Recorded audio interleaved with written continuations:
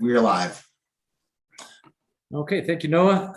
Welcome everybody to the August 19th, 2021 Planning Commission meeting. We'll start off by doing a roll call. Yes, Chair Gutierrez, from my understanding, is he's going to be late. Vice Chair Hogan, I'm here. Secretary Clow, Present. Commissioner Faulkner, Commissioner Lawrence, Here. Commissioner Garcia, Here. Commissioner Zatania. I saw him. There he is. Commissioner Zatania, your audio is not on. But Can you hear me Mr. Chair, now? yes, Mr. Chair, Yes, there is a present. quorum. Yes. All right, I'm here. Sorry, guys. Great. So Commissioner Faulkner's here, Oh, and great. we have a quorum, so we're only and Brian will be joining us sometime in progress. Okay. For the Commissioner Faulkner, would you lead us in the Pledge of Allegiance? All right, I pledge allegiance to the flag of the United States of America and to the republic for which it stands, one nation under God, indivisible, with liberty and justice for all. Thank you. Before we get to the approval of the agenda, we have a new attorney with the Planning Commission, and so I would like to request that Noah introduce her. Oh, thank you, Chair Hogan and Commissioners. I was going to go ahead and let Jason do the introduction. Oh, did I get that backwards? Sorry. That's fine. I'm happy to introduce her. Thank you, Vice Chair Hogan. So I'd like to ask everybody to welcome Pat Figelli. She's the new assistant city attorney assigned to land use, and she'll be assisting with Planning Commission and Board of Adjustment. She's Sally Piaz's replacement, so she has some big shoes to fill, but I met with her today and I'm confident that she can take on the task. Great. Ms. Figelli, could you say hello and just maybe just say a little bit of a few words about your experience and your interests? Thanks. It's exciting to be here. I just started this week. I will be doing these meetings, not this week, but hopefully from here on out. I have previously worked for the legislature. I have a planning degree as well, and excited to work with you all. Very good. Well, we're glad to have you. So thank you for being here. With that, we'll go on. Oh, go ahead, Noah. I just want to introduce the other members of the legal team. Sure. Kyle Heibner is the city prosecutor, but he's also going to be filling in tonight. And Andrea Salazar is also here. Great. Okay. I'm somewhat curious on why we're heavily lawyered up tonight, but I know the conversation is going to be interesting. Mr. Chair, so if I may, Yep. Ms. Salazar is here to assist with the cannabis legislation. She's been working on that and took over for Sally. And then Mr. Hibner is here as the stand-in, so to speak, for Sally. He's been fully briefed. Great. I appreciate that clarification. Moving on, we'll go to the approval of the agenda. Does staff have any changes? Mr. Chair, staff has no changes. Are there any changes from the commission? Motion to approve, Commissioner Faulkner. Second, Commissioner Clow. We have a motion and a second. I guess I'll take the roll, please. Yes, Commissioner Clow, Yes. Commissioner Faulkner, Yes. Commissioner Garcia, Yes. Commissioner Lawrence, Yes. Commissioner Zatania. Yes. The motion has been approved. Thank you. And approval of the meeting minutes from October 5th, 2021. Any changes by staff? Chair, I have no changes. Any from the commission? Motion to approve, Commissioner Faulkner. Commissioner Garcia will second. Right, we have a motion and a second. Roll call, please. Commissioner Clow, yes, Commissioner Faulkner, Yes. Commissioner Garcia, Yes. Commissioner Lawrence, Yes. Commissioner Satania. yes, The motion has been approved. Thank you. Moving on to the approvals of the findings and conclusions. Case 2021-3804, Villa Sendero Development Plan Amendment for Phase 2. Do we have any changes, either from staff or from the commission? Chair, no changes from staff. Okay, if there's no changes from the commission, I'll ask for a motion. Motion to approve, Commissioner Faulkner. Commissioner Garcia will second. Thank you. Roll call. Commissioner, excuse me, Commissioner Clow, approve as to form only. Commissioner Faulkner, Yes. Commissioner Garcia, Yes. Commissioner Lawrence, Yes. Commissioner Satania. yes, The motion has been approved. Thank you. If I understand correctly, there's no old business, so we'll move on to new business. Consideration of bill number 2021, an ordinance amending the land development code to address zoning issues related to cannabis. Staff, do you have is there an introduction? Yes, Chair.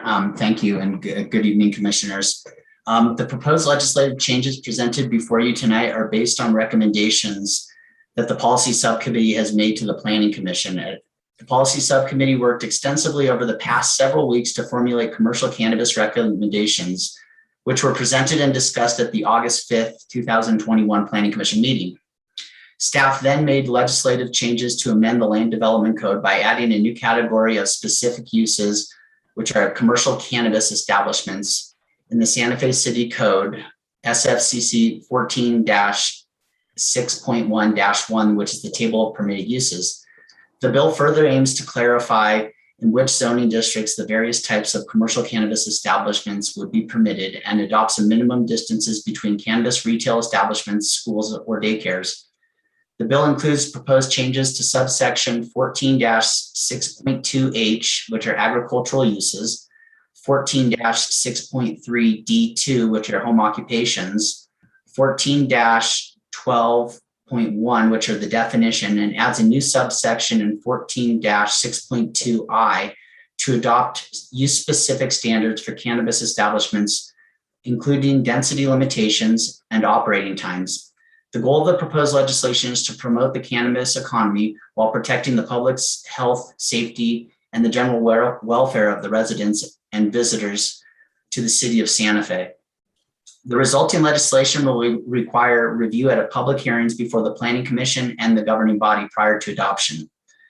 The state has clearly outlined that local jurisdictions cannot prevent anyone properly licensed from transporting cannabis products on public roads, completely prohibit the operation of a cannabis licensee, prohibit or limit signage identifying a business as a cannabis establishment if it's attached to or located on the business premise, require a cannabis establishment or a cannabis consumption area to be located more than 300 feet from a school or daycare center that existed when the cannabis establishment or consumption area was licensed, require an existing cannabis licensee to relocate to a new premise, or to prohibit an adult New Mexican from producing homegrown cannabis. Local jurisdictions can adopt rules that reasonably limit conditions like density of cannabis establishments and operating times. The Cannabis Regulation Act defines new types of recreational cannabis establishments, including the following: a cannabis retailer, which is for commercial sales of cannabis; cannabis producer, growing or farming of cannabis; cannabis producer micro business, produces cannabis at a single premise with no more than 200 mature plants at one time; a cannabis manufacturer, which turns uncultivated cannabis into oils, edibles, and products; and a cannabis research and or testing laboratory; cannabis consumption areas, place where cannabis can be smoked, vaporized, or ingested; integrated cannabis microbusiness, which may include a combination of producer microbusiness, manufacturer, and retail at a single location selling only their own products.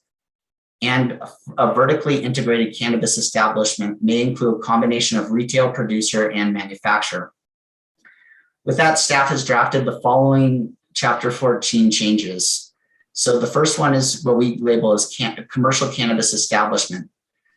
With the proposed amendments, a new commercial cannabis establishment category or specific uses would be created within SFCC section 14-6.1-1, which is the table of permitted uses, which stipulates specific definitions and uses in zoning districts as a permitted use, a special use permit, accessory use, and a prohibited use.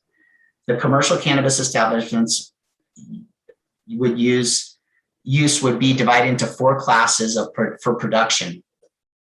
The first one would be the cannabis producer extra small, which is up to 2,500 square feet of canopy, which is a business conducted by a person or licensed to cultivate cannabis, including the planting, growing, harvesting, drying, curing, grading, or trimming of cannabis, provided that the cannabis canopy area for an extra small cannabis producer may not exceed 2,500 square feet at one time.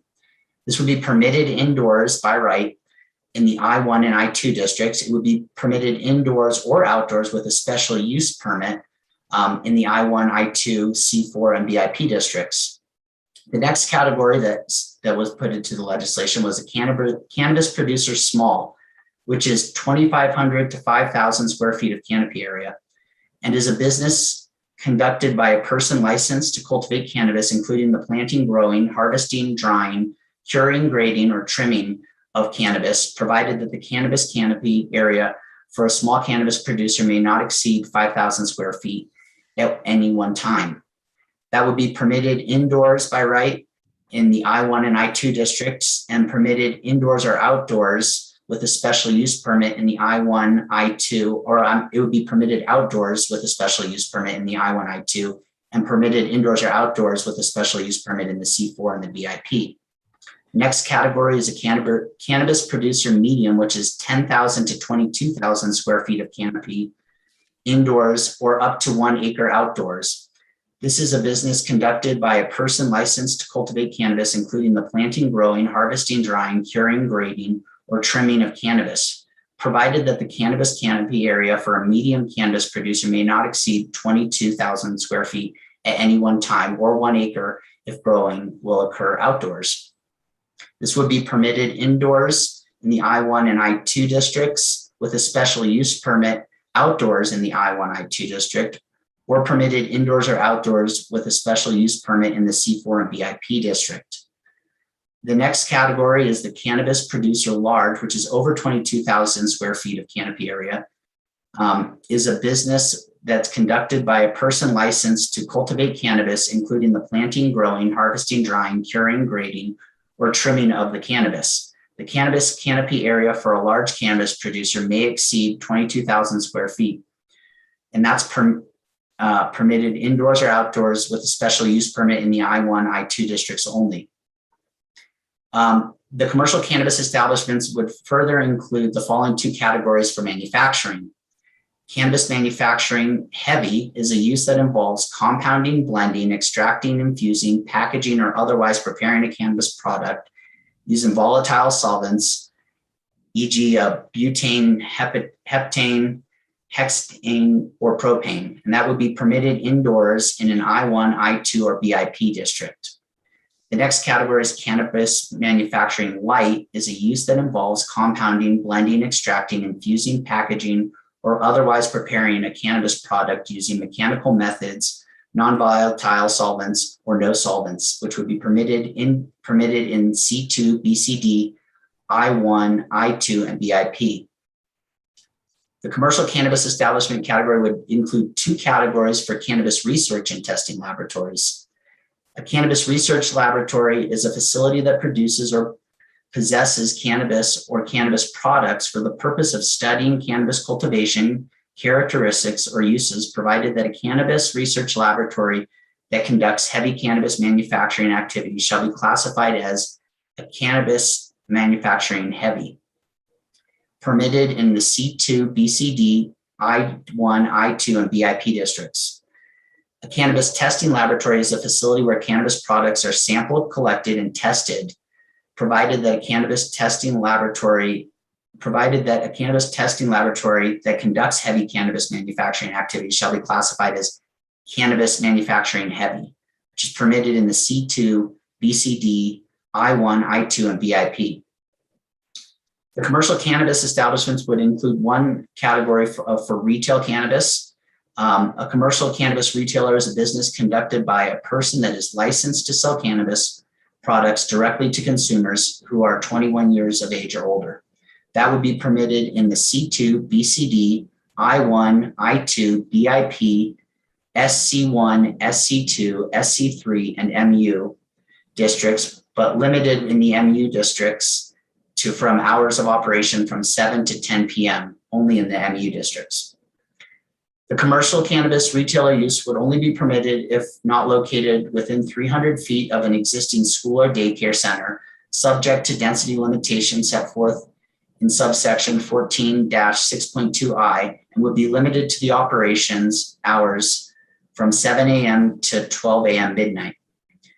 The final permitted use added to the commercial cannabis establishments would be cannabis consumption area, defined as an area where cannabis products may be served and consumed by smoking, vaping, or ingesting, provided that alcohol cannot be sold or consumed in a cannabis consumption area, and entry is limited to patrons 21 years or older. The state of New Mexico is currently working on the framework for regulating cannabis consumption areas, and legislation will be further drafted and refined and presented to the Planning Commission and governing body after the state's framework is completed. So under SFCC section 14-3.3, the Planning and Land Use Department is required to review proposed amendments to the text of Chapter 14 to ensure compliance with the following criteria. First, compliance with the law. Second, consistency with the general plan. 3, consistency with other policies adopted by the governing body. 4, consistency with the purpose and intent of Chapter 14 and of the section being amended. 5, consideration of how the amendment relates to the other provisions of the Santa Fe City Code and the avoidance of unintended consequences. And 6, consistency with any approved neighborhood conservation overlay districts. The Planning and Land Use Department, in conclusion, in consultation with the City Attorney's Office, has reviewed and crafted the proposed legislation to ensure that all of the above criteria have been met.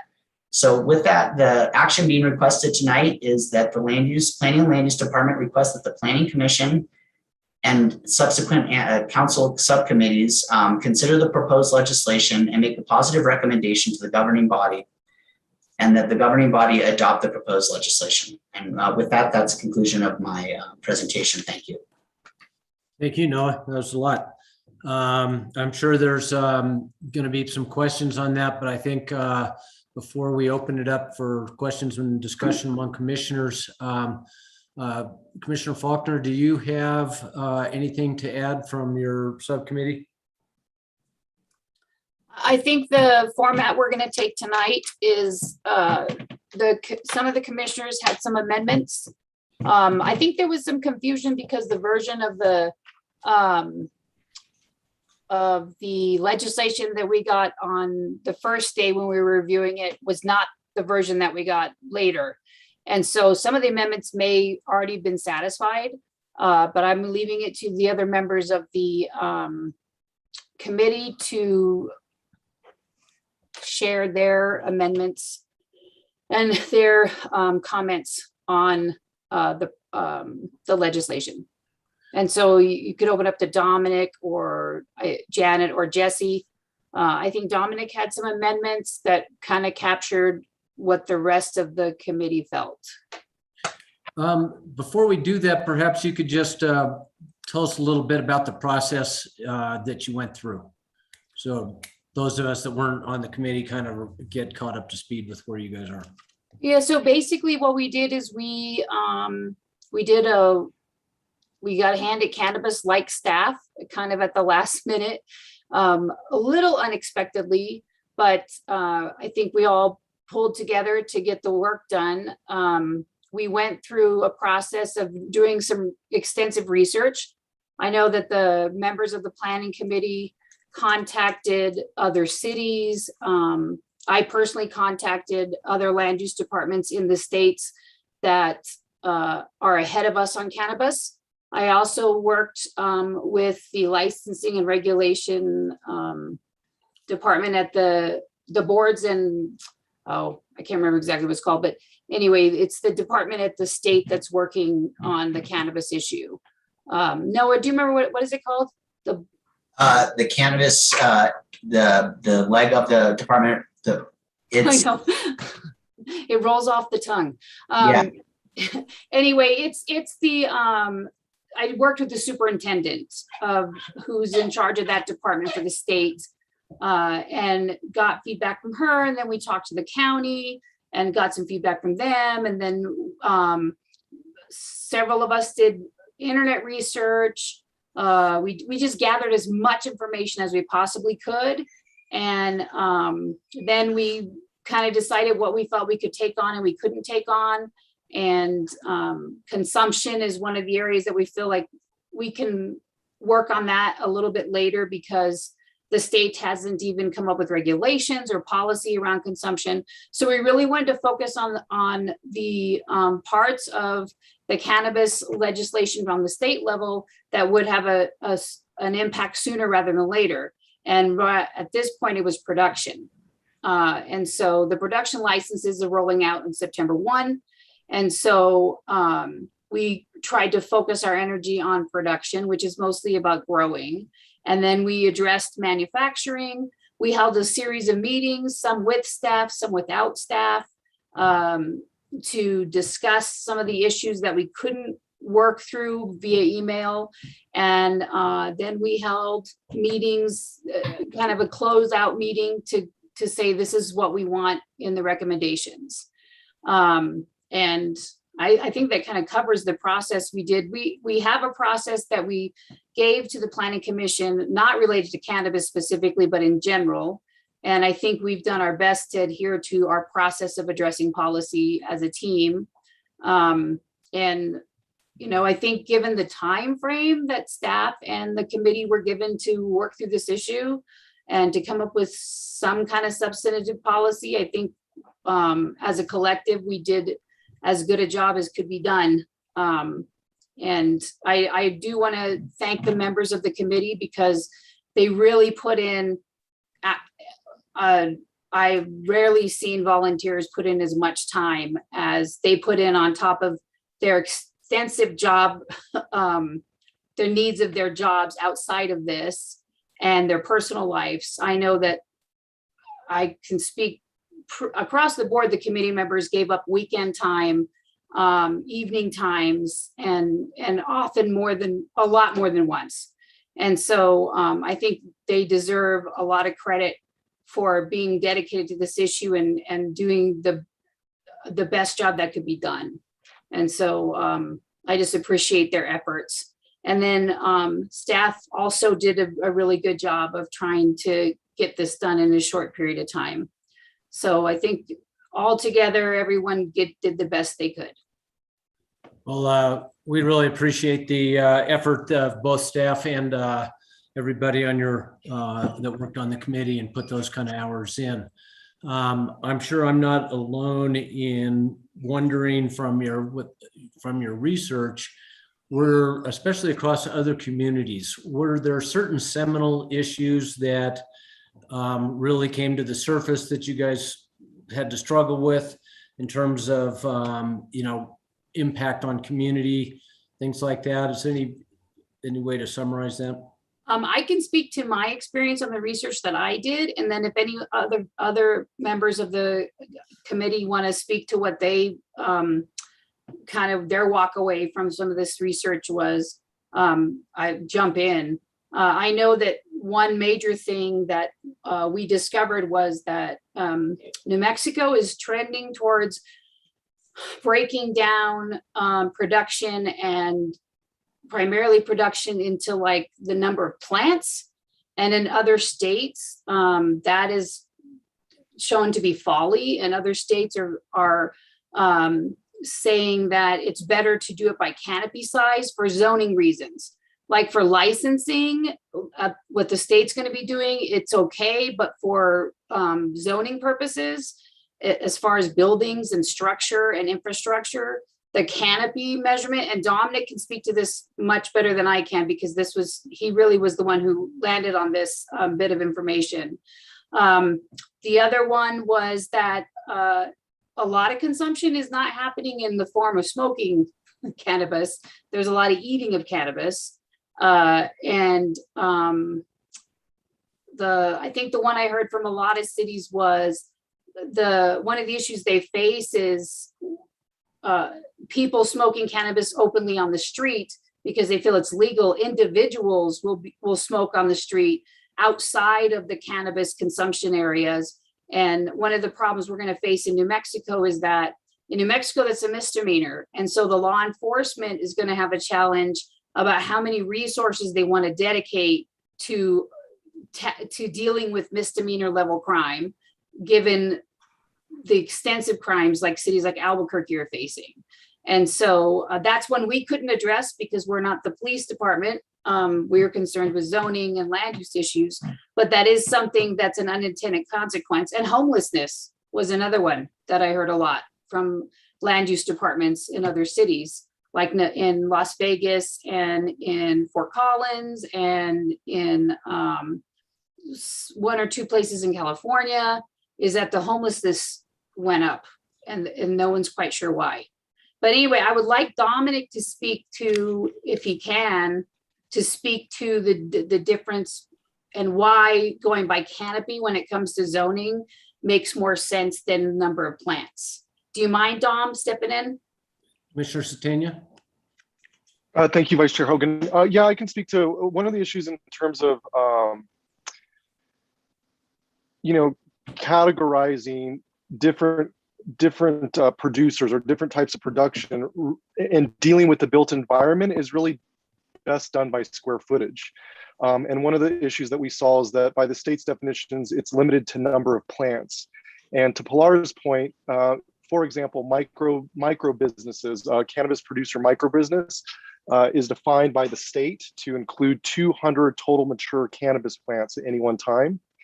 And in my research and speaking with a grower in Los Angeles, 200 plants, depending on the growing type, determined on how they grow the plants, could take anywhere from an acre. 200 plants could take an acre, or you could grow 200 plants in, a small indoor space in a 20 by 20, greenhouse with artificial lighting.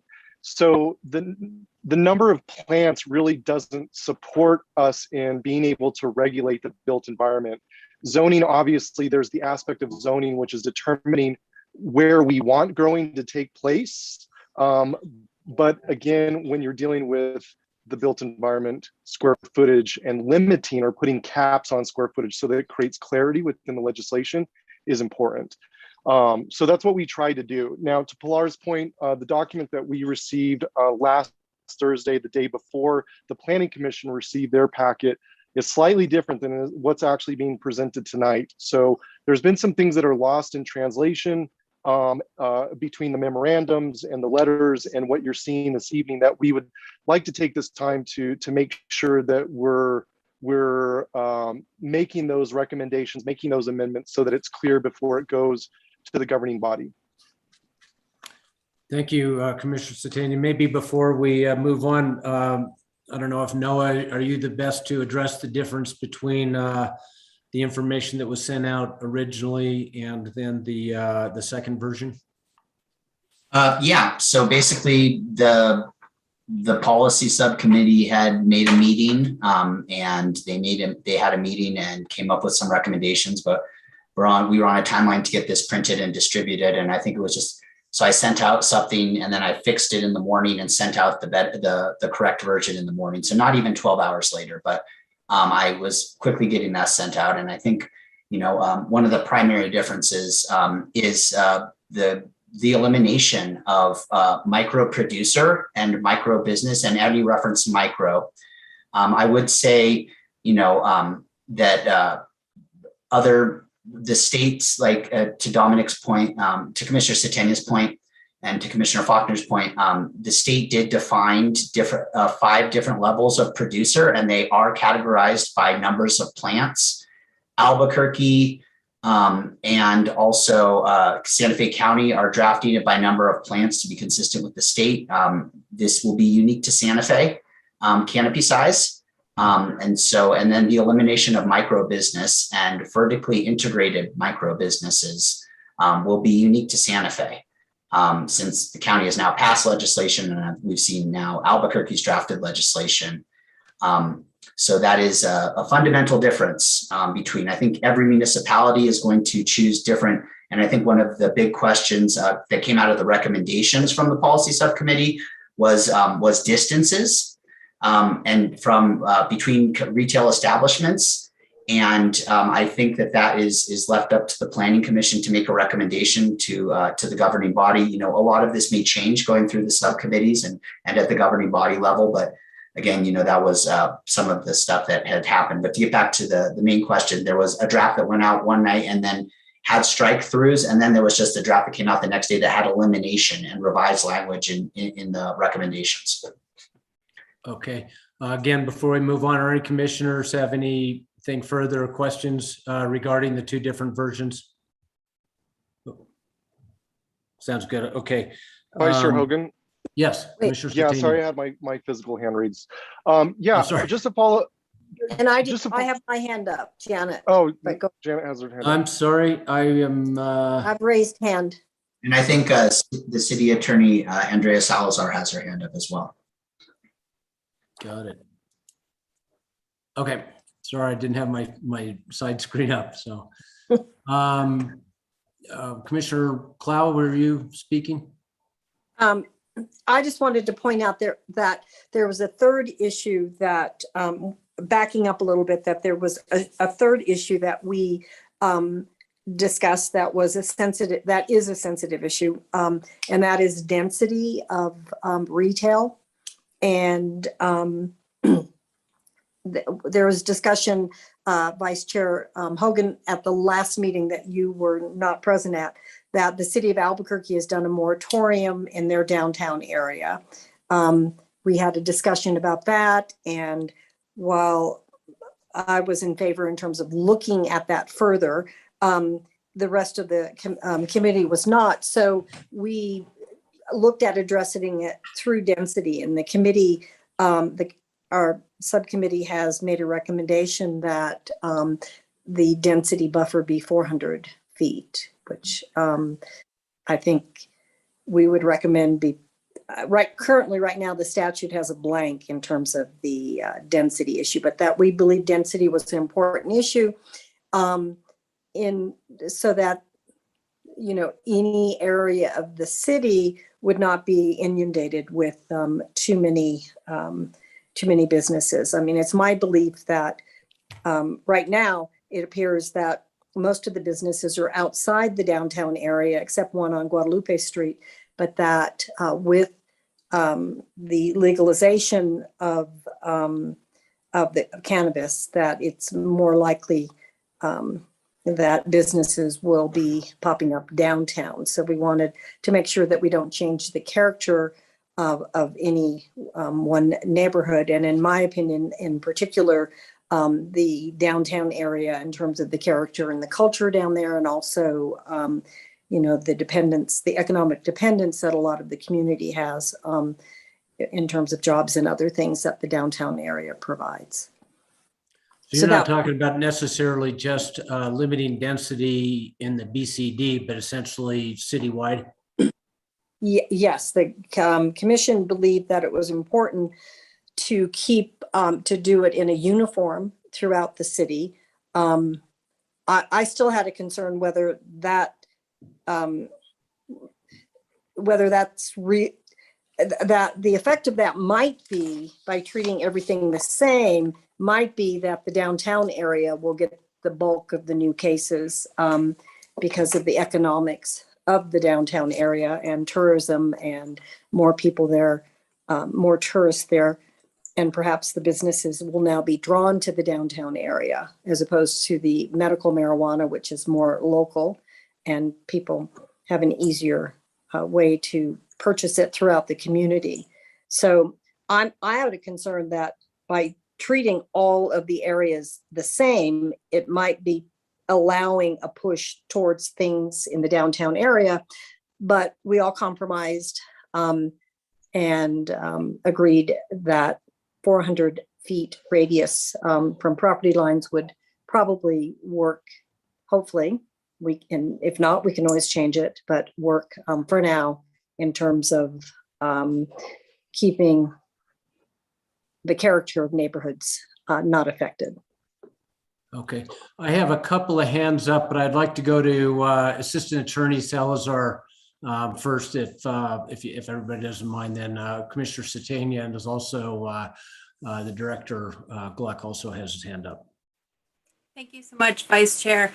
I just wanted to kind of preference all of our conversation with the fact that a local jurisdiction shall not completely prohibit the operation of a licensee. One of the concerns is by removing the definition of micro businesses and vertical micro businesses and only having a canopy allotment, that could undermine that prong of what a local jurisdiction shall not do. They have their own rules. And so I just want to put that in the forefront of everyone's mind. I also do want to state that we do have additional information from, I believe it's Vice Superintendent or John Blair, who provided us with all of the current medical cannabis locations in Santa Fe. I believe there are 32 when you count all producers, retailers, manufacturers, and we have a revised map of where they exist. Several have opened up. So our last map, I believe, that was shown to you had 15 retail locations, and there are currently 22 retail locations. So we could provide that for you as you move forward, but that's all I had. Thank you. Mr. Chairman, could I just say something really quick in regard to the micro Please, Commissioner facilities? Faulkner. We did not eliminate them. What we did is we said that micro facilities and all other facilities will fall into the categories of extra small, small, medium, large. And what that means is a micro could be 200 plants.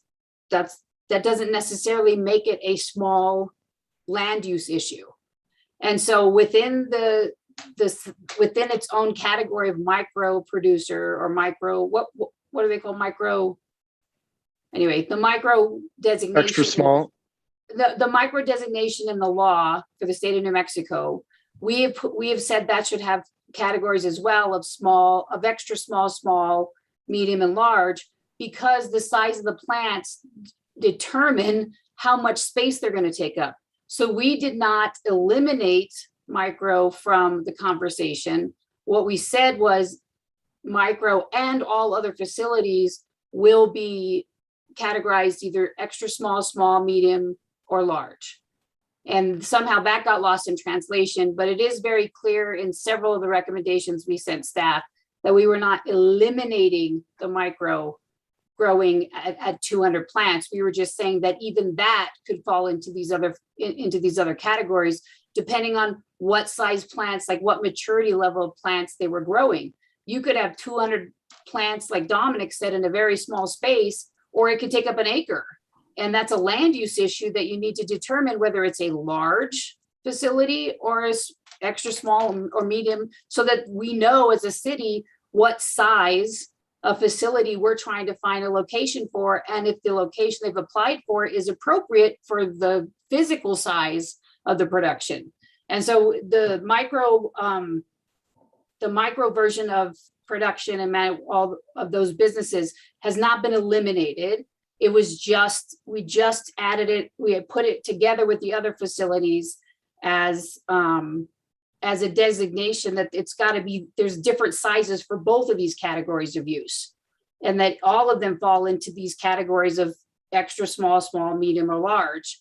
And that's the only way we could figure out how to decide if it's appropriate for a given applicant to be in a certain part of town. If they are growing 200 plants and it's going to take up an acre, is that appropriate in a high density part of town that doesn't actually have enough space for it? No, it is not.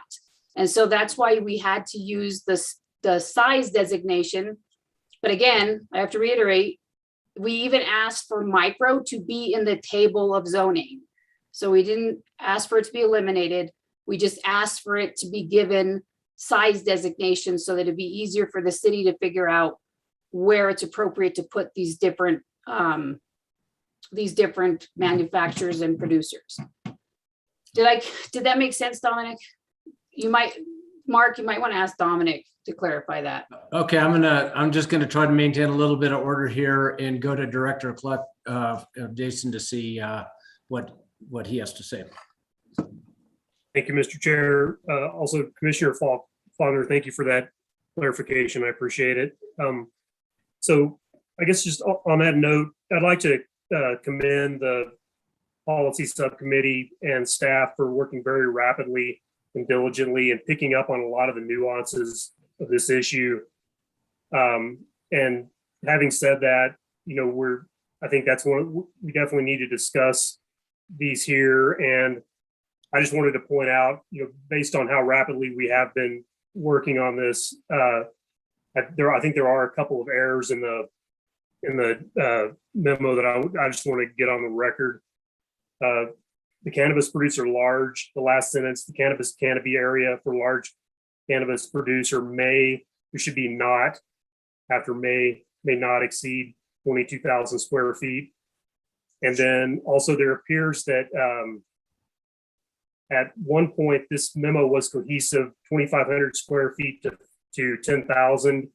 Now it's 2,500 to 5,000, but 5,000 to 10,000 has not been addressed. I believe that's all. Thank you. Okay, thank you. All right, I'm returning to Commissioner Satania, and then Dominic will be next. Excuse me, Commissioner Garcia. Yeah, Vice Chair Hogan, I just wanted to make sure that we weren't going to, are we going to be including the public comment as a part of this as well, or are we just jumping in? Because if we're going to jump in, I'll make my comments and maybe wait for public comment, or if we're going to start addressing amendments and propose changes now, then I can start that process. My intention was to hear from the commission first, particularly members of the subcommittee, so kind of set the table for the discussion, and then go to public comment, and then back to the commission for further discussion and any proposed amendments, if that seems like it makes sense. Okay, great. Then what I would like to add is I just want to point out for the rest of the commissioners and the public that there were some changes made to the letter from the policy subcommittee, and they're highlighted in yellow that weren't previously included. And it reflects the policies committee position regarding micro businesses, which we understand is important to be capturing because the state has stated a separate designation for micro business producers. There's producers and micro business producers based on the state's definitions as outlined in the memorandum. So again, to Pilar's point, we want to make sure that micro business is stated within our legislation, which it is not, and that be done within the table. And again, not to discriminate against micro producers versus producers, but that any type of production, regardless of license, would fall into the zoning table under sizing requirements based on square footage. And that be done within the zoning table. I think where some of the confusion has come, and again, we didn't see the legislation the first time until the day before that actually needed to go to the public, which made it a little difficult making policy recommendations on policy you haven't seen that needs to be published right away. So this has kind of led to some of this breakdown. But after seeing how the definitions have been provided, and seeing what the state's definitions, what we are calling producer, small producer, medium, gets confusing because the state actually has its own definition for producer. So again, that's where we really need to bring clarity, into legislation, make sure that gets addressed tonight. And I'm happy to make our recommendations that were were discussed amongst the policy committee to address that this evening. And would you like to do that now or wait till after we hear back from the public comment? Yeah, actually, I would like to do that now before public comment, and then we can actually maybe discuss those changes. So what I'm actually recommending is that in the zoning table right now, it states cannabis producer, extra small, medium, and large. Great, Vice Chair, I hate to jump in. Could we have a motion to amend on the table with the specifics to the legislation? Okay. So if we're getting into specific recommendations that I'm supporting that, I was hoping just to kind of make sure that the discussion was robust and we had all the issues on the table. But I want to defer to you on that. If you feel like we're going into actually making specific recommendations, then I guess we'd need a motion for that. Sure, I think it might be just appropriate to go to public comment first and then come back for motions and changes to the legislation, if that's going to be appropriate, because that would follow the normal order of business. I do feel like any proposed changes ought to come after public discussion. But I did want to make sure that we were, again, setting the table with all the information. So Commissioner Satania, do you mind if we go to public comment and then come back to you to hear your recommendations? Yeah, no, that works for me. That's why I asked earlier. So that works. Okay. Sounds great. Commissioner Garcia, did you have your hand up earlier? Did I misread that? No, I did not. Okay, so you're very good. Well, if no other commissioners have any comment, we'll go to public comment. All right. Thank you, Chair. Members of the public, if you'd like to speak on the proposed cannabis legislation, please use the raise hand function, and I'll unmute you and you'll be able to be sworn in, and then you'll be able to speak. And if you're called in, you can press *9 to raise your hand, and we will unmute you then. So please feel free to use the raise hand function if you'd like to speak on this issue.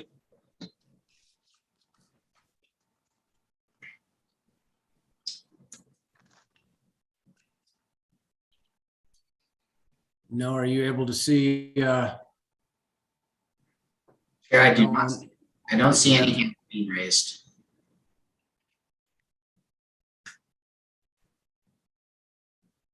Oh, there's one. All right, so Fred Lucas, please unmute yourself, and then you will be sworn in, and then you will be able to speak. I am unmuted. Can you hear me? Yes. Noah, it's my understanding that for legislative matters, we don't need to swear in the public speakers unless this is a different type of case. I think you're correct. Thank you, Melissa. So Fred, you can go ahead and just speak. Okay. First off, I'd like to commend the city staff and the advisory subcommittee on those preliminary rules and regulations. I think you guys did a great job with that first draft, and it was obvious that you guys put a lot of thought and energy into it and research. So just wanted to say that. I'd like to start by, the first thing I'd like to start with is to strongly recommend that the distance between cannabis retail locations be no less than 1,000 feet, because even 1,000 feet is a small distance.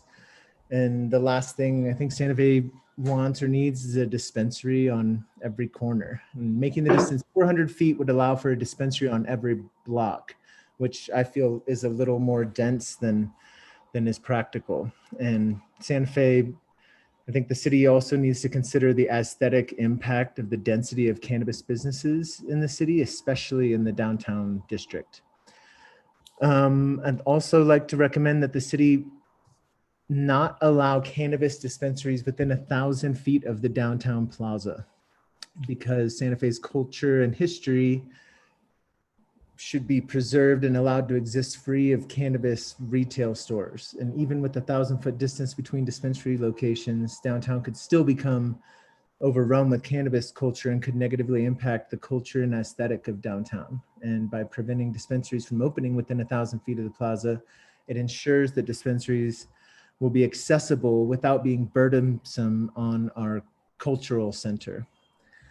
And then concerning Santa Fe's downtown district, I'd like to recommend that the city allow recreational sales to commence elsewhere in the city for 1 full year prior to permitting new cannabis retail businesses to start operating within Santa Fe's downtown district. It'd probably be the wisest thing the city of Santa Fe could do. I think it would, also kind of be a bridge between Commissioner Janet Klaus' concerns about preserving downtown, but I think it'd be a really good thing for you all to kind of observe and gain knowledge of the industry before committing to any laws or ordinances specific to downtown, because once it's set, you can't really turn back the clock. And it would allow for a time of learning and understanding to better educate your decisions in the long run. And as you already know, Santa Fe is an extremely unique place in our country. And I think caution and observance will ensure that the correct decisions are made for how the city approaches the sales of cannabis in the downtown district.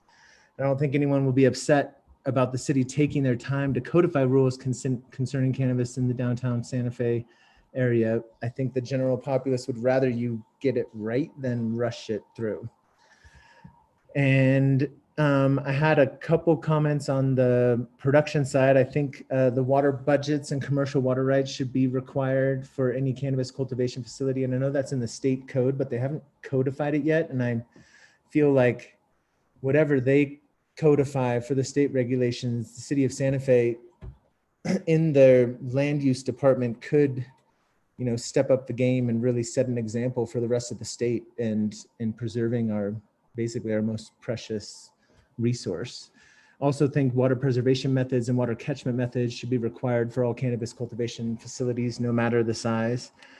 And I also would like to recommend that the 8-foot fences, which was in the memo, but it was a little vague. I didn't really understand it, but I thought it was a great idea because right now there's a 6-foot fence height limit in the city and within the city limits. And I think specific for cannabis cultivation facilities, an 8-foot fence would not only provide a better visual barrier, but it also would allow for higher levels of security and a more effective smell mitigation.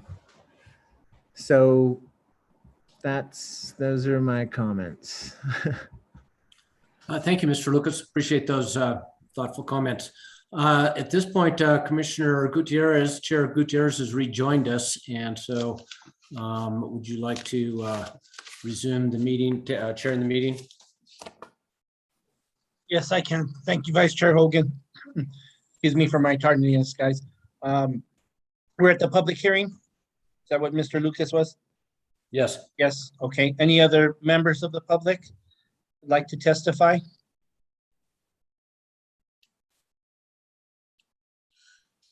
Chair, it looks like Colleen. Colleen, go ahead and unmute yourself and you can speak. Hi, I've been hearing a lot about downtown in this talk and the plaza, and I guess I'd just like to remind the city that the rest of the city is here and to consider the residents and not just the tourists when you're making these plans. I think that's really important. Consider how the rest of us live, not just the plaza, and how our neighborhoods look. That's it. Thank you, Colleen. Anybody else? The phone call in, if you want to speak on this, *9. That's correct.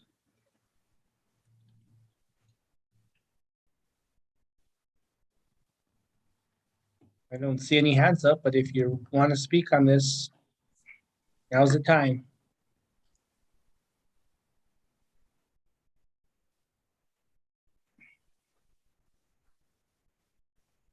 Any hands, Mr. Burke? Chair, I do not see any hands. Okay. What a surprise. Seeing none, we will close the public portion of this hearing and turn it over to the commission.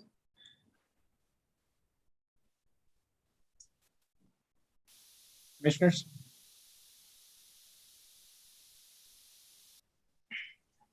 Mr. Satenia, you have the floor.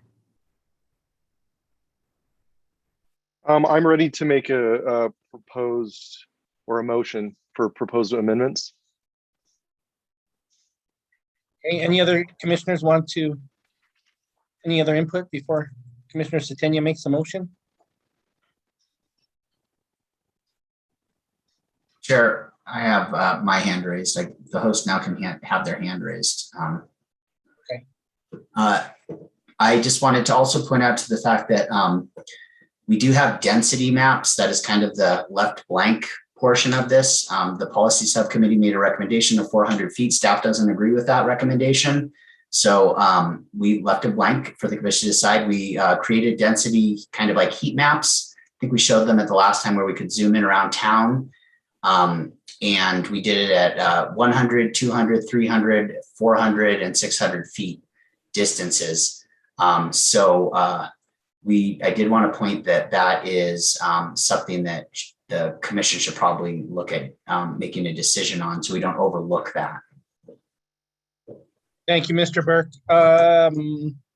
Next up is Commissioner Faulkner, followed by Vice Chair Hogan. I would agree with Mr. Burke. 1,000 feet sounds like not very much until you put it in a very dense area. And one of the things we found in our discussions on the subcommittee was that when you are going property line to property line, basically, if you're above a certain number of feet, you're only going to allow like one retail location downtown. And I think that the 400 number is a good compromise based on what we saw when staff did these maps for us. And so I would only offer to the commission that I do feel it would be a very good idea to look at these maps. So you could get a feel for what 1,000 feet looks like. And I believe, Noah, didn't you guys do some for several parts of town, right? So we could see how it played out in several different kinds of parts of town. Yeah, Like not, right?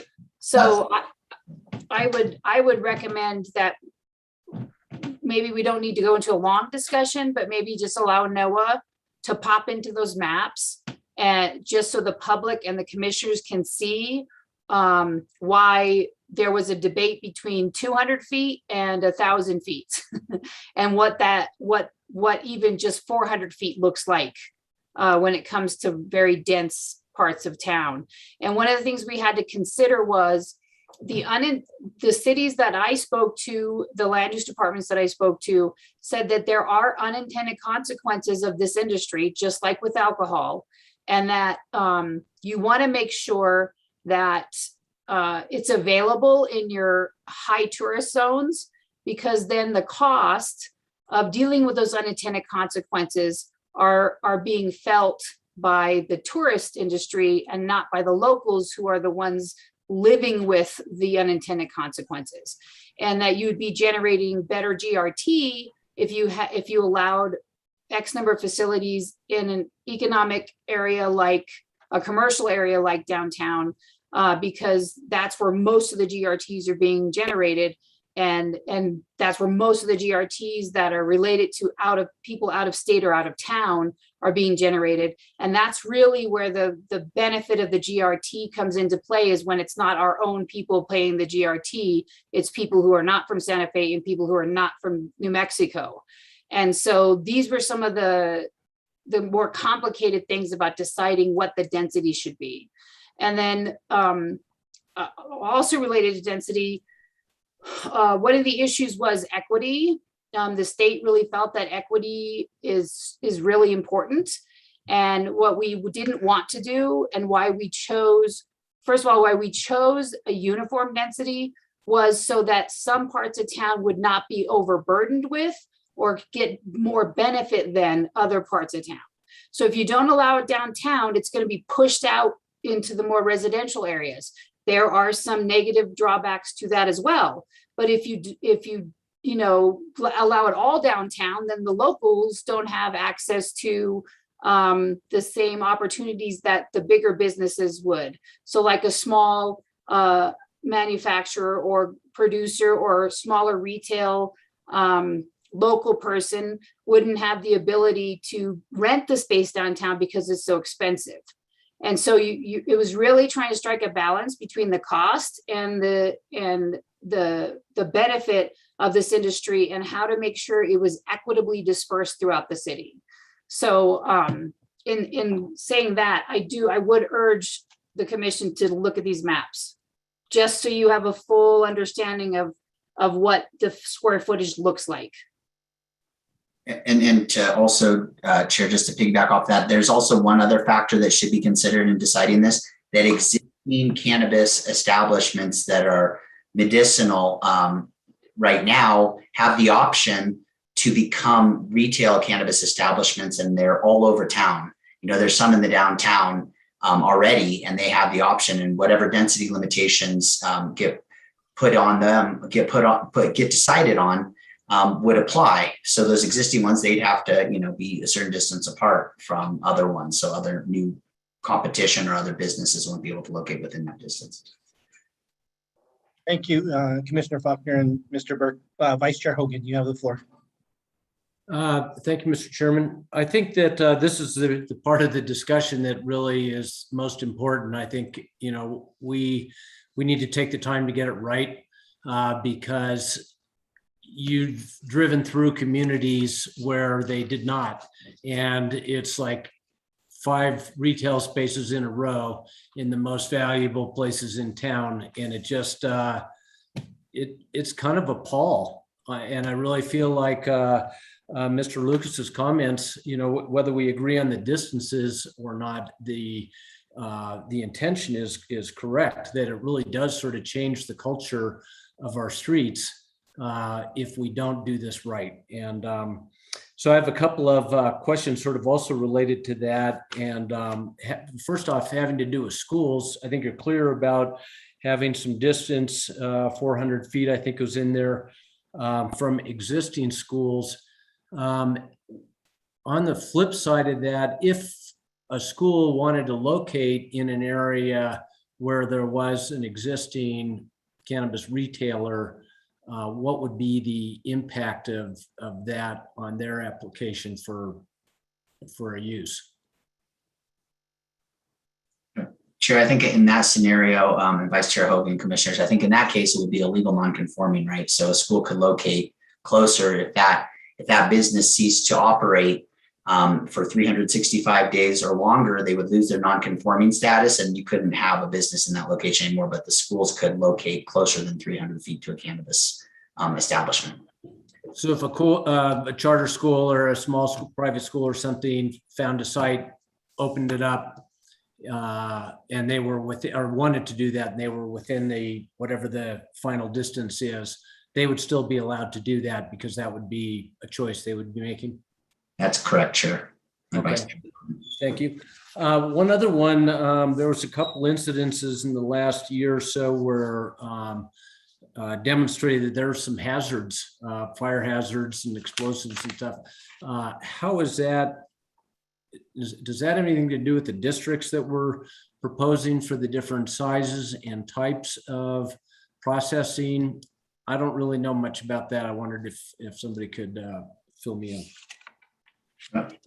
Chair, Vice Chair Hogan, and Commissioners, it's a good question. So I think that that was a discussion that the policy subcommittee did. We did have some discussion about previous experience. I think that's one of the reasons that's recommended in industrial areas, because these kind of uses can have unintended consequences, smells, odors, noise, and the like, especially with the laboratory and testing facilities. That's why we wanted to actually define the two categories and allow for them to only be in certain districts. So I think that was one of it. I think Interim Director Klug could probably talk a little bit more to specifics of that, but I think that's a general picture there.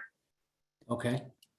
And this question, I guess, is for Assistant City Attorney Salazar.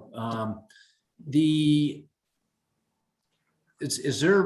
we run into any legal trouble if we're over restricting? Like, I know that I think that kind of came up in terms of short-term rentals, that that kind of line between when you're over restricting and when you're treating everybody equitably.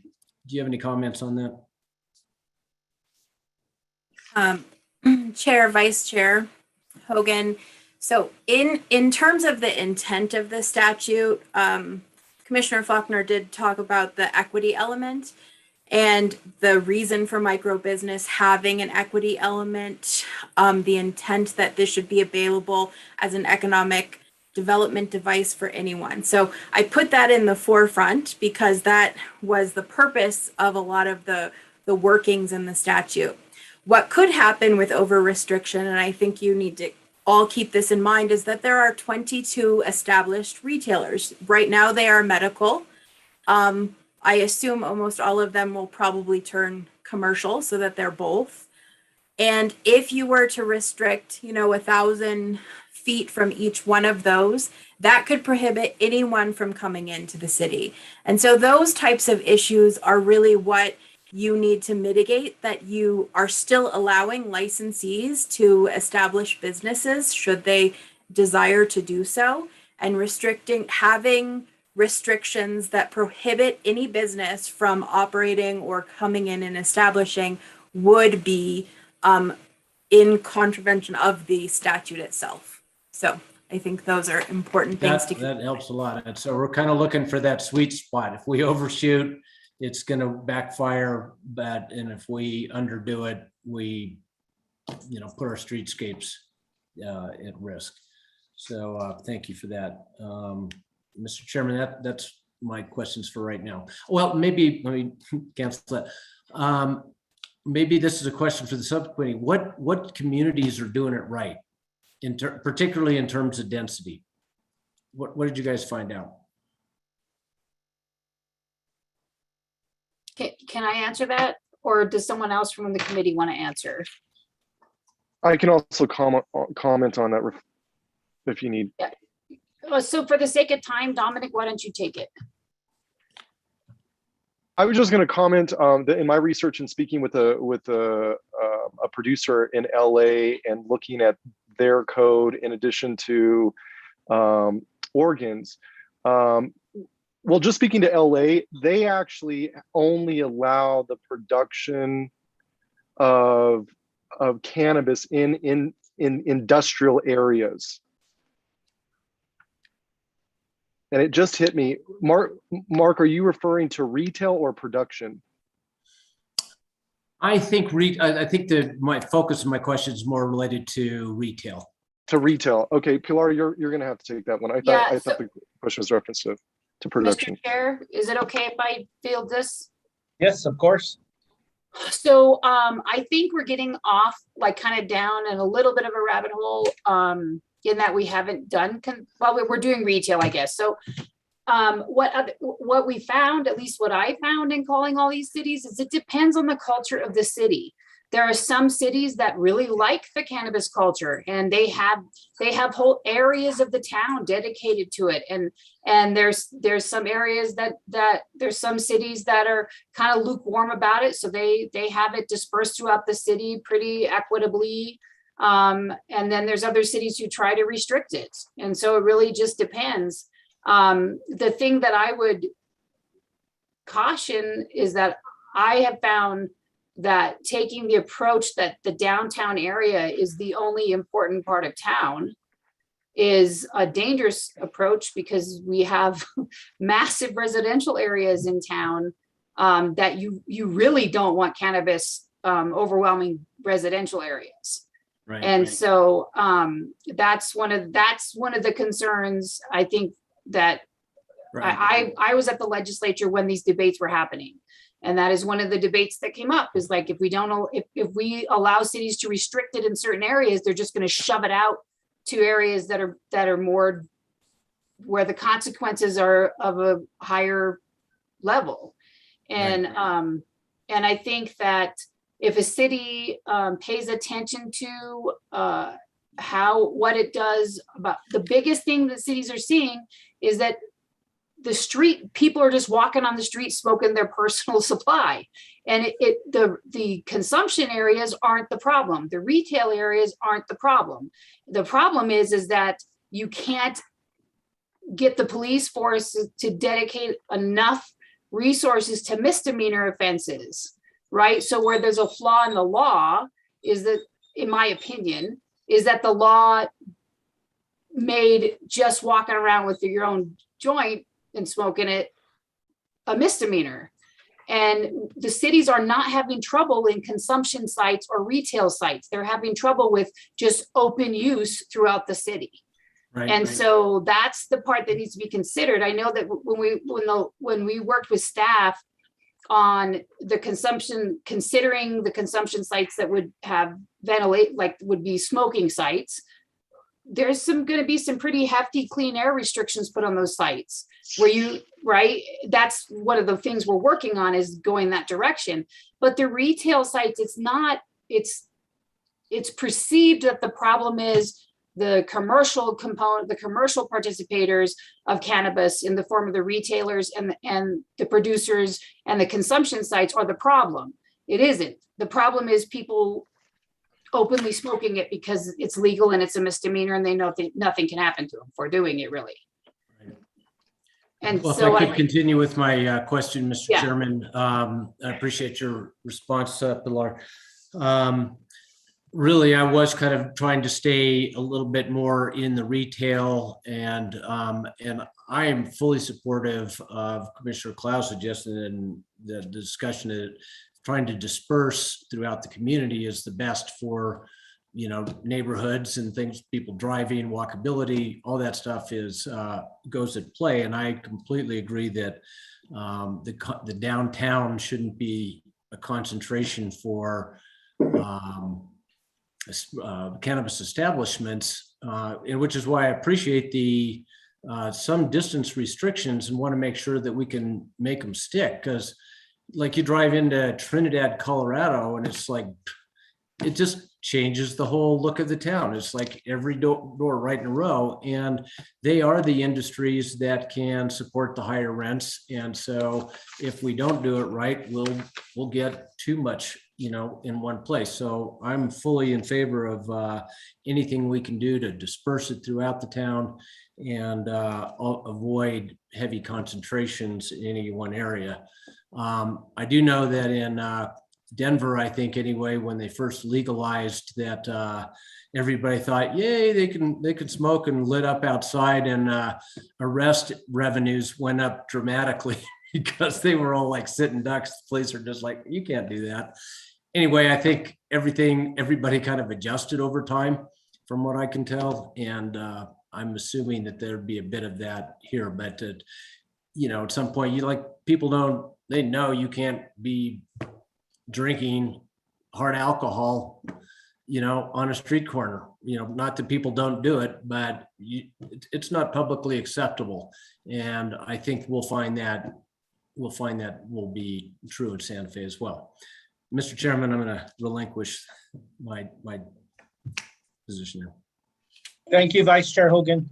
Mr. Burke, you had your hand up and you took it down, but would the commission like to see the maps that were referred to earlier? Yeah. To just get an idea? Yeah, and thank you, Chair. I'll share screen. One of the things I was just gonna say is that the county drafted regulations that was 200 feet distances as an example of something that passed between retail establishments. So I just wanted to put that out there so that if you were looking for municipalities who have already done this, they did pass that and felt that was the right distance in the county. So I will. And no, I'm going to also interrupt to say that the city of Albuquerque did it. They passed 600 feet. So I think the city or the county said 200 feet because they don't have a lot of commercial space. So that's why they were less. I think the city of Albuquerque did more because they have a lot of commercial space. So I think it just really depends on the city. Oh, I have three hands up. After we get to these maps, it'll be Commissioner Garcia, Commissioner Satenia, and Commissioner Klaus wants to speak again, but go ahead and explain these maps, Noah. Okay, so because we did talk about the downtown, I did want to, I'll start there, and then we did go out throughout the different points throughout the city. This map shows existing commercial cannabis establishments and then also some random addresses. So we had a request come in to do a retail location here. So I figured this would be a good idea to use this random address point, which is a structure on San Francisco Street. So the outer circle is 600 feet. So if you can tell, all these dark squares and shapes are outlines of buildings. Within these aren't address points though. Within each of those buildings, there's probably quite a few address points because the downtown's very dense with addresses because you have multiple tenants in a building. But you can see how with a 600-foot line, you eliminate essentially 6 blocks, right? Or more. It gets you clear across the plaza from San Francisco Street and almost to the end of the Anasazi. The next line that you'll see is 400 feet. So from this point, and this was the recommendation of the policy subcommittee, from this recommendation here in downtown, that eliminates about, it gets you halfway across the plaza. And it eliminates, I'd say, about 4 to 5 city blocks. The next line is 300 feet. The red is 300 feet. And that kind of starts to get you to about 3 or 4 blocks. And then there would be the blue line, which was 200 feet. And that just really eliminates you to 1.5 blocks. And then the 100-foot line just goes ahead and shows you that you're pretty much across the street. You wouldn't be able to do it. And the proposal is from property lines. So it's not from business to business, but it's from the property lines. So that was how this was done. This also shows. Can you take us to an airport road dispensary and show us the difference now? Yeah. And I did some on St. Michael's Drive as well, and then along Cerrillos, but let's go to Airport Road. So Airport Road, this would be what Airport Road looks like. So again, you have the same lines, and you see how many businesses would be eliminated. It's not comparable with blocks because the blocks throughout the city are different sizes. There's no standard size of a block. But, in terms of how many businesses would be affected by this, well, most of the commercial activity can only happen in the MU and the C2 districts. And those are abutting Airport Road on either side of Airport Road. It doesn't go deeper than that in most cases. This does show zoning districts on it. So 400 feet would essentially, would get you quite almost to where the screen line is. So you can see it would push it down, I don't know, about a half mile to a quarter mile, maybe in total from this existing business that's there right now. And then there's another one here was another address point that we used. So this business would not be able to operate if it was to open because this business is already a medical marijuana establishment. So this business would change its license, and this business, if they came in, would not be able to locate there at the density of 400. But if you did the density of 300 feet, you would be able to have this business establishment, or you would not be able to either there. So that's what that looks like there. I can take you down Cerrillos Road a little bit to see what that looks like. This is down kind of by the super Walmarts right there. And if a commercial cannabis establishment wanted to locate here, you would literally, there's about 6 building pad sites right here. About 3 of them are vacant. If they located right here, you wouldn't be able to have anyone within the vicinity and possibly not across the street because it's property lines, right? These are building footprints, but these aren't property lines. So you can just kind of imagine what that might look like on that side of town. And then if you, as proposed, you would be able to have them in shopping center districts. So you would be able to have them in malls, and you probably only get one per mall potentially, because it's property lines, and malls are multiple tenants within one property for the most part. So you'd probably only get one there. So that didn't seem like it would be advantageous. But here's another example along Cerrillos Road, and then here's kind of on St. Michael's Drive. I used the example where the Smiths on St. Michael's Drive is a shopping center with multiple tenants. What would happen if one of these tenants got it? You would eliminate people across the street. If it was done at a 400 foot, you pretty much would have to locate it farther down the road, somewhere along here. So I don't know if this is helpful or if I'm moving too fast. No, I think we got the idea, and if any of the commissioners want to see a certain area, we'll call back on you. I'd like to get back to the commissioners because we have a lot of hands up. Thank you so much. Commissioner Garcia. Thank you, Mr. Chair. And Noah, thank you for those maps, because the visual aids really help in putting it in your head, and how much I do feel that the equity spaced out throughout the city is very important. My question went back, and I think City Attorney Andrea, I think you kind of answered my question in terms of this, but the grandfathering in of the current businesses that are there, the majority of them will probably turn to commercial retail.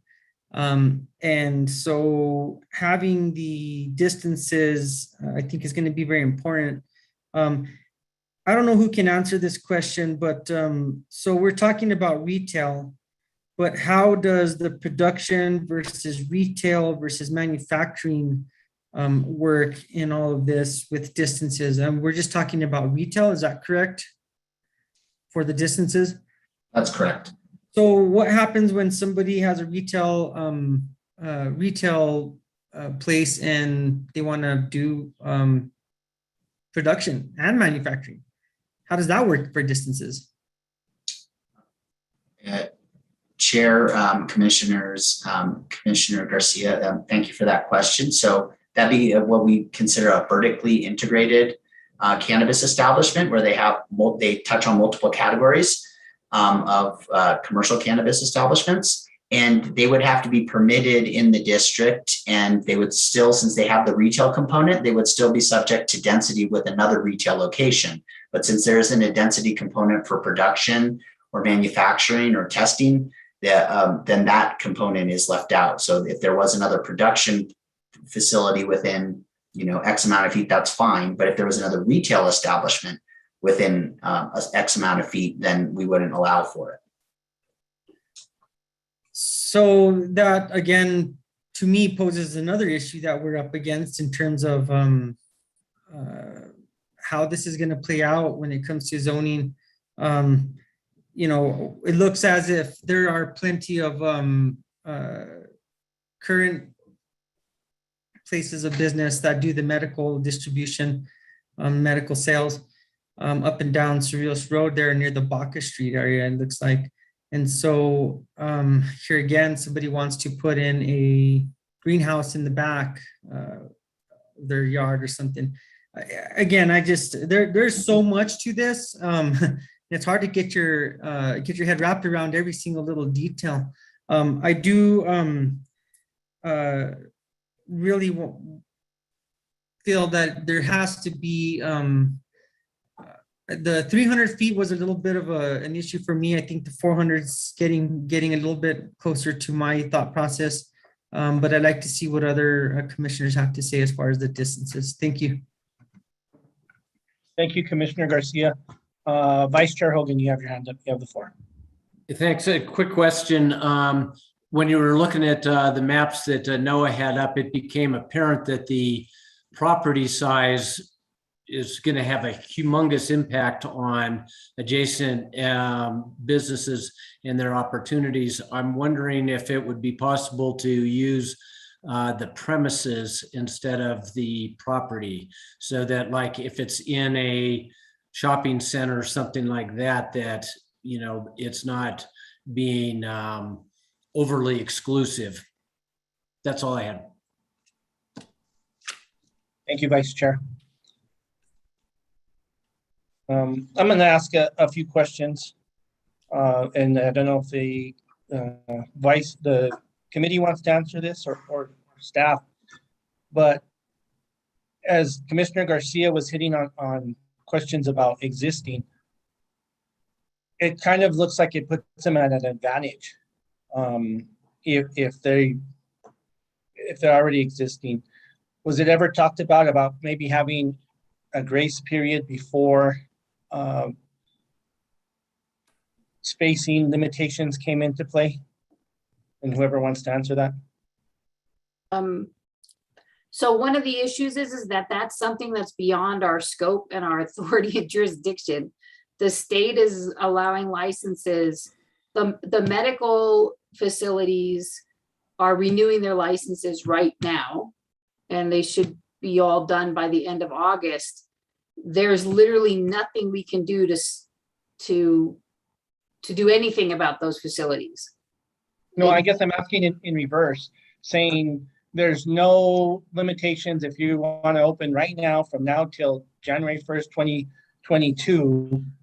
Everybody that puts in their application, there's no limitations on or restrictions as far as 200 to 600 feet or whatever's been proposed, but they will take effect on that day.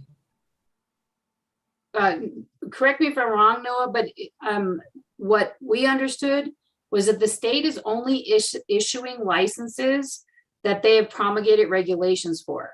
So like right now, only production is going to get licenses. That's it. Production and the medical facilities will be allowed to relicense however they want, but the state is not going to issue any licenses on consumption or a couple of other things until they have more regulations in place.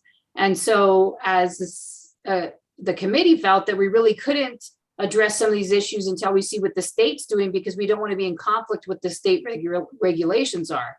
And so it's a tough nut to crack in the sense that the pace is being set by a different, by a larger entity and who has more jurisdiction than we do. And so does that sum it up sort of, Noah, that we really can't have a grace period on consumption because there's no consumption licenses being offered right now because there's no regulations. Yeah, Chair, Commissioner Faulkner, I think that was a perfect summary of it. I think also if somebody wants a zoning verification form right now for a license they can't get till January 1st, or even submit for until January 1st, we would still issue them a zoning verification letter, but we put a disclaimer at the bottom saying that this is subject to pending legislation, and that at such time that legislation is passed, then you become those rules apply to you. So yeah, I don't think there's a grace period because we're not really doing it yet. So go ahead, Commissioner. I think that Chair Gutierrez is asking something else. What he's saying is that the existing businesses, they have an advantage because they're already there. And did the committee consider not putting in the density requirements until you give new businesses an opportunity to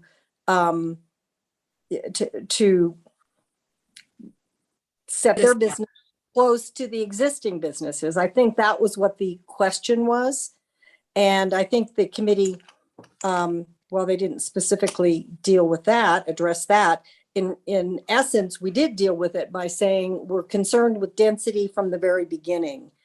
And yes, existing businesses have a benefit, but that's what happens when you're existing, you get a benefit.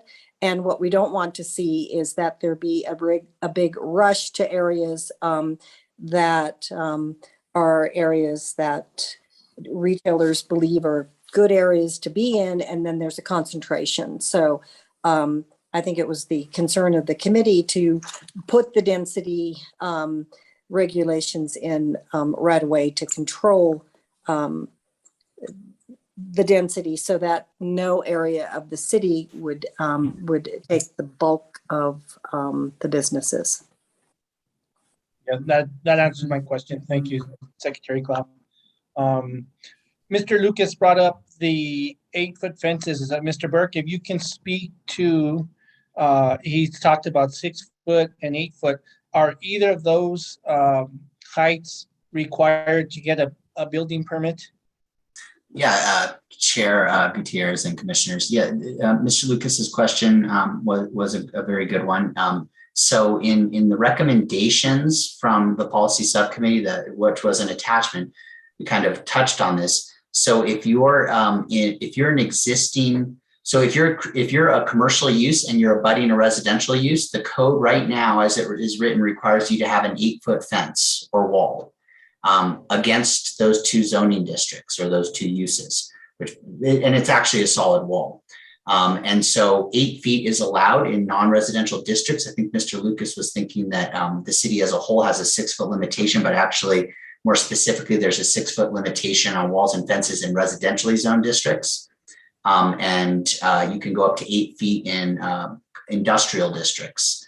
And so it would be consistent with that. And then there's also a buffer requirement for commercial districts that abut residential districts of 15 feet. So there's an 8-foot fence or wall, 8-foot wall and a 15-foot landscaping buffer required, just as the code's written right now for separation uses. Okay, I just wanted to get that clarified for Mr. Lucas and myself.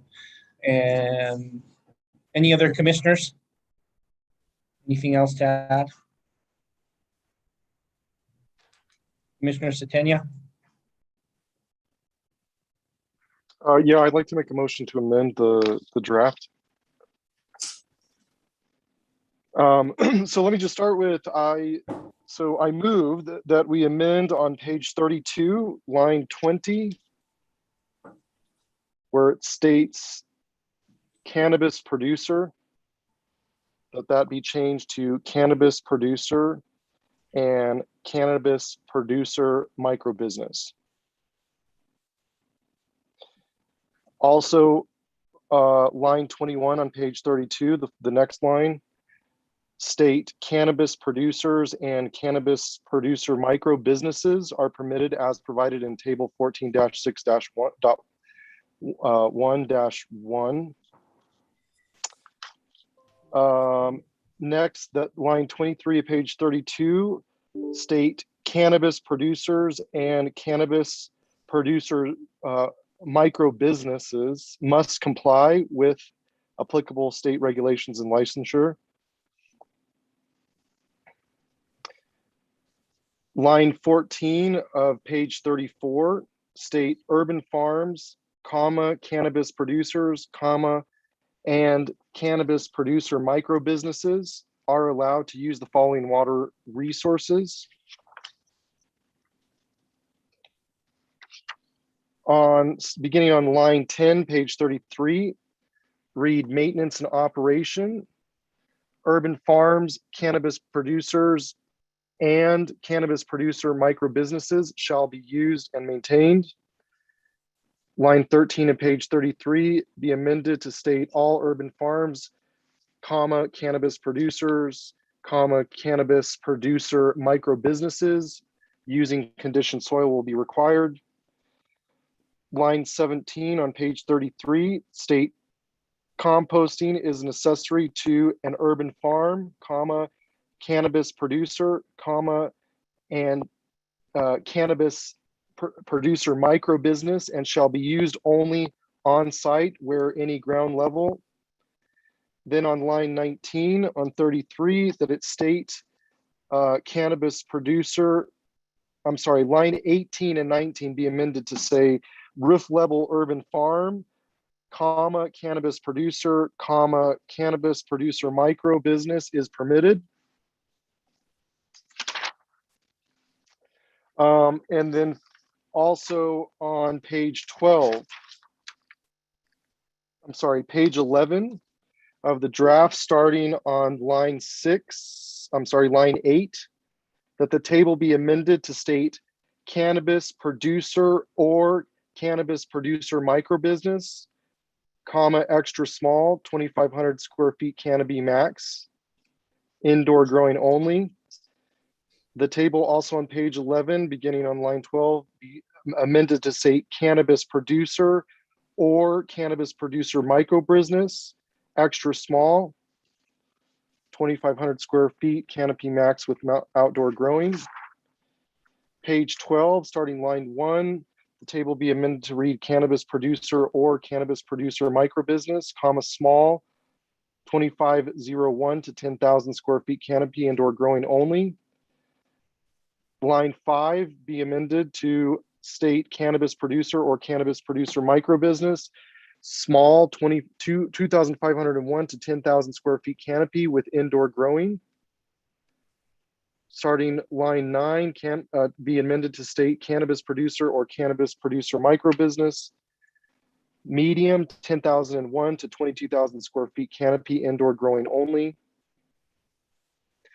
Line 12, page 12, table be amended to state cannabis producer or cannabis producer micro business, medium, 10,001 square feet to 1 acre canopy with outdoor growing.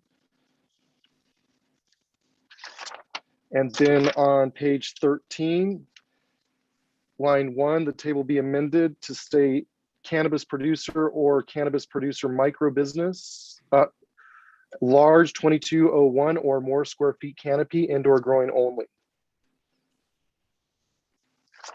And then moving to definitions.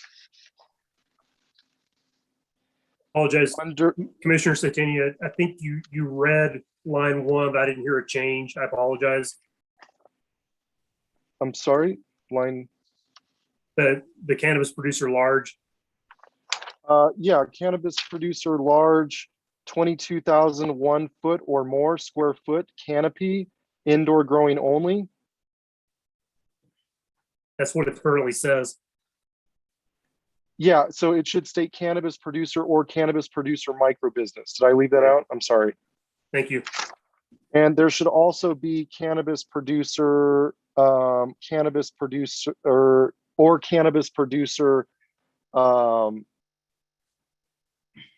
micro business large, 22,001 or more square feet canopy, outdoor growing.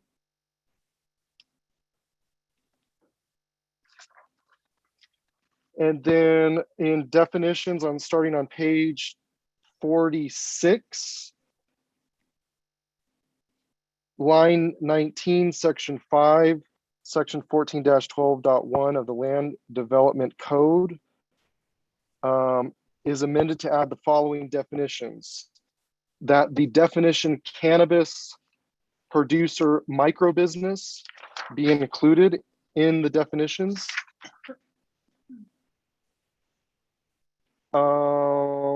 And to use our definition, that would be cannabis producer micro business, a small business conducted by a person licensed to cultivate cannabis at a single location, including the planting, growing, harvesting, drying, curing, grading, or trimming of cannabis, provided that the person may not possess more than 200 total mature cannabis plants at any one time.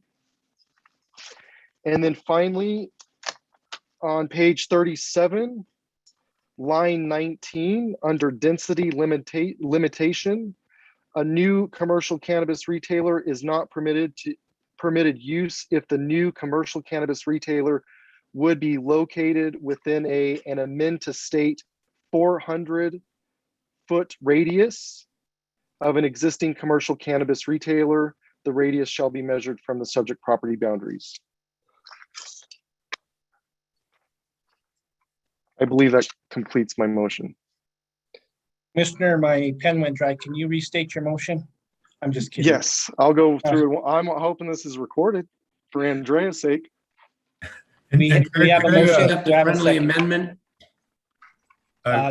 Let's get a second. We'll open it up to discussion. And Chair, can I jump in here real quick? Yes, I absolutely. just want to make sure, is this a motion to approve with the amendment? No, just to amend.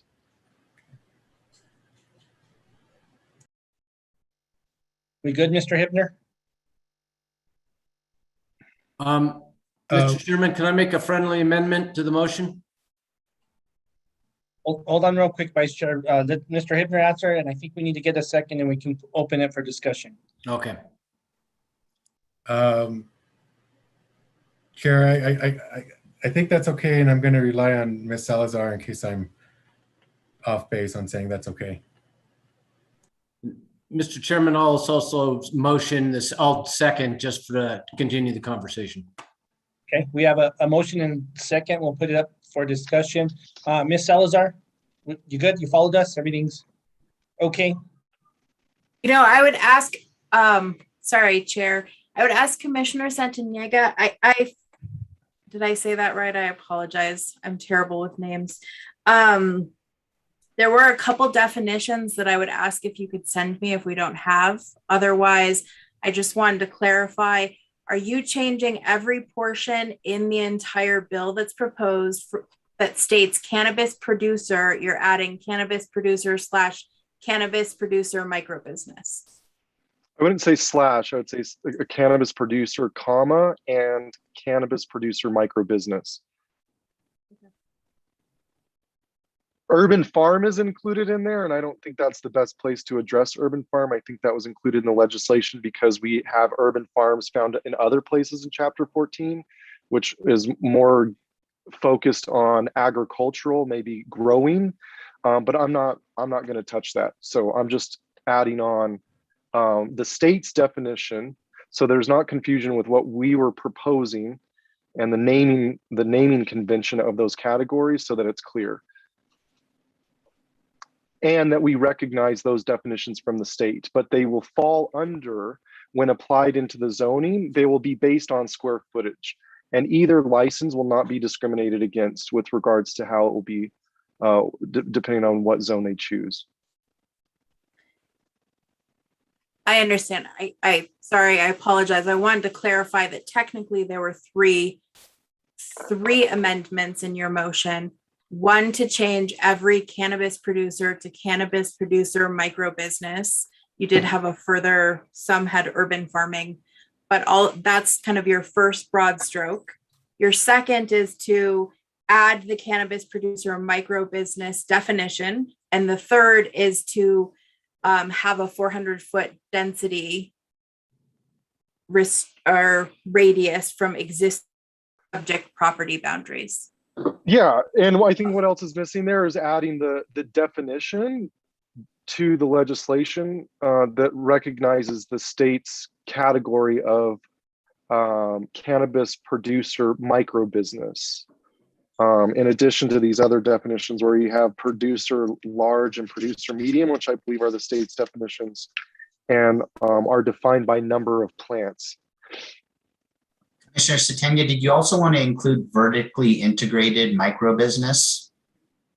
Because that was my understanding that while the state's has a definition for that, the state's definition includes that includes micro businesses, and how we're applying this and applying the zoning doesn't necessarily need to acknowledge that, because as we've discussed, and correct me if I'm wrong, if you want to have an integrated vertical business, they just need to find zoning that allows production, retail, or some combination, and that's covered within the zoning. But I think the primary difference there is the 200 plants. So it's the micro part of it is the up to 200 plant production versus just a vertically integrated allows for any type of production.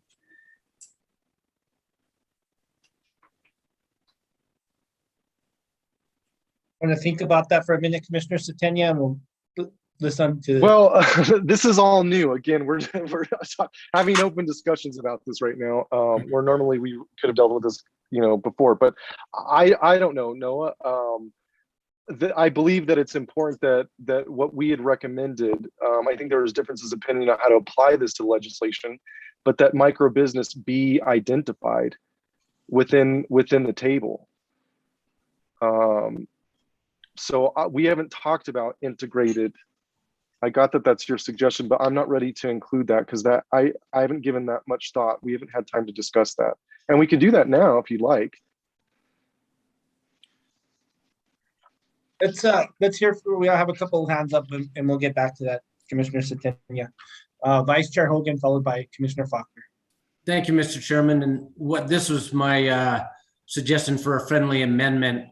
I would like, and I may need some help from Ms. Salazar to shape this correctly, but I'd like to have the motion be supportive in form, but I feel like there's so much here that it'd be great if we could say, yes, we endorse this.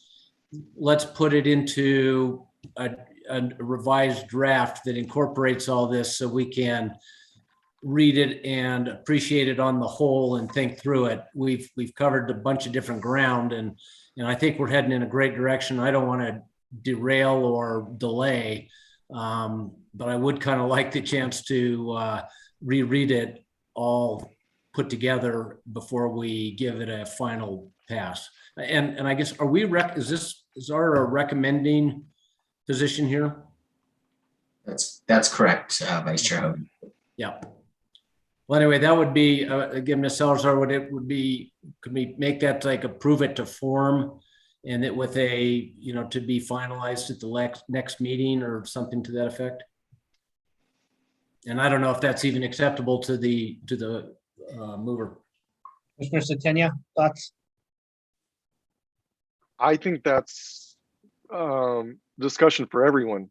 I think that staff probably has a comment. I'm open to that, but I know that the city has emphasized that we make this a priority. So I don't want to impede that. I'm comfortable with the amendments that I've made to vote on this tonight. I can completely understand if other commissioners feel like they need more time to digest this information. So yeah, I don't know what the what the friendly amendment is, but if it's to delay, I'm not sure. Okay, Commissioner Faulkner, followed by Secretary Clow. So I have the same concerns that Commissioner Hogan has, in that, Jason brought up it would seem like a typo, but it was a typo that would critically impact the intent of the law. The difference between may and may not is huge. And the other thing that I would offer, and I don't know if I need to do this by way of friendly amendment to Dominic's amendments, but we need to define canopy as well, because we're referencing canopy. That needs to be in the definition section, is some definition of what a canopy is. And they included it, Pilar. Sorry, did they? Okay, all right. Yeah, it's here on the last two pages. I couldn't access the document because of the formatting. And apologize, and correct me if I'm wrong. No, I believe that error was only in the memo. I believe the legislation is correct. And that was what I was just going to point out, that if you read the memo might have had some errors, but the legislation is actually correct. Okay, well, I think there's a lot that's been thrown out in this discussion, and given my profession, I don't like to approve a piece of legislation unless I see the final copy. And so I'd like time to read through the legislation when all of this has been added in. And so I agree with all the other amendments that Dominic made, but I also have to concur with Commissioner Hogan that I would like to see a fresh, clean copy before I want to approve and recommend that this moves forward. That's all, Mr. Chair.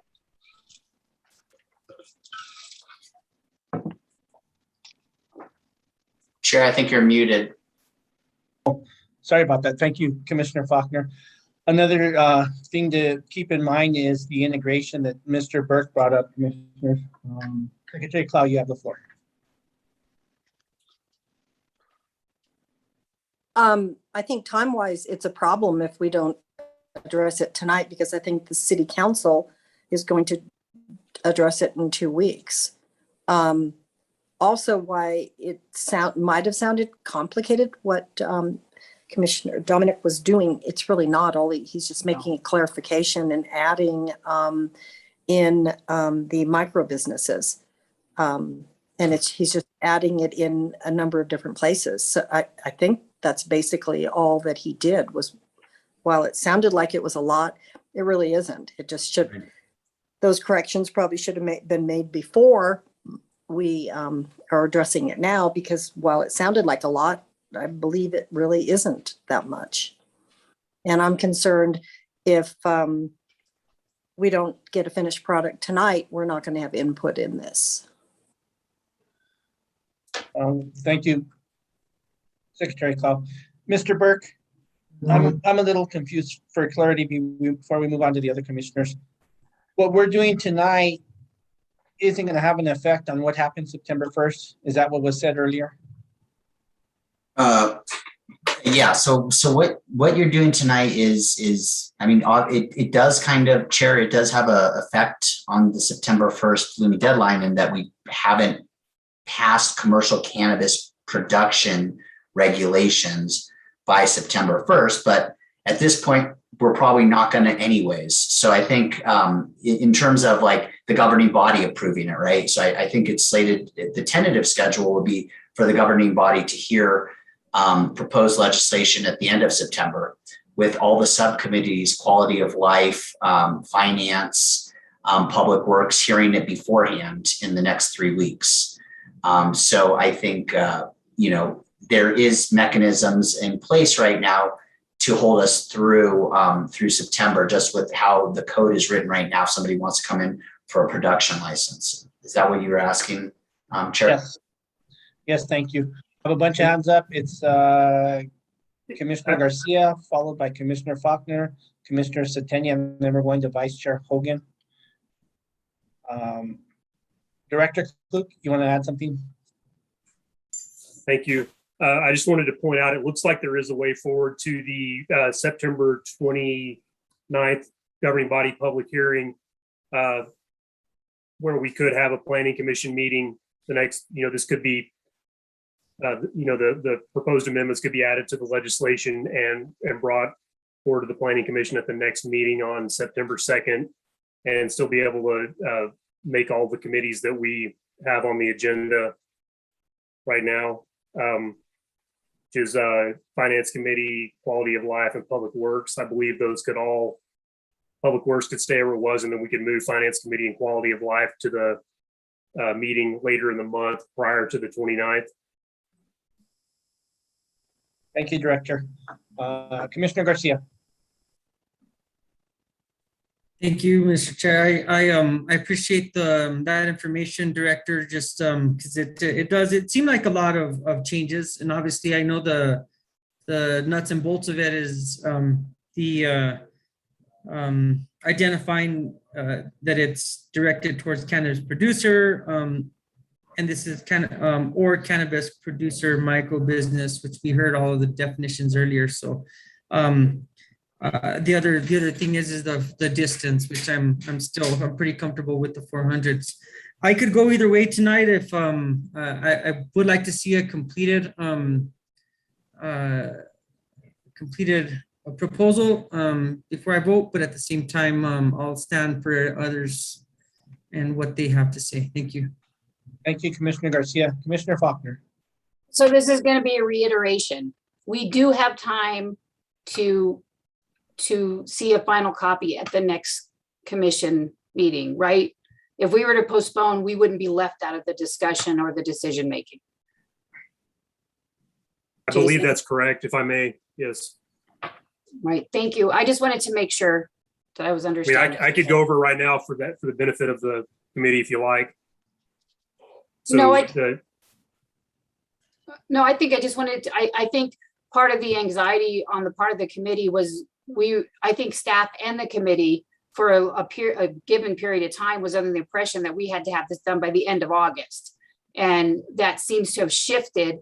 And so I feel like that also gives us time to dig into a couple more things that we might be able to amend and get it right rather than rushed. Although I think what we have addressed, we've done a pretty good job at. But if we had more time to address a couple more things that I think we felt we would have liked to address, but we were running out of time, that would be beneficial to the process and to promulgating sound and sustainable and reliable policy.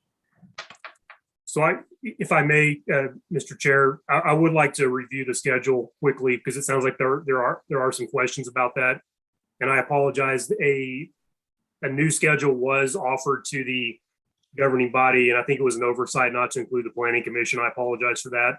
It's just a function of the fire hose in the face for me. So every day. So if I may, yes, please. We have a couple commissioners that have their hands up. So if you'll check that, we'll get back to you before we call the roll. Commissioner Setenia, followed by Vice Chair Hogan. Yeah, I just wanted to comment on the point that Noah brought, which is vertically integrated cannabis establishment, and that's included in the last in the legislation, very last page here. And it says a business conducted by a person that is authorized to act as all or any combination of the following. So it's a combination of the following: a cannabis courier, a cannabis manufacturer, a cannabis producer, or a cannabis retailer. And I would say I would like to add this and then make an amendment to my amendment, which is right here where it not only state a cannabis producer, but it also state a cannabis producer micro business be included.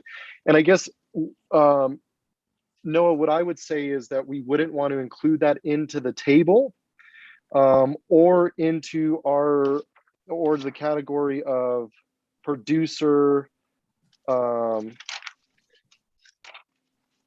cannabis producer and cannabis producer micro business, because the way we're inserting that into the table based on square footage, if you add vertically integrated into that part of the zoning table, then it's a combination of a courier or a retailer. And I don't know how the size would actually, the square footage would limit potentially some of these other facets of this industry.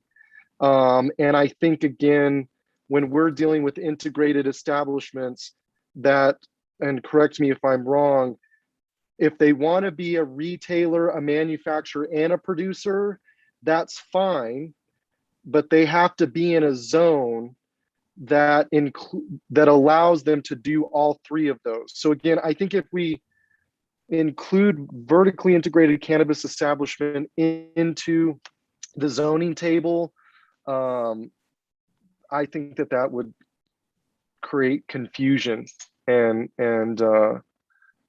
I don't think that makes sense. So I just want to, after looking at it just with the time that I have, I wanted to point that out. What else did I want to say? You can come back to me.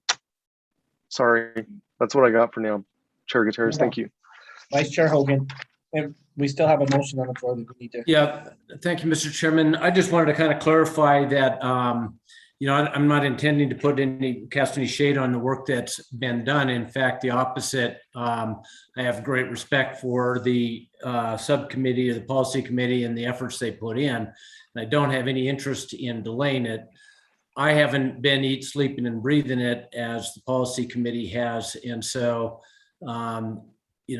if you, like when Commissioner Klaus says, yeah, these are just technical things we're carrying through, I'm okay with that. I know that she's looked at this carefully, as has Commissioner Setenia. So I'm not trying to, cast doubt on any of the work that's been done. If it's as simple and as direct as that, I'm okay with moving it forward tonight. I didn't hear anything in the discussion that I disagreed with in terms of the way this is being presented. There was some refinements in terms of feet, but I think we're all pretty comfortable with the distance recommendations. So, and the other part is, I don't think any of the subsequent review committees, the Finance Committee or Quality of Life, is going to look at it in the same detail that this policy committee has. So they're really relying on us to get it right. And that's what I want to make sure we're doing. So if we need to table it rather than come up with an awkward motion and take it next time, fine. If, you know, the people that have put the hard work into it are saying, with these amendments, we're ready to move this forward, I'm okay with that too. Just to clarify. Thank you, Vice Chair Hogan. Commissioner Satania. Yeah, one of the things, you know, I said that I'd be ready to vote on the amendments as proposed tonight. However, you know, this memorandum that was created and the letter that was generated and we rushed to get to everyone, you know, the memorandum as we understood it when we stated these definitions, cannabis producer small, it was really only to represent the table limitations. And after seeing the, you know, the draft, and this is now being the first opportunity to make amendments to that since it went to the public, I can see now where the confusion is with the memorandum by calling it cannabis producer and how the staff actually approached this in the table. And that I feel like this memorandum should be updated to reflect these changes and how we now see the table as presented tonight. So I think that, you know, I would also consider if this doesn't impact our ability to have influence or, you know, and we can still hear this again one more time, I would be open to that and making sure that, you know, we make, you know, potentially amend the memorandum before it goes to any of these other committees, you know, that reflects my amendment tonight. Thank you. Director Cook. Thank you. Did you get an answer for us? Yes, Mr. Chair, thank you. Also, on the note of vertical integration, I was speaking with an applicant very recently in the last couple of days, and he noted that the state does have a vertically integrated license. That was news to me. I thought that they would have to get, you know, production, manufacturing, retail, individual licenses. But if you do plan on vertical integration, there's one license for that. If excuse me, Commissioner Satania, if that sheds any light on your concern, I'm not sure if it's relevant, but I wanted to point it out as new information. And then secondly, to answer the question on the schedule, so if this vote was postponed until September 2nd, if the legislation was recommended for approval at that meeting, we could go to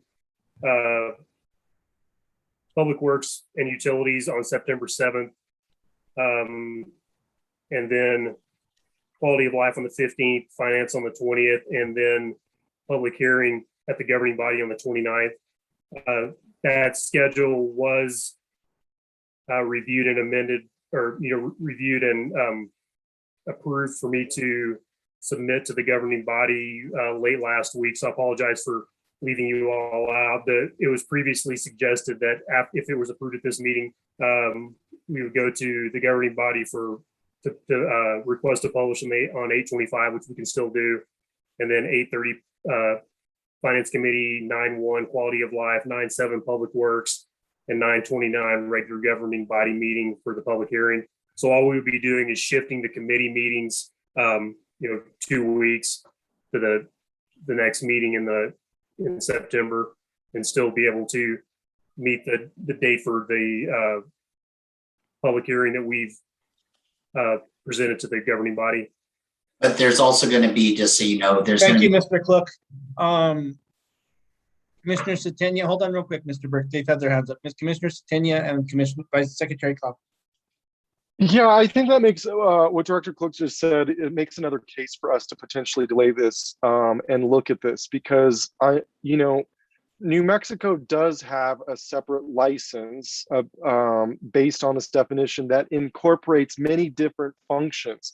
But as the Planning Commission, again, looking to apply this to zoning, you know, just because the state has a definition that includes manufacturing or retail, we have problems because we have retail as a separate, you know, we apply retail or cannabis retail in its own right to the zoning table.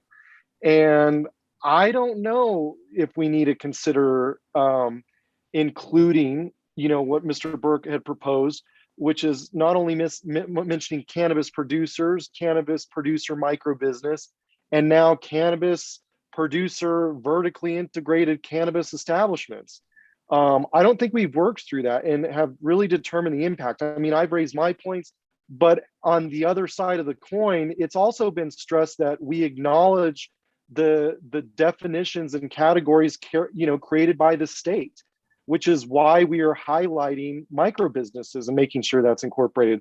So do we apply the same logic to vertically integrated cannabis establishments? And does that actually create code or problems for our zoning code when the table breaks manufacturing and retail out in different ways, and then all of a sudden we're going to take the state's definition that combines those things and then apply it in some other way on that zoning table? So I think that if we have time, these things are important, and I don't think that we should be rushing, especially with the point that Director Cook just made.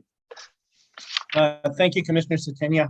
We're going to go to Secretary Clow, and then we're anybody that has not talked, if you want to, you're welcome to talk, and we're going to move on the motion that's on the floor. Secretary Clow. Thank you. This is the first I knew that we weren't under the gun and had to have this done tonight. So in light of this new information, I think it makes all the sense in the world to take a second look at it. So, and also note, I have I think there's a typo or an error in another section. So that when it's the right time, I want to point it out. Thank you. Anybody that hasn't talked? Anything to say? Okay, Commissioner Setenia, vote on your amendment, or do you want to? Yeah, I'm comfortable. No, I'm comfortable with the amendment, with one exception. And maybe, where is Assistant Attorney? She here? Andrea? Yeah, Andrea. Oh, she's on the phone, sorry.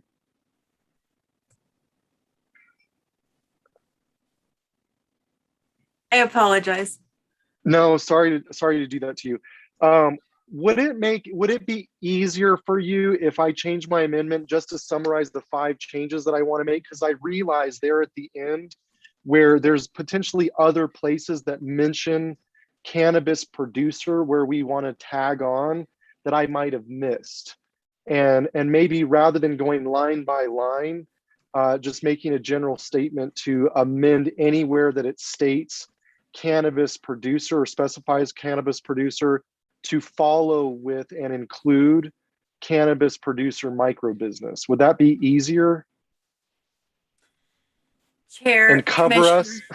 Listen, yes, I believe that if you removed your current motion to amend and started a new motion to amend, that you could tackle identifying maybe a simplified motion to catch all of the cannabis producer language in the motion. But maybe Mr. Hibner has a change. No, I think that's right. There's a pending motion, so I think that needs to be dealt with either by voting on it or being withdrawn before we can start submitting new motions. Okay, Chair Gutierrez, if you don't mind, I think it's going to be easier for everyone and have more integrity. If I withdraw, I'd like to withdraw my motion and make another motion to make it a little easier, and probably easier for people down the line to understand this as well. Okay, the second, Vice Chair Hogan. Is that okay? Yeah, you were the second on it, so it's Oh, okay yeah. to withdraw. Yes, thank you, Mr. Chairman. I support the withdrawal. Okay, so now, Commissioner Setenia, before you make your motion, do you want to make the motion, or do you want to kind of move this off for September 2nd and try and work in all this between now and the September 2nd meeting? I personally would like to make the motion. I think what I'm addressing tonight has already been discussed by the subcommittee. But there's other things that obviously we would like to look at. So unless there's any objection from anyone else on the subcommittee, I'm happy to make a motion just to capture the production piece and the density piece. Okay, please. I see a nod from Commissioner Lawrence. I don't know about Commissioner Clow or Commissioner Faulkner. Make your It looks motion. like everyone's okay. Okay, great. Okay, so let me see if I can summarize this a little more succinctly without going line by line. So I move that we amend the current draft, beginning with the table of 14. Oh, man. 14-6.1-1, where cannabis producer is mentioned, to amend to state cannabis producer and cannabis producer micro business. Additionally, to include a new zoning category after on line 5, page 13, to include cannabis producer and cannabis producer micro business large, 22,001 or more square feet canopy, outdoor growing only.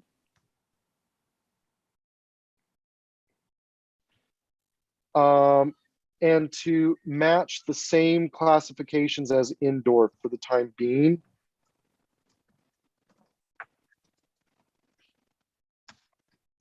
I think I left that out, and mark them as permit. Then the second amendment, the second part of the amendment is that anywhere else that there is cannabis producer identified in the bill, to include after cannabis producer micro business. The next piece of the motion is to include the definition cannabis producer micro business. I want to specify the section and page. Give me one moment. On page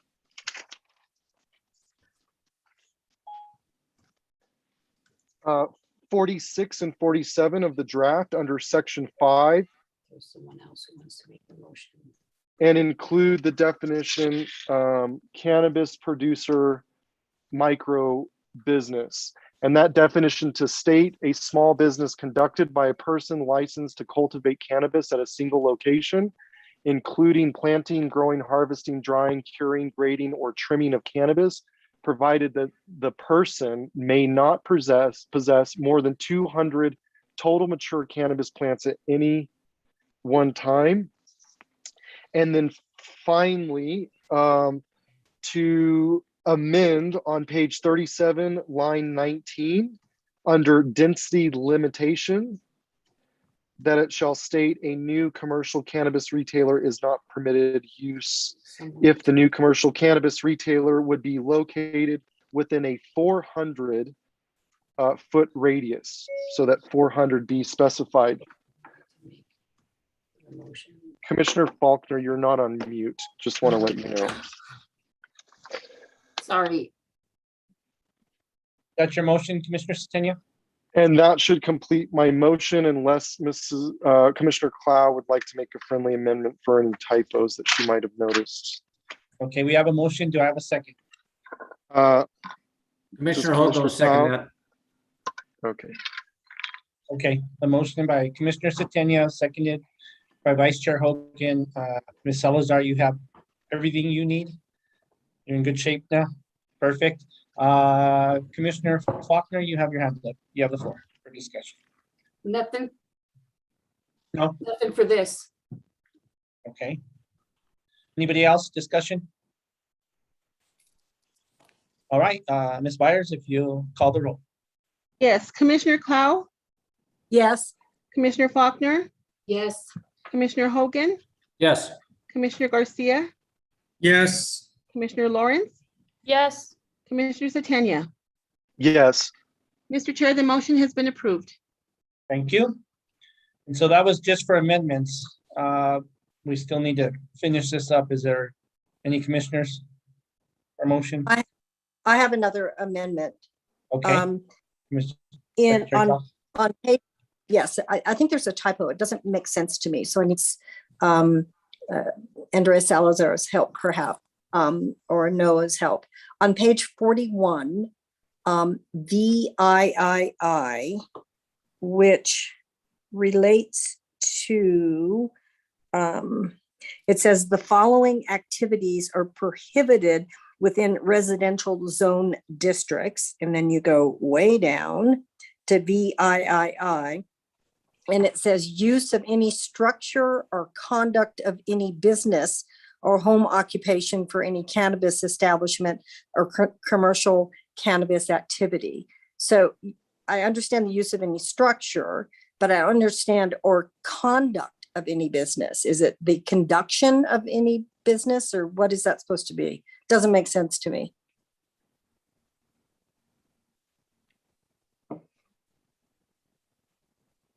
Here, Commissioner Clow, I believe it's or to conduct any business, potentially. But So use of any structure or the conduction or to conduct any business?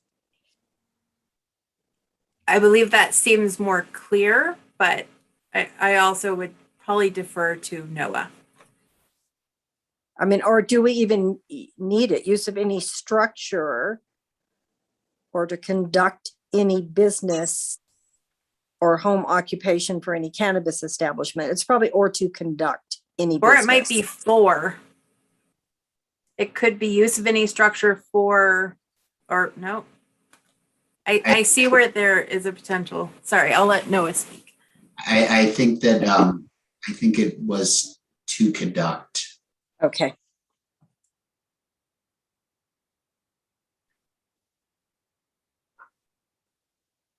So I think that's a typo. So I would request that we correct that typo.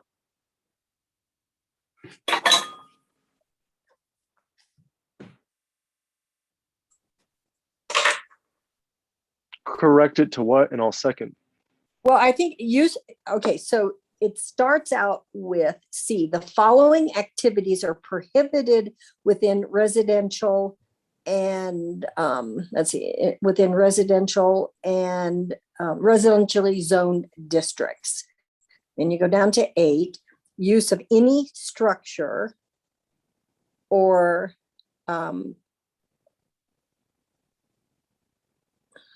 I mean, what is the purpose of that? We're trying to say that in a commercial zone, you can't have an home conduct any cannabis business. That's the purpose, is it not?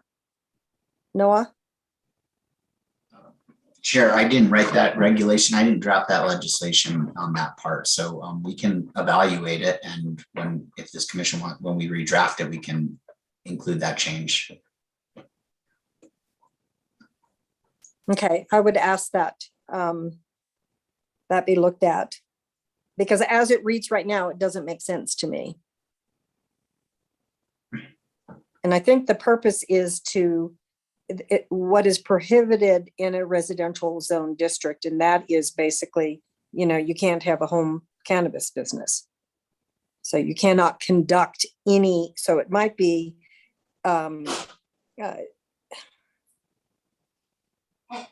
Mr. Chair, if I could get in, I would Yes, suggest Mr. Lawrence. that it would potentially make sense if you removed the use of any structure or, and then I believe the intent is to indicate that the conduct of any business or home occupation for cannabis in a residential zone is prohibited.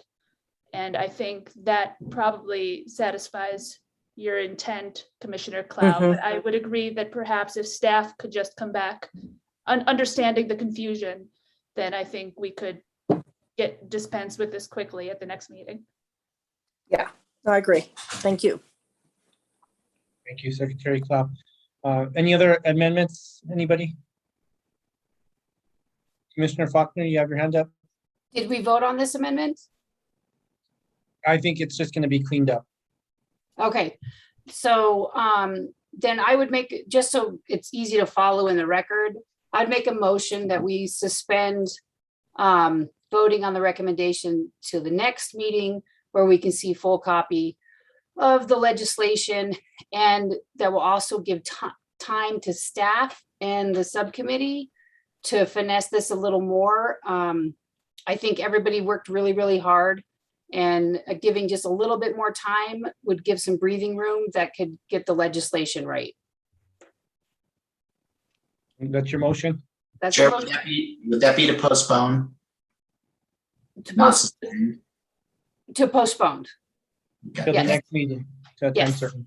Okay, we have a motion. Do I have a second? Commissioner Garcia, I'll second that. Thank you. We have a motion by Commissioner Faulkner, second by Commissioner Garcia. Any discussion? Vice Chair Hogan, did you? The only, I was going to make a separate amendment, not really amendment, just recommendation before the next hearing that staff look at the implications of going, using the boundary as the premises of the operation versus the property that it's located on. We haven't had a chance to think through it enough, but it seems like the premises would be a more appropriate boundary to scale the distance from. Thank you. I would consider that a friendly amendment to my amendment. Okay. Commissioner Garcia, you seconded it. You okay with that?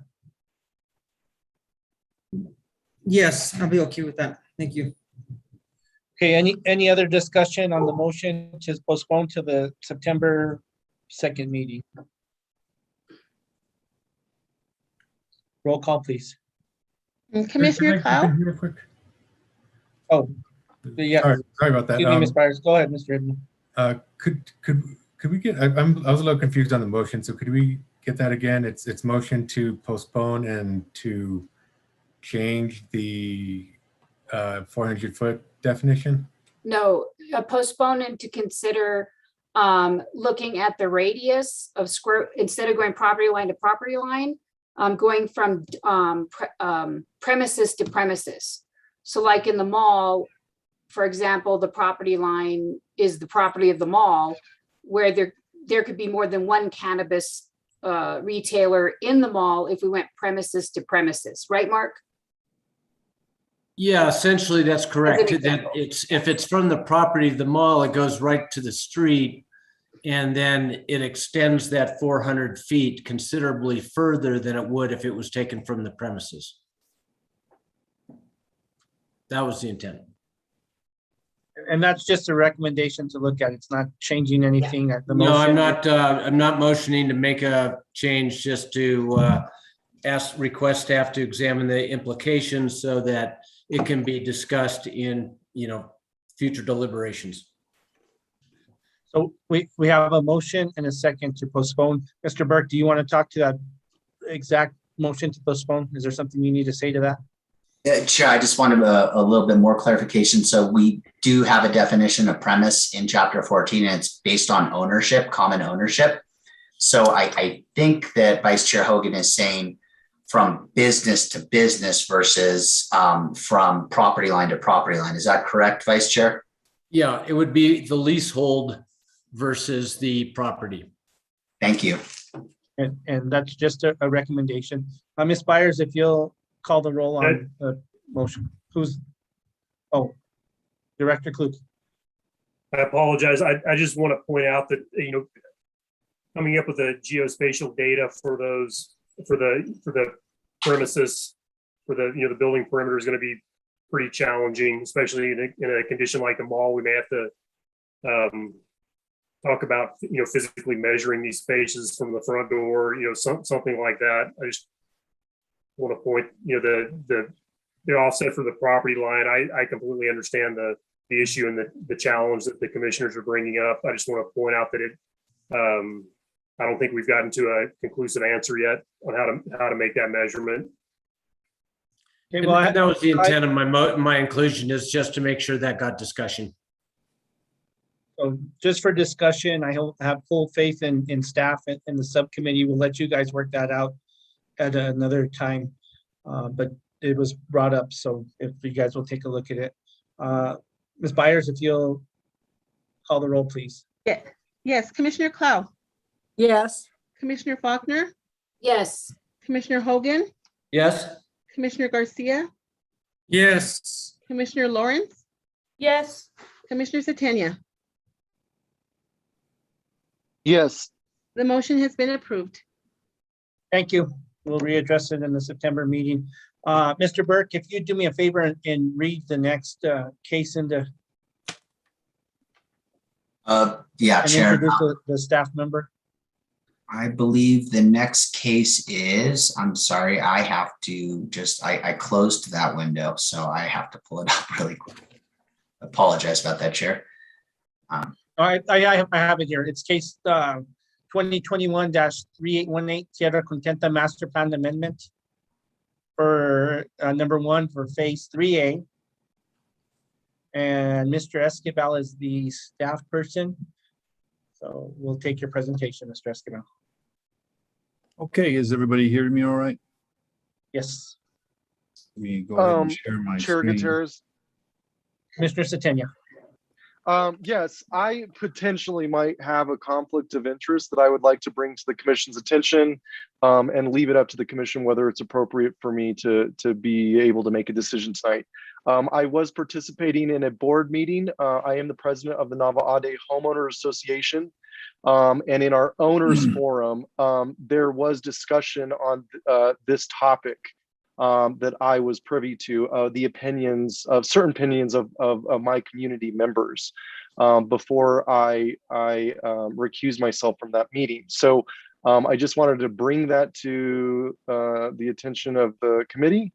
And if they feel that that I can't remain impartial, I'm happy to remove myself from this case. Thank you, Commissioner Satania. And you feel you can be fair and impartial? Yes.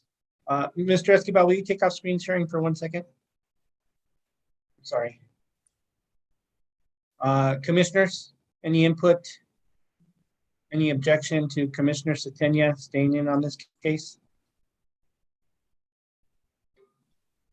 Mr. Satania, I see head shaking no. So that being the case, you're welcome to stay. Thank you. Thank you for disclosing. Mr. Esquivel, you have the floor.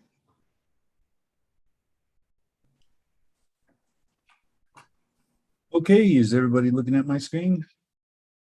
Yes. Good.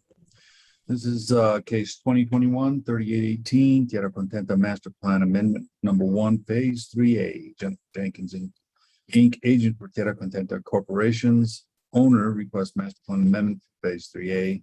The amendment, which includes modifications to infrastructure, parks, trails, and land uses and density. The property is an undeveloped tract of land located west of Capitol High School, containing approximately 222.84 acres. There's going to be an amendment to that later, and is zoned PRC, Planned Residential Community. The commission should recommend that the governing body approve the request.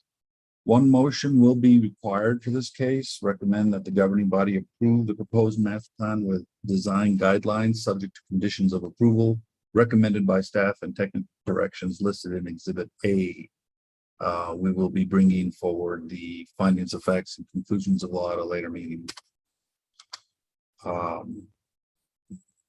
The planning commission, this will proceed to the city council following the planning commission's recommendation. The applicant has agreed to all of the conditions and technical corrections except for 2, which are number 18 and 19, widen the minimum sidewalk width to 6 feet. And number 19, add a landscape buffer between all sidewalks and the road. Those were issued by the Land Use NPO division. Leah Ingvi is here to discuss those conditions following my presentation. The master plan amendment application is a request to outline a phase-by-phase development process for entitlements of phase 3A. The entitlements include design standards, subdivisions and subdivision phases, the infrastructure, affordable housing, which is going to be at 40% to the 80% area, medium income, and then also parks, open space, and other public uses. Those are in accordance with the annexation agreement. The applicant has complied with all process requirements of Chapter 14 for pre-application, early neighborhood notification meetings, and notice requirements for both ENN and public hearings.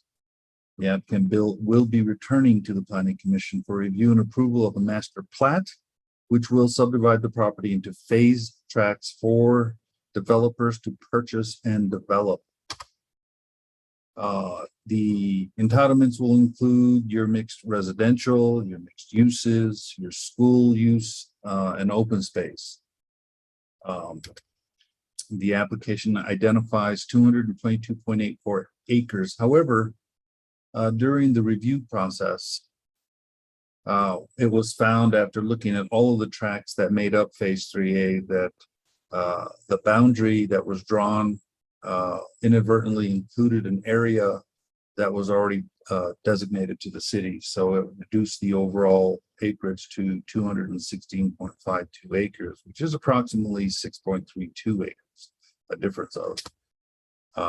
The area circled in red identifies the areas that was found. The white in the back is actually the plat that I overlaid, but you can't really see it because it's just too small. The figure 2 and figure 1 kind of show a comparison between the boundary lines of the application. The applicant is aware of this and will be correcting those as soon as they get the master plat and the surveyor working on the master plan. The master plan will provide all residential phase tracts uses, including residential, to emphasize that a mixture of housing types is permissible and encouraged. This came from the applicant's application. The applicant, in order to do this, is going to use a form-based design. The form-based design provides predictability in how the buildings fit together and reinforce each other relative to the street within the public realm. The design guidelines will regulate development to achieve a specific urban form for phase tracts within the Tierra Contenta Master Plan Amendment Phase 1-3A. These areas will include building topology, detached housing, accessory units, your duplex townhouses, casitas, courtyard apartments, multiplex garden apartments, live work units. The application did actually, in my report it said did not, but it did actually include other accessory structures such as sheds. However, I don't think it provided enough detail as to how everything was going to fit together within that form design, especially since some of those lots have been reduced in size, and the backyards went from a normal of 15 feet to 10 feet. It also did not include street and building lights or any bicycle racks. I'm sure those will be included into the design guidelines. There was not enough information included in the application to identify a specific urban form. The application was at such a high level that the application vaguely identified any organic flow between phases or how a variety of housing types will fit together to promote that sense of place or design predictability in the organic flow from building to building and from phase to phase. It's not clear that the provided guidelines promoted enough of a base guide for potential developers to achieve a specific urban form. And I say that as I could not figure out how, with the allowances and the reduction in some of the standards in order to achieve this urban form, you weren't going to get clutter and everything just fitting on top of each other. The application can proceed forward using special standards, and the applicant must provide additional detail in these guidelines. the form-based design would qualify as a special standard per 1439C2B, as long as it's approved as part of the master plan. The Tierra Contenta subdivision was originally 4,368 dwelling units, which brought about 1,310 affordable housing units. The application is asking for a bump in density up to 1,500, and they're going to include 40% affordability, which translates to about 600 dwelling units. The area that they identified for mixed residential, mixed use, and school and civic uses are located in your exhibit C3. The blue is for your schools, brown is for your mixed residential, and I'm going to say purple for the civic and commercial uses. However, those can be utilized for residential if there's no need for any kind of civic or commercial use. The master plan proposal did not address trails designs into the open space and parks areas.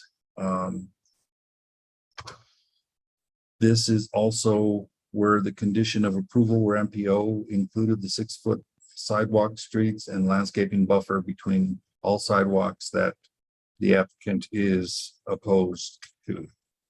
The applicant's design, which is also located in Exhibit C of your packet, identifies a cross-section of what the applicant is proposing for your cross streets to show you where the bike lanes are going to be and the sidewalks are going to be.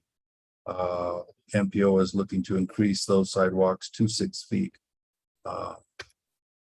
The overall network area is located in Exhibit C6 of your packet, and it shows the existing bicycle paths that are currently in place, the existing trails that are going through the Tierra Contenta open space and through Swan Park. And then it also identifies the potential bike paths and sidewalk trails that are going to go through phase 3A. The dash lines are proposed or potential trails that could be put in place. The applicant is also including parks that are going to be pocket parks, as well as a neighborhood park that are going to be included as part of the overall design parameters. She included a concept park design for the neighborhood park, which will have various amenities, and also a concept drawing of what those pocket parks are going to look like and where the mail kiosks are going to go. As again, because of the drop in acreage, the open space is going to drop 6.32 acres to about 83 acres. Your roadways within the park, your main one is going to be 72-foot right of way with 11-foot driving lanes, 1-foot 6-inch medians, your bike lanes, your parallel parking, and again, your sidewalks, which is currently under contention, and street trees. Other major roadways will be 53-foot right of ways, a 20-foot travel lane, your parallel parking, again, your sidewalks and your street trees. And then your local roads will be about 44 feet in right of way, 20-foot travel lanes, parallel parking, sidewalks, and again, street trees. And again, looking at Exhibit C, these are the cross sections of what those roadways, those parking and trailways are going to look like. The applicant's backbone roadway, which is identified in red here, is going to go through the New Mexico School for the Deaf property. The applicant is currently working on an easement in order to achieve this goal. This is a condition where we have conditioned that be in place prior to seeking or filing for your master plat. I believe they're working on it. I think they can touch upon that a little bit more. It does identify your future connections into other areas as well as into adjacent properties. The applicant is going to connect to both city water and city sewer. Conditions have been included in the memo that require the applicant to meet with our utilities divisions before they make an application so that they can get what they need in order to review the applications as they move forward with the phases. The master plan expiration requirements identify that a master plan will expire in 5 years if nothing is done.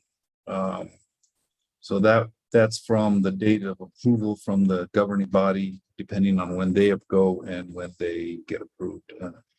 And that will conclude my presentation of the master plan.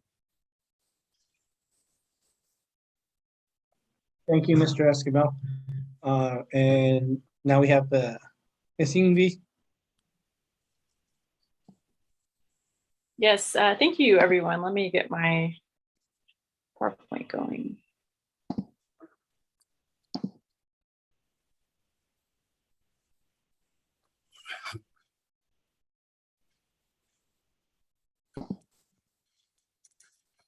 You see the presentation in presentation mode? Yes. Okay.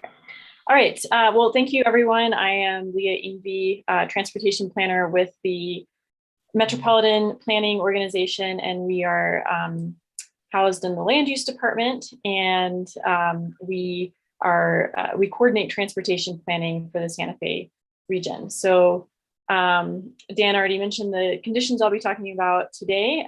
Basically, our conditions are we're striving for a more walkable and bikeable community in Tierra Contenta. So I'll start with this question: why make it better for walking and biking? So in phase 3A, they proposed more housing density, which I think everyone knows we really need. And that housing density obviously comes along with more people, and that means more people that that want to or need to walk, bike, and use public transportation to get around. There are also a variety of destinations. So on the right here, you see this listing from their plan set of all these different types of land uses, and Dan also reviewed those. So there are there's commercial, community uses, school uses, parks that people feasibly could walk or bike to in their neighborhood. Oh, there we go. And then also youth. So the affordable housing and schools make it an attractive place for families to move into. And youth, but until they're 16, cannot drive, and so they must walk or bike to get around. And so it makes sense that we would support that population and provide them safe ways to walk and bike to get around. So I presented this before. I don't know if everyone was here, but we have these 5 Ds of walkability from the walkability literature. So density, this phase of Tierra Contenta is having the housing density, the diversity of places to go to. The design is what we're trying to strengthen in with these design standards. But there is destination accessibility in terms of physical proximity to places that people might want to go to. And also there are existing transit lines that are close by, and I'm sure future ones as well. So as Dan mentioned, one of our conditions is 6-foot sidewalks. And the reason that we conditioned this was because it makes it really, the extra foot really does make it easier for people with disabilities to use the sidewalk and to share the sidewalk with other people. And then also for families and groups to walk together. So I just Googled family walking on a sidewalk. And this is the picture here that came up on the right. And it just gave me a little chuckle because the family doesn't fit on the sidewalk. The dad has to walk in the grass. And this sidewalk here, it's definitely not a 6-foot sidewalk. And so I think that if we're creating an environment with the density and the people and the environment to support families walking, then a wider sidewalk will definitely help accommodate that. And then here I just have an example of a happy family walking together on a wider sidewalk to show, the feel-good side of this.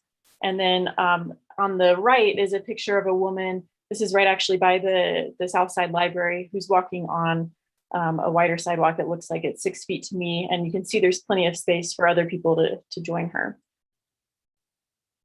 I apologize, I added this slide. So this is not in your packet, but so this is the design standards here. And well, the text is really hard to read, but basically it's showing these 11-foot driving lanes. And so one way to do this without actually adding to the width of the road is you could easily reduce the 11-foot car lane to be a 10-foot car lane, and then add that extra foot to the sidewalk. So 11-foot car lanes are a very generous width for a car. You can comfortably drive at a high speed in 11-foot car lanes. When you reduce that to 10-foot, it actually is traffic calming. So it'll slow the cars down, and then you'll make it more pleasant to walk on that road and safer with lower traffic speed. So it's actually a win-win for everyone. So our other condition was to require landscape buffers in all of the roads. So they have them on some of them, but on some of the other road configurations, there's the sidewalk and then a parking lane and then the travel lane. So we are saying requiring that landscape buffers be included for all of the roads. And then this is supported by our Santa Fe Metropolitan Pedestrian Master Plan. It's kind of small text right here, but basically it's saying that having plants between the cars and the walker supports a better and more comfortable environment and safer environment for people walking. And I know that the argument to not have that is because a person may need to get out of the car from the passenger side, but most people, a lot of cars just have one person in them. There's not always a passenger there. And so to sacrifice the comfort of a person walking for the occasional passenger that needs to get out of a car just doesn't seem like a fair trade-off. So this one was not a contested condition, but really quickly, I think it's really cool. So I'll just briefly show this. So this was the parking protected bike lane. So basically all it is changing the order of the road. So instead of parking, bike lane, travel lane, vehicle travel lane, you would have bike lane and then parking and then the vehicle travel lane, so that the parking lane as shown in the middle can protect the people biking, but you don't have to do much other work to make this a safer roadway for people biking. And this is a goal in our Santa Fe Metropolitan Bicycle Master Plan to have 1 mile of protected bikeways by 2024. And this reduces dooring, which is a pretty scary concept, as you can see on the right, of a driver opening the door straight into a person biking. So we understand that this is above and beyond the code, but I think that there is still precedent to go above and beyond the code and to really make this development better for biking and walking. And with that, this comes from our planning documents, such as the Pedestrian Master Plan, the Bicycle Master Plan, and the Metropolitan Transportation Plan as well. Also, we have the Sustainable Santa Fe 25-year plan, which really champions supporting transit, walking, and biking as safe and convenient modes of transportation. I'll also add that transportation is the #1 source of greenhouse gas emissions in Santa Fe. And we have a goal, this plan outlines a goal of being carbon neutral by 2040.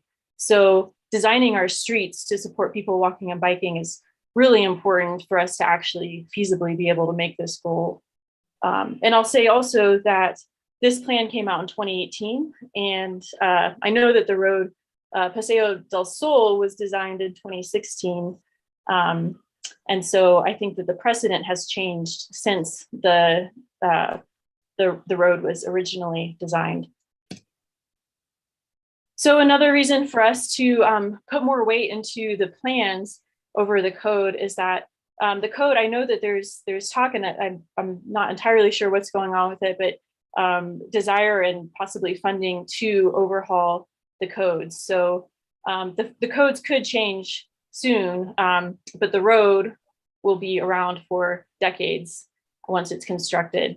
So the plans are thinking ahead in terms of what we want Santa Fe to look like, and taking into account that Santa Fe is growing and that the people of walking and biking are growing too, the number of people, and that we also have the sustainability goal. And I'll also add that all of our plans involve extensive public engagement, and people are always saying, we always get people saying that they want to walk and bike more, but that they just don't feel safe doing it.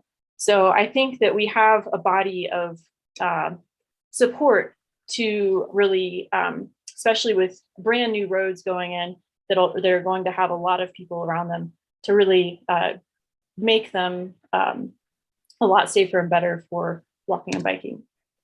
Finally, my last point here is that supporting walking and biking more is an equity issue, that there are people in our community that cannot drive, and some of them can't drive because they're youth, and some of them are older adults or have disabilities, and it really is an equity issue in terms of how do we allocate the space in our streets to support our whole community and not just focus entirely on cars. So that is my presentation. I'll stick around for questions and for the discussion to come. Thank you. Thank you, Ms. Ingby. Ms. Jenkins? Yes, good evening, Chair Gutierrez. Hello. Hello. I'll need to go ahead and swear you in. Ms. Jenkins, do you swear under the penalty of perjury that the testimony you're about to give is the truth, the whole truth, and nothing but the truth? I do. Thank you. Please state your name and address for the record. Thank you. My name is Jennifer Jenkins. I'm at 130 Grant Avenue, Suite 101, Santa Fe 87501. Thank you.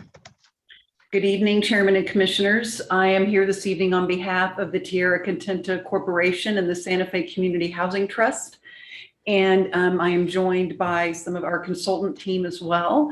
And I have a slideshow presentation. I know it's already been a long night, and I know you have some more cases coming. So I'm going to endeavor to keep this at a fairly high level. I think, obviously Dan's staff report and his presentation was quite thorough. And then I'm going to leave it to you with respect to your questions. And I have plenty of imagery that I'm sure we can address most of your questions, but really allow you to direct the conversation based upon the elements that you're most interested in discussing. So I'm going to go ahead and share my screen.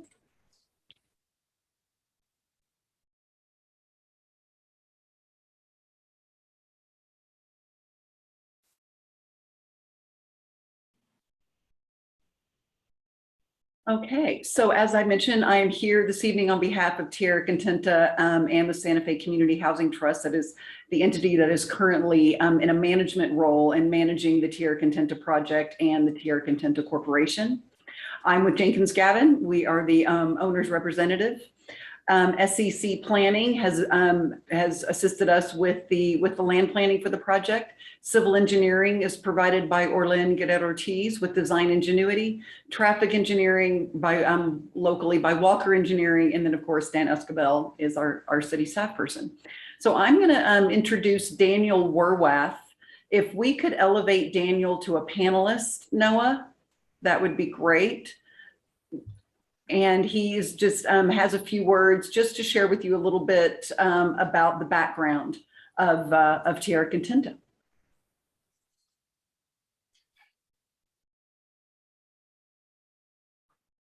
He is promoted. Great. Daniel, are you with us? Yes. Okay, I'm going to go ahead and swear you in. Do you swear under the penalty of perjury that the testimony you're about to give is the truth, the whole truth, and nothing but the truth? I do. Please state your name and address for the record. Daniel Werwath, 1111 Agua Fria Street, Santa Fe, New Mexico, 87501. Thank you. I'm excited to be here tonight. Thank you so much. It's been a long hearing already, so I'll keep this brief, but I did just want to take a moment and contextualize this project. Tierra Contenta was a city-initiated project, part of a suite of affordable housing interventions developed in the early 1990s as part of a strategic plan to impact what was really our first housing affordability crisis in Santa Fe. And this plan was adopted before we even had inclusionary zoning in place. It was sort of our first attempt at inclusionary zoning. But the idea was to take this large piece of land, to create a nonprofit to manage that land, to manage the master development of that land, and to ensure that this land was developed with a community benefit in mind. And at core of that was achieving 40% affordability, which is double what the current inclusionary zoning rules require. This project, this third phase, 2 phases have been built with over 2,300 homes. And true to the original commitments of the annexation agreement, over 40% of those homes have been true affordable homes with income limits and requirements. And the goal of this master plan amendment was really twofold. One, it's to move this project forward as quickly as possible because we're in the middle of a housing crisis and we really badly need to bring more developable land and particularly affordable housing to market. The core of this phase already has an approved master plan. We could actually move forward with it, theoretically, relatively quickly, but enough has changed in the intervening time. There was enough lessons learned from the first and second phases. And we got enough community feedback indicating that there was a need to do upgrades to this plan that were before you tonight. And the goal is really to upgrade the plan from what is currently approved and what is currently allowed as part of this plan development. Really at the core of this are just some key things: better land use planning, really reacting to ideas that we'd love to see the city do in general in their land use code: mixes of types, greater densities, higher levels of energy efficiency, and really some what we think are good planning concepts that we can prove make better communities, make more walkable communities, make more affordable communities, make more diverse communities. And I think, and to achieve goals around transportation, achieving densities that support public transportation, densities that support walkability, things like that. So that's really the context. I started my career, I've been working on and off with this organization for the better part of almost 20 years. My first role was as a housing counselor at the Housing Trust, people buying their first homes in Tierra Contenta. It has helped so many families. It is a really lovely neighborhood, and it is something that we should be proud of as a community. For a community our size, it is probably one of the most productive and successful affordable housing initiatives anywhere in the country for a community our size. And so I think we should just acknowledge the great success of the folks that have worked on this over the last nearly 30 years. But that's kind of the context. I just want to remind folks, some of the things in here are about, the number one goal here is about housing affordability, and there's always trade-offs, right? There's trade-offs about what we can and can't do to push the boundaries, because all these things have cost implications. Wider roads mean less land means less housing. It's all tied together. And I just want to ground everyone with the understanding that the number one goal, going back to the annexation agreement, going back to the 1994 master plan, is the production of affordable housing. And that's what I think you will see in front of you tonight is our manifestation of that goal. So I am going to stay on and be available to answer any of the technical affordable housing questions or any of the organizational related questions that may arise, but I really appreciate the opportunity to speak to you all. I look forward to the presentation and discussion.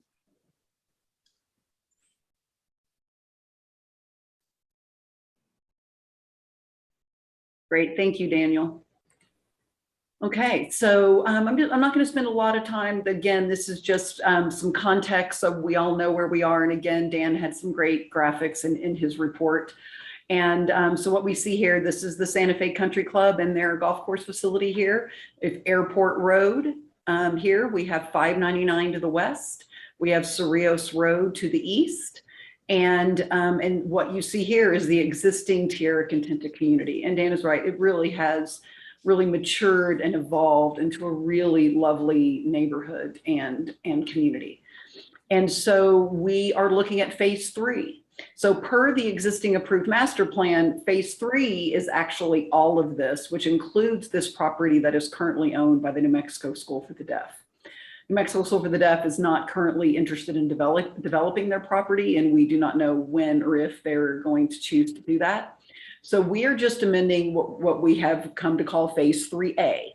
So we're a little over half the real estate that comprises phase 3, but this is we're only amending this portion of the master plan, again, around 216 acres. So the property is zoned planned residential community, and the PRC zoning was established back in the 80s when the property was annexed into the city and it was acquired. And planned residential community is a zoning designation that is intended to support a mix of housing types, a mix of uses, and really is based upon somewhat custom design standards to support the development. So what you see, all of this kind of in the purple is the PRC zoning. So development is guided by a set of design standards that historically have, evolved and been updated and amended with each of the previous phases. And we are proposing additional updates and amendments to the design standards as part of this master plan amendment. So just a little bit kind of more community context. We have, you can see all of the existing open space areas in Tierra Contenta, the open space areas proposed as part of phase 3A. We are directly adjacent to Swan Park, which is of course a really important community outdoor amenity. We have the Arroyo de los Chamisos here and associated, trail network through that arroyo. And then of course there will be associated trail network through our open space that will connect with the existing trail network. So existing conditions. So the purple is the boundary of phase 3A.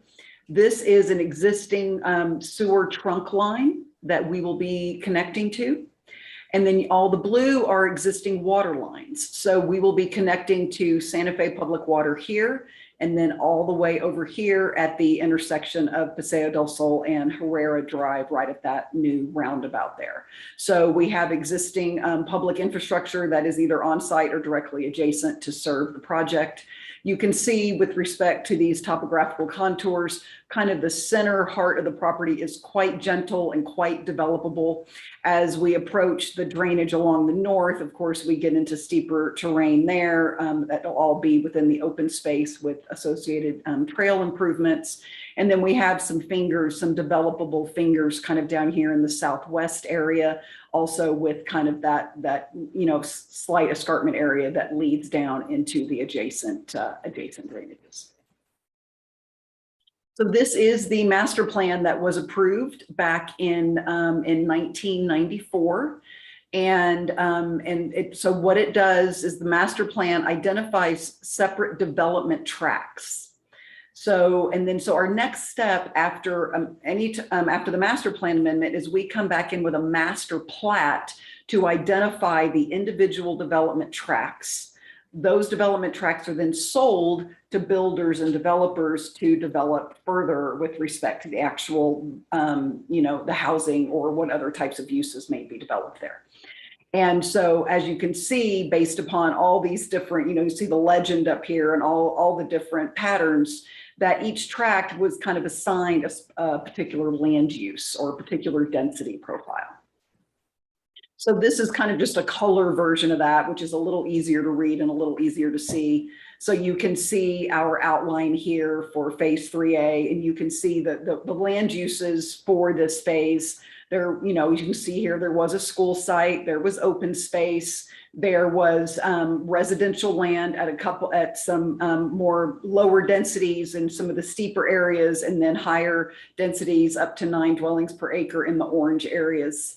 And then some kind of commercial areas here kind of in the center.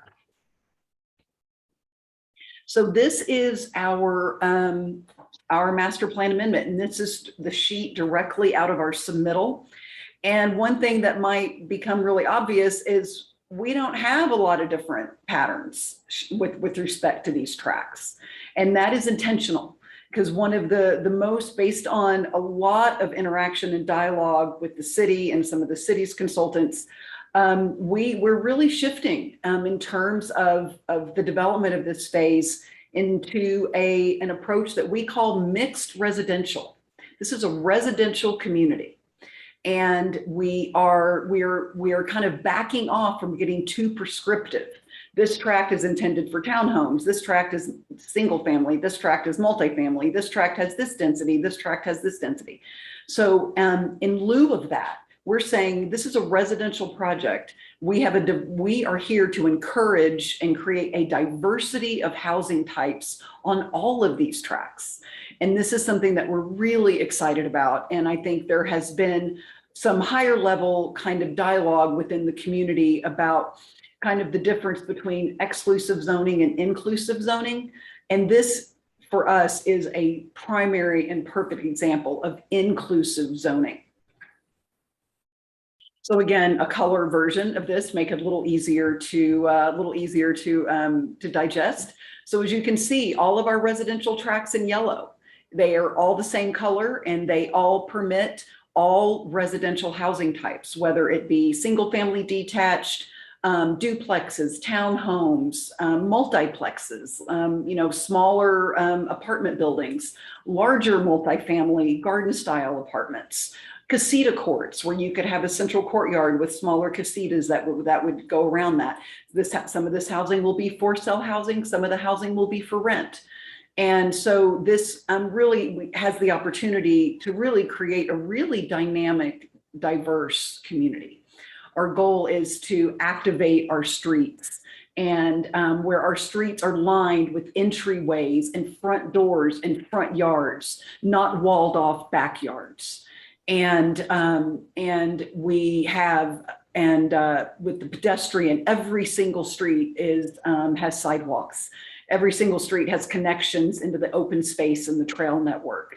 And we have, instead of doing kind of one kind of larger community park here, we have decentralized our park areas to really create those opportunities for those accidental neighborhood interactions. So we have one park here that is intended to be kind of a larger neighborhood public park. And then we have some smaller pocket parks that are proposed. So we have decentralized this. So all of these little areas of the neighborhood have access to those types of amenities and open spaces. We have identified a 9.5 acre school site as well. And then here in the purple, these are our mixed use. This is kind of our mixed use area at this intersection. This could include some civic uses, maybe a fire station or a police substation. Or maybe there's some kind of community civic service. Maybe there's a small grocer or coffee shop. Maybe there's some live work units, or maybe there's some ground floor commercial that might have apartments upstairs. So that's what the purple area is, where we can have commercial / civic activities as well as residential activities. And then you can see in the green, those are our significant open spaces with a robust trail network throughout those open spaces connecting into the interior sidewalk network. So the Tierra Contenta Corporation's obligation is to construct what we call the backbone infrastructure for the project. So our backbone infrastructure for this phase includes the extension of Paseo del Sol west from its current terminus at Jaguar Drive, all the way through the project, all the way out to Paseo del Sol east. So Paseo del Sol was always intended to be a loop from Airport Road, kind of a big horseshoe from those two west and east connections, Airport Road through Tierra Contenta. And this project will finally complete that loop. And so this is the existing roundabout where Herrera Drive, which is adjacent to the Super Walmart, comes from Cerrillos Road west to this intersection, and this is Paseo del Sol East that leads you out to Airport Road. So this would be constructed here. And then we have our internal loop road, which provides access to our individual development tracks. And so that is part of Tierra Contenta Corporation's obligation, is to actually construct these improvements with associated utility infrastructure. So then these individual tracks can be sold to developers, and they have access to their tracks, and they have access to utilities. And so one thing you might have noticed previously, so we have a little over half the property in phase 3, but we have 100% of the financial obligations for the backbone infrastructure. So it's simple math that the revenue from land sales is what funds the infrastructure. That's how it was done in the first 2 phases. The Tierra Contenta Corporation sold land to developers. That would be the revenue that would pay for the infrastructure expense. We are not in the same situation because the New Mexico School for the Deaf is not developing their property. They are not participating in the backbone infrastructure expenses, and because there's not going to be any revenue generated from that property. So we are working really closely with the city of Santa Fe and the city's Public Works Department to work on some public financing options so we can collaborate with the city. There is revenue from land sales, and so there is a certain portion of the infrastructure that the corporation can fund, but there's a gap, and it's not insignificant. So we are working closely with the city on a kind of a public-private partnership around some public financing options to fill that gap and fund the balance of the infrastructure.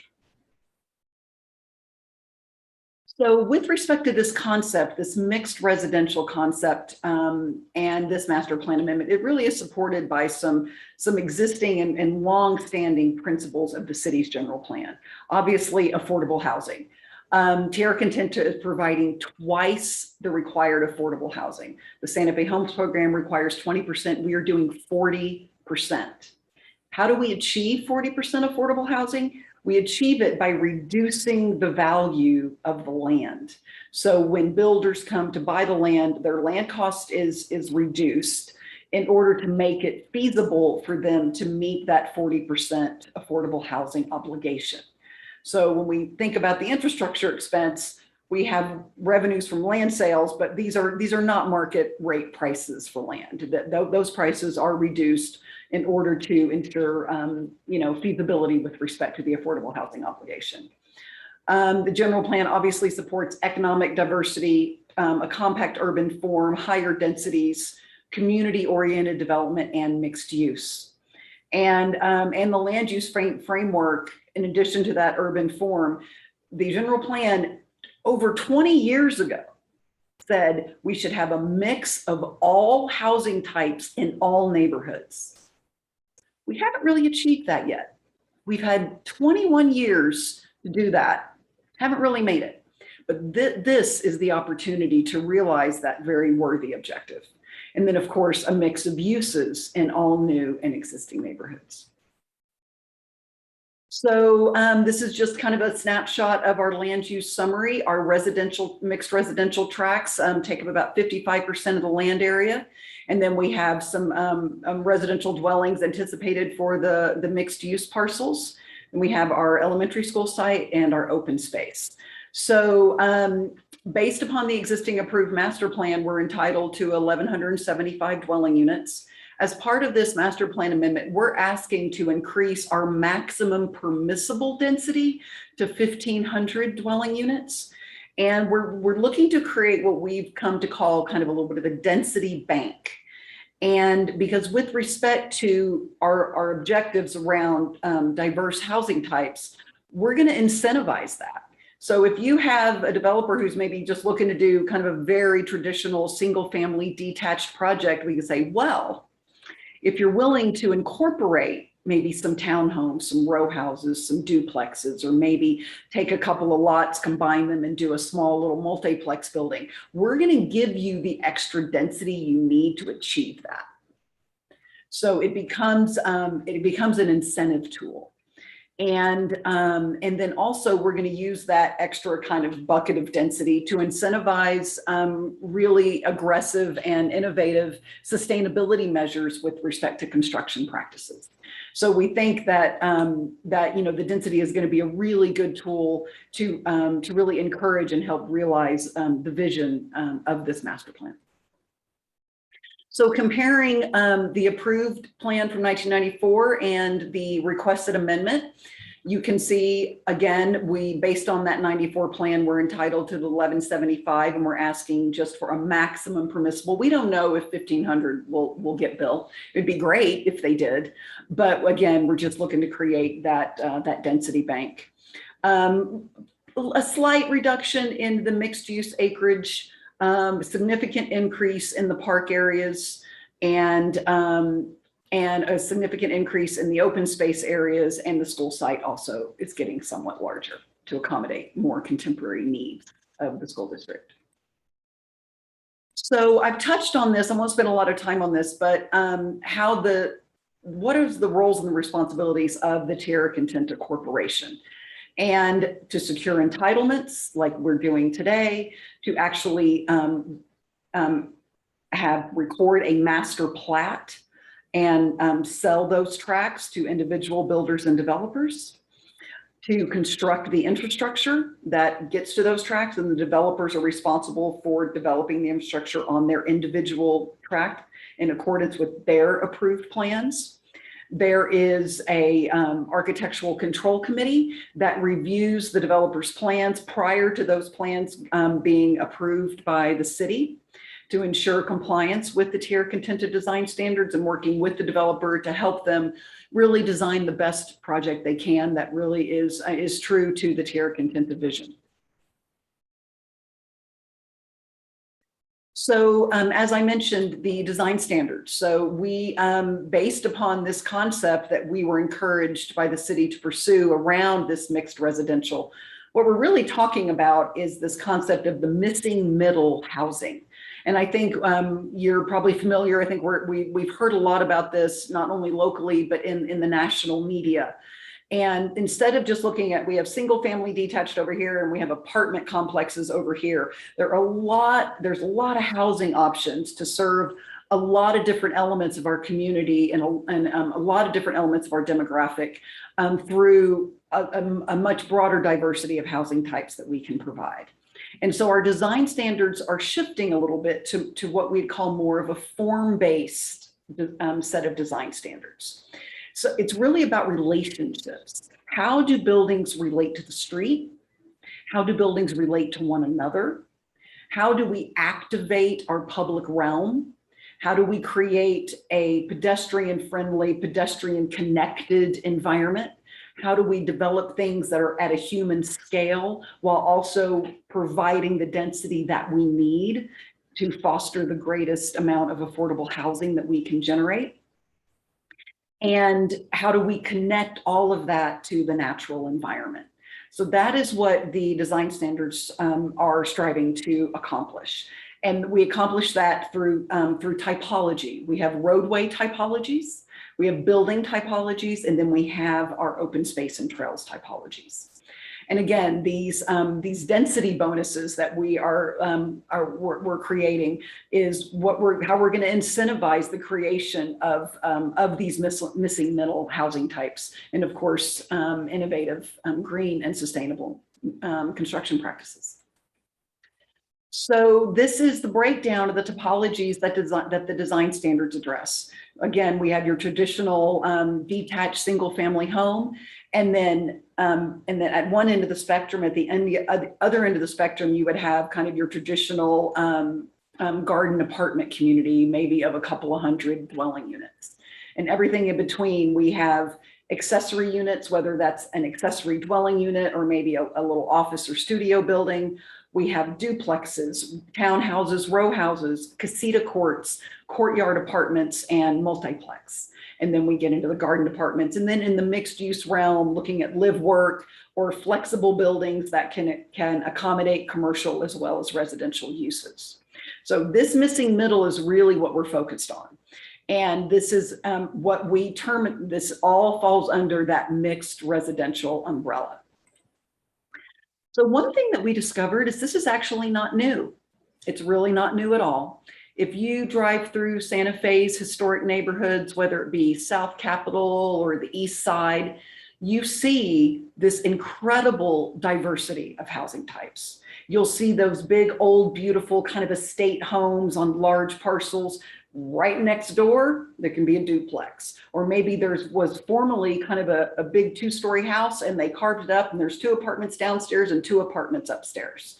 Or, and you see this everywhere. And so we're really modeling this after what's already happening. And these are some of our most desirable neighborhoods, and they are all, you know, kind of perceived as being highly desirable places to live, with really dynamic, activated streetscapes, being very walkable, and you have a really diverse population.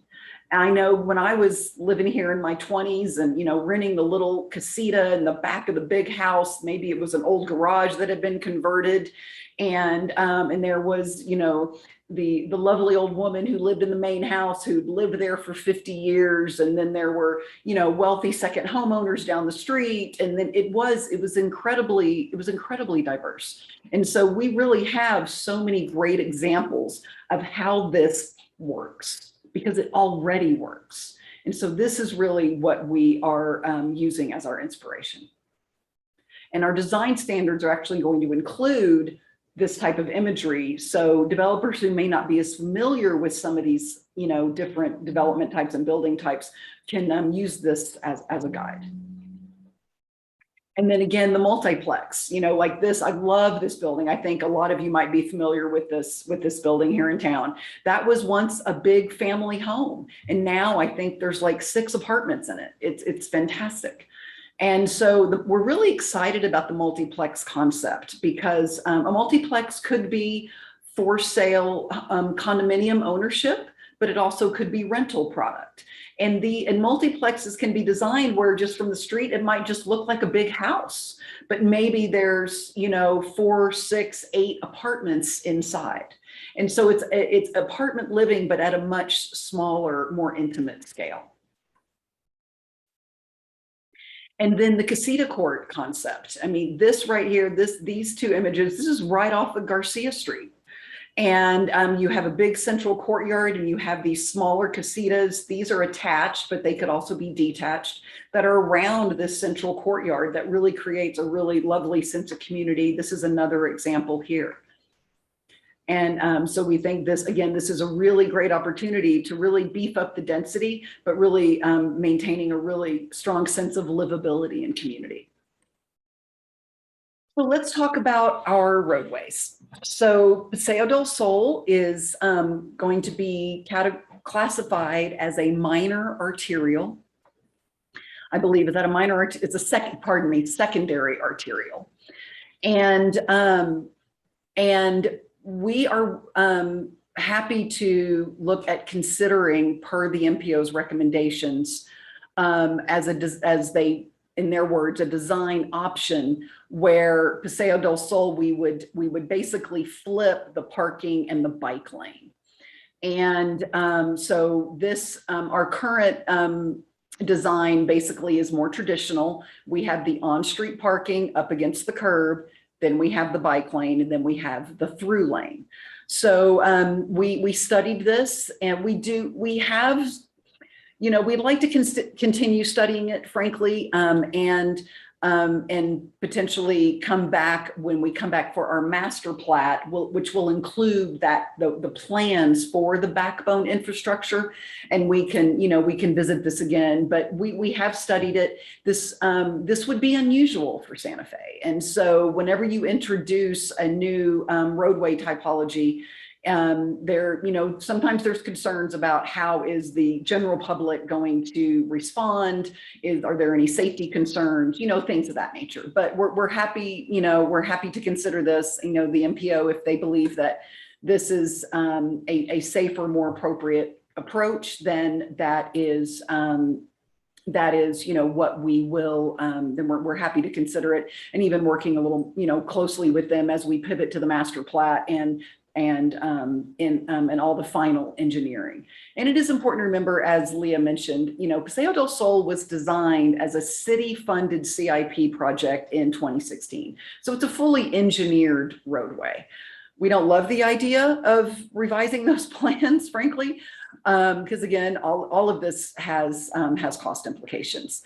But this could be accomplished with some relatively straightforward modifications to the striping, and so we are happy to consider that. In this particular scenario, we actually are showing our street trees actually outside of the right of way on private property. So we are maintaining that street tree component to the roadway. The adjacent private properties are responsible for maintaining the street trees anyway. And it is permissible to put them on private property. They don't have to be in the right of way. So our particular section here includes them in the right of way. And there is a reason for that, which I will touch on here in a moment. So then you can just see this in plan view. And I know Leah had some imagery that shows this. So we have our median, we have our drive lanes, then we have a parking lane, which protects the cyclist. And then we have our sidewalk, and then we have our street trees. And one of the requests from the MPO was to include the 5-foot landscape buffer here, and I'm going to talk about why we've designed it a little bit differently here in a moment. So this is the section without the on-street parking, because there are certain areas along Paseo del Sol due to intersections and other elements that there isn't any on-street parking. But one of our goals with respect to all of our roadway sections is to really maximize the amount of on-street parking we can provide. That was one of our most significant pieces of feedback we received. There was some really significant community outreach that was conducted in 2019, and the constant refrain of there's not enough, parking or guest parking. And so that is a big part of what we're trying to accomplish here. But one thing you'll notice when we don't have on-street parking is we have our sidewalk. We actually have a 6-foot planting strip. And then we have our bike lane, and then we have our drive lane. So this is a pretty traditional, but you might ask, well, why is there a 6-foot planting strip when the code only requires a 5-foot planting strip? Well, it's because you can see here, we have a 6-foot parking lane. So it's about constructability, and it's about having a consistent right of way. So we have a consistent 72 feet of right of way that within which we can construct this roadway with respect to the sections that have on-street parking and the sections that don't. So it really is about having a consistent right of way. So the right of way is not, doing this. And so that is why we have, elected here to, I'm sorry, my apologies. I'm going the wrong way. I hope nobody's getting seasick here. Let me just, there we go. So with our on-street parking, that is why we had the sidewalk here, because with the original design, this planning commission, you might recall, with numerous subdivision applications in the last probably 3 years at least, this commission has approved innovative street design where the sidewalk is at the back of curb when there is on-street parking, because it makes for much more functionality when you get out of a car and you're not getting out of a car into a planting strip or hitting your car door on a tree. It just frankly doesn't work very well. And so that is why we show our sidewalk in this section we show our sidewalk at the back of curb, and we have our street trees on the adjacent private property. And with respect to the sidewalks, we are, I recognize all the lovely reasons why 6-foot sidewalks are being requested.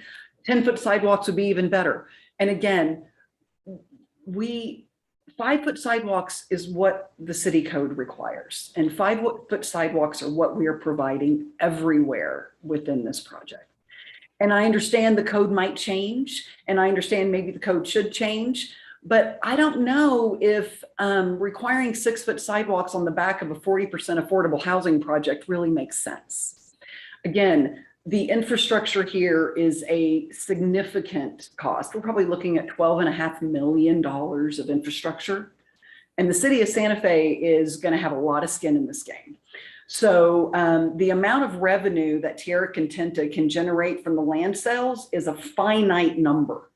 That means the amount of infrastructure we can fund is a finite number. Anything over and above that number is going to be a public financing effort. And it's just a very important element of this to recognize. So when we're talking about anything that has cost implications, that is a significant factor. And we believe that with this design, we are creating a very walkable, bikeable environment. And we welcome the MPO's feedback and expertise on this. And again, this concept that you're looking at right now of flipping that bike lane and parking lane, that may be totally the way to go. We could potentially look at reducing, these drive lanes from 11 down to 10 feet. But again, it doesn't feel appropriate in this instance to impose rules that exceed the city code in that way with respect to sidewalk width. So our loop road. So with the loop road, we are going to have parking at least at a minimum on one side. And so again, really trying to beef up that parking supply. So here you see our drive lanes. So we have our planning strip, and then we have our sidewalk. But on the side of the road where we have our on-street parking, we have a sidewalk, and then we have our planning strip. So we could flip this if that is the wishes of the commission. But again, this is consistent with numerous innovative street designs that this body has approved on previous projects. And then as far as our local streets, so these are the streets that will be developed on the individual tracks, and these will be developed by the home builders or the developers themselves.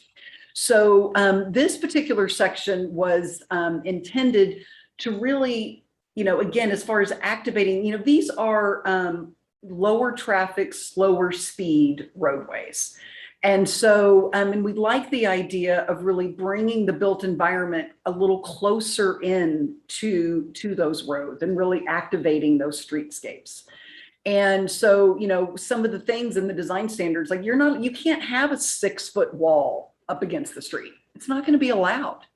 If you want to have a 4-foot patio wall around your front yard, no problem. But we're not going to have fortresses and rows of 6-foot walls along our public streets. We're not going to have walled-in backyards along our public streets. We're going to have front yards. We're going to have entryways. We're going to have portals. That is how we're going to be activating our streetscape. So again, in this scenario, we've kept the right-of-way narrow, which frees up real estate and land area, which really informs affordability. And we have our street trees on the private property. Again, those property owners have to maintain those street trees anyway. So we are putting them on the private property. So, and then again, just touching on the trails and open space, proposing a robust trail network through the open space that connects into our sidewalk network, that and everything also connecting into our pocket parks as well. And so with respect to the trails and open space, we have our pocket parks, which will be private. Those will be HOA maintained. We're going to have one larger city maintained neighborhood park. And then we have our trail system, and then we're going to have some strategically located pedestrian corridors between development tracks to ensure that level of relationship and connectivity. So again, these are in your report. This is just sort of a concept, a neighborhood park having a little more active play opportunities. And then our pocket parks will be a little lower key, a little more passive recreational. Those are these kind of fun, accidental interaction opportunities throughout the neighborhoods. So as I mentioned, there was some really significant community outreach that Tierra Contenta and the Community Housing Trust engaged in 2019. There were surveys, there were community meetings, there were flyers, things were really significantly advertised, and they got a lot of really excellent feedback. They really wanted to hear from the current residents in Tierra Contenta. It's like what's working and what's not. As Daniel said, we're really looking to learn from the past and really make and implement those improvements in this phase. And then of course we had our formal early neighborhood notification meeting in May. So in response to our neighborhood input, we've decentralized our park areas in order to spread them throughout the community. Much more on-street parking. These sort of shared driveways leading into the single family compounds, those were not popular. So those are being eliminated. Again, maintaining mixed use opportunities. So there could be some commercial opportunities for those types of services in the community, really expanding the pedestrian network. Every single street design has sidewalks on both sides, period. There's no version of that doesn't. And there are a lot of versions of street in Tierra Contenta that currently are not designed with sidewalks, which is, obviously problematic.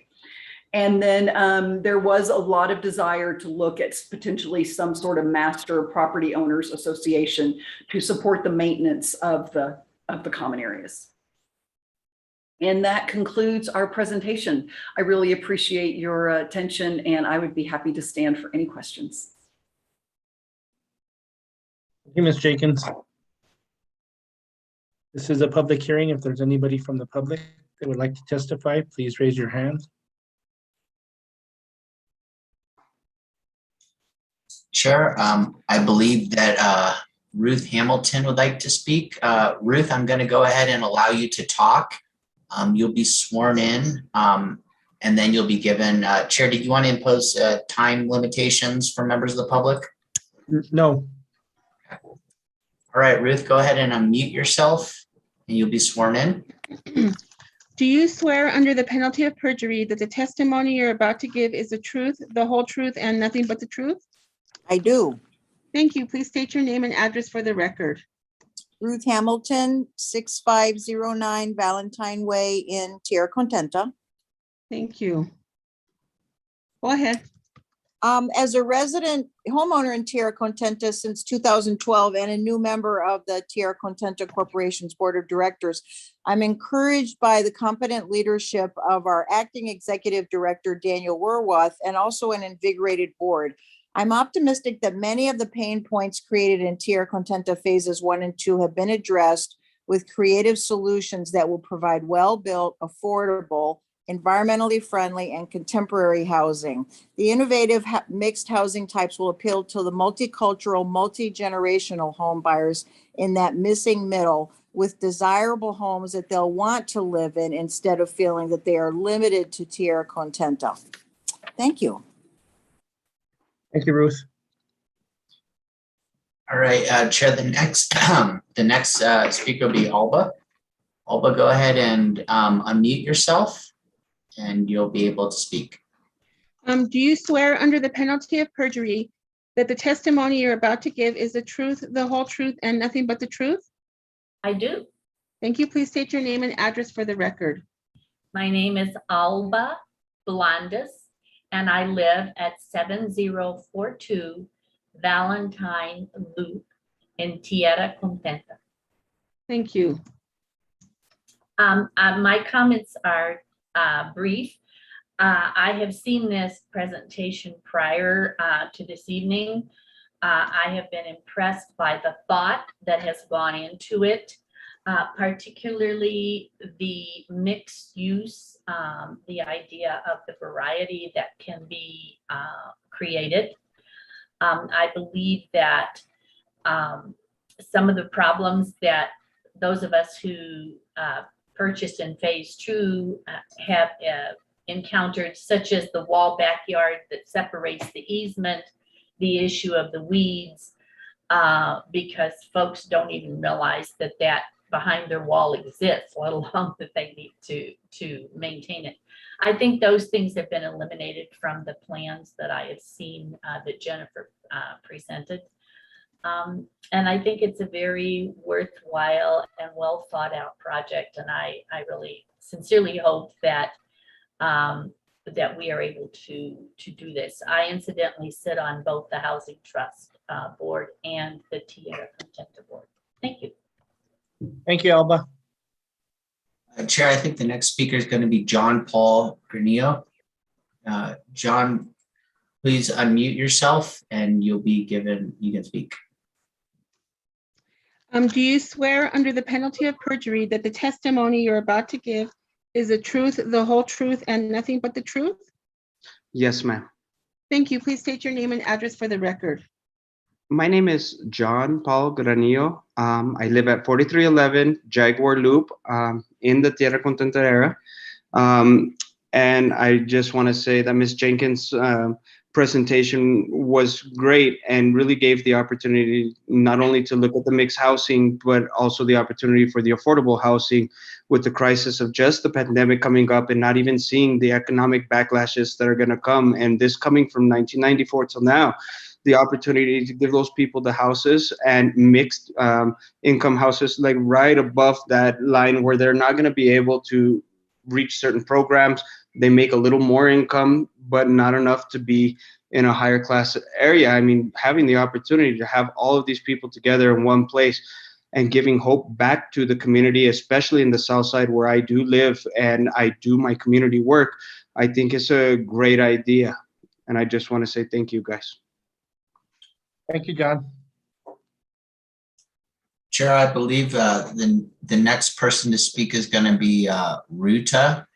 Ruta, go ahead and unmute yourself and you'll be sworn in. Hello. Hi. Do you swear under the penalty of perjury that the testimony you're about to give is the truth, the whole truth, and nothing but the truth? I do. Thank you. Please state your name and address for the record. Ruta Singh, 6761 Camino Rojo, Santa Fe, New Mexico, 87507. Thank you. Thank you for this presentation tonight. Thank you for allowing me to speak. I purchased homes in the Silverado pocket of Tierra Contenta on Camino Rojo, and some of them have been rentals, and now I am residing in one myself as a resident, having relocated out of a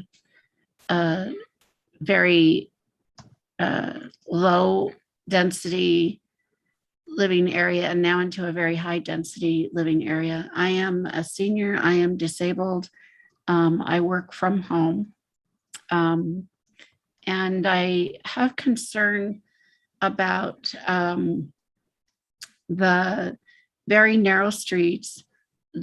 Just today, there was a new family looking to purchase a home that just went on the market on Camino Rojo across from me. And as they were standing outside with the realtor and the kind of talking about the neighborhood, a little bit in the late afternoon, early evening, there was a road rage incident right there on Camino Rojo just before you hit Apache Knoll going toward the Southside Library.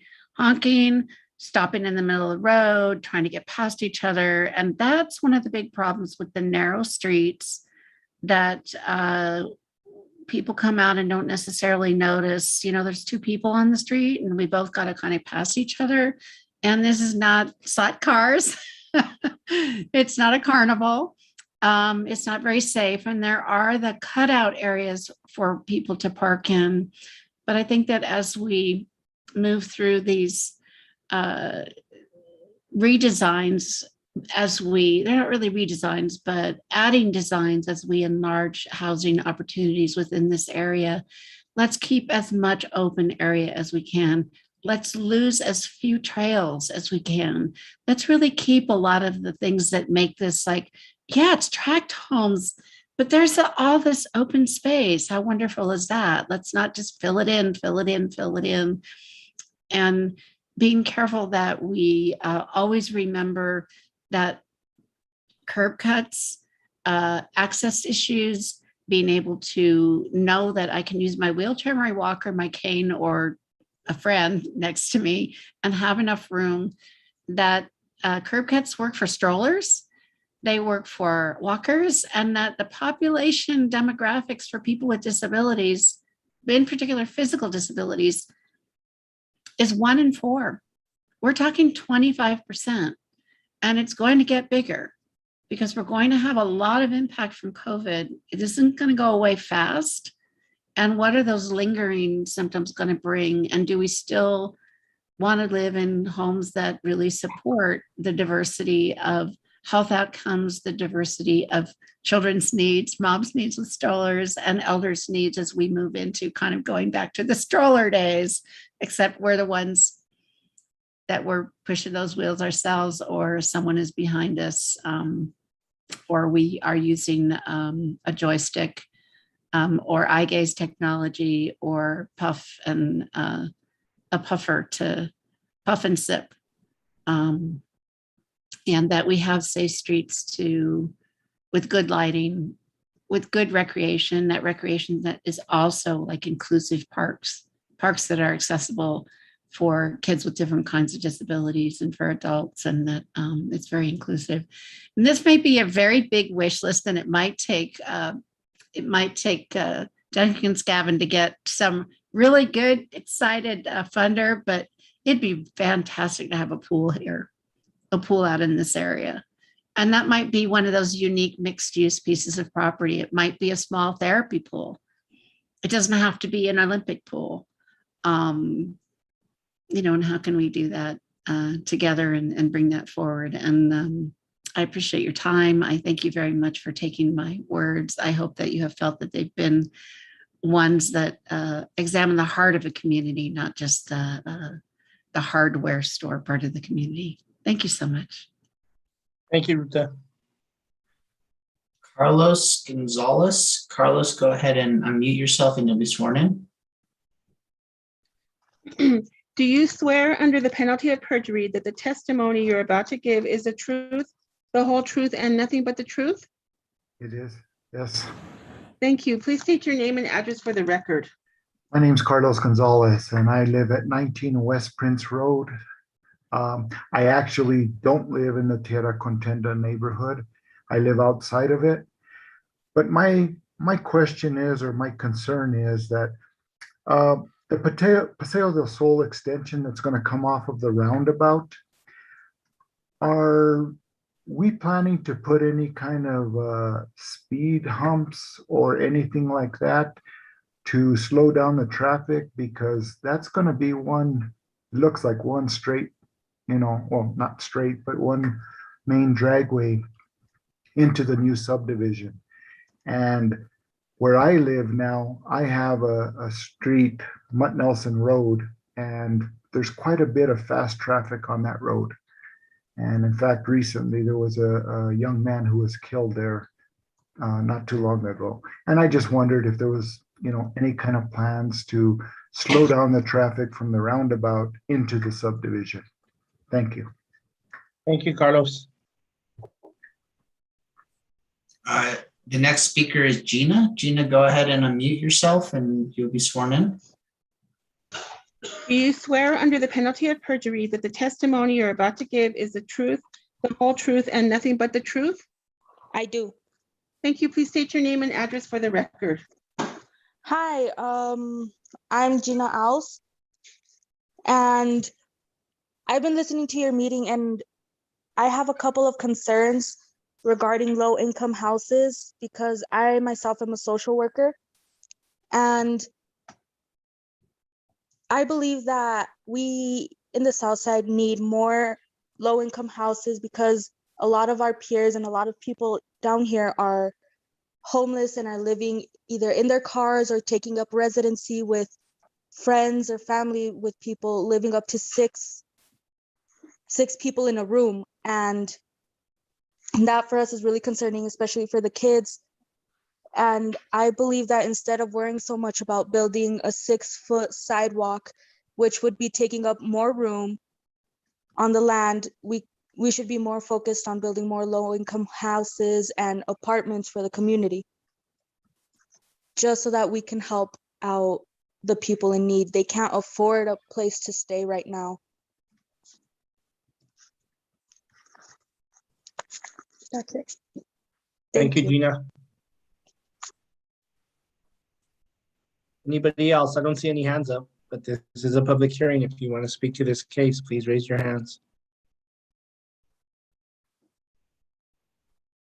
Donna Stewart and Letitia Lovato Schwartz. So Donna, go ahead and unmute yourself and you'll be sworn in. Do you swear under the penalty of perjury that the testimony you're about to give is the truth, the whole truth, and nothing but the truth? Yes, Thank you. Please state your name and address for the record. I am Donna Stewart, and I am a homeowner at 6920 Golden Mesa.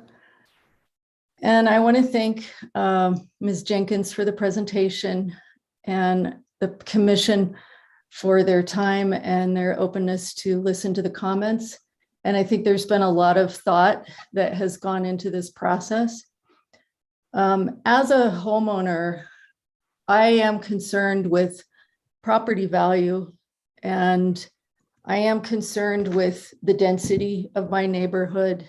I'm also a runner, so I'm very concerned about sidewalks. I very much appreciate the city's recommendation to have the 6-foot sidewalks everywhere. And I really think that we need to make that happen.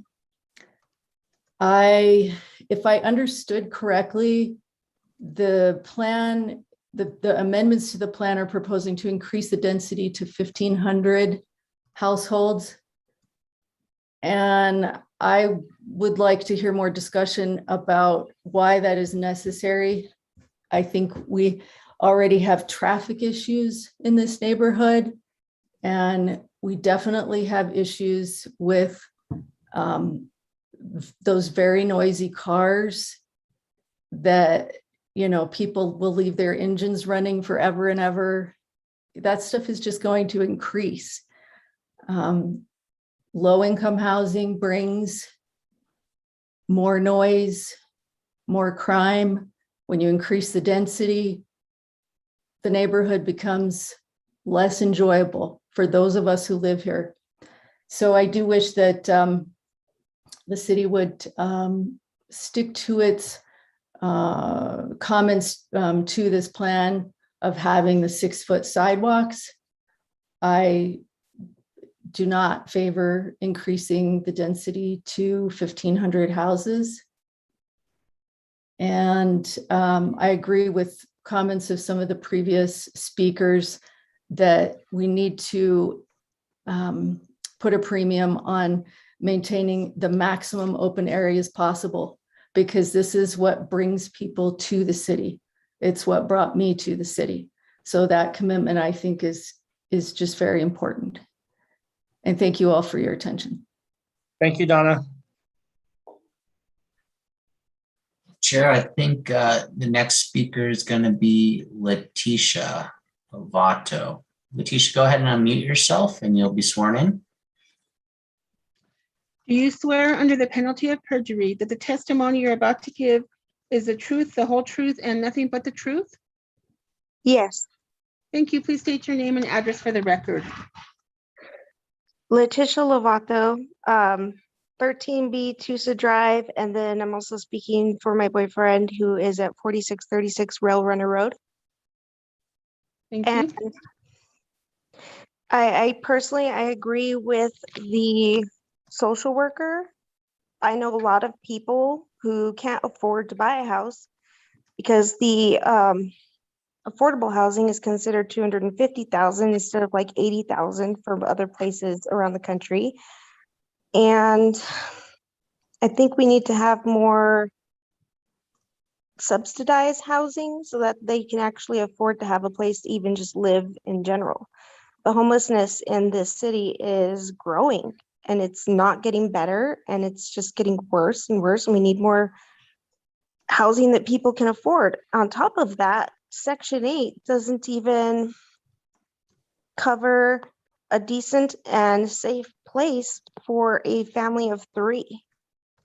So I think we need to be focused more on trying to get subsidized housing than building more houses or apartments that are like $1,200 a month at the minimum.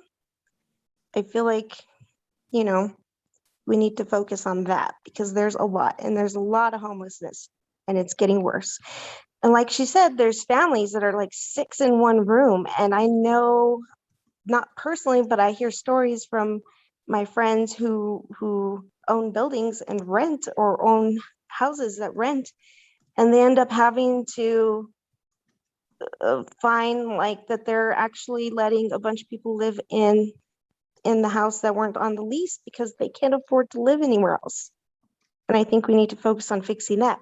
Although as a disabled person myself, sometimes I have to use a wheelchair or a walker or a cane, I personally do appreciate the 6-foot sidewalks. I think that's a wonderful idea. But at the same time, I think some of those places should be swapped out with Section 8 because there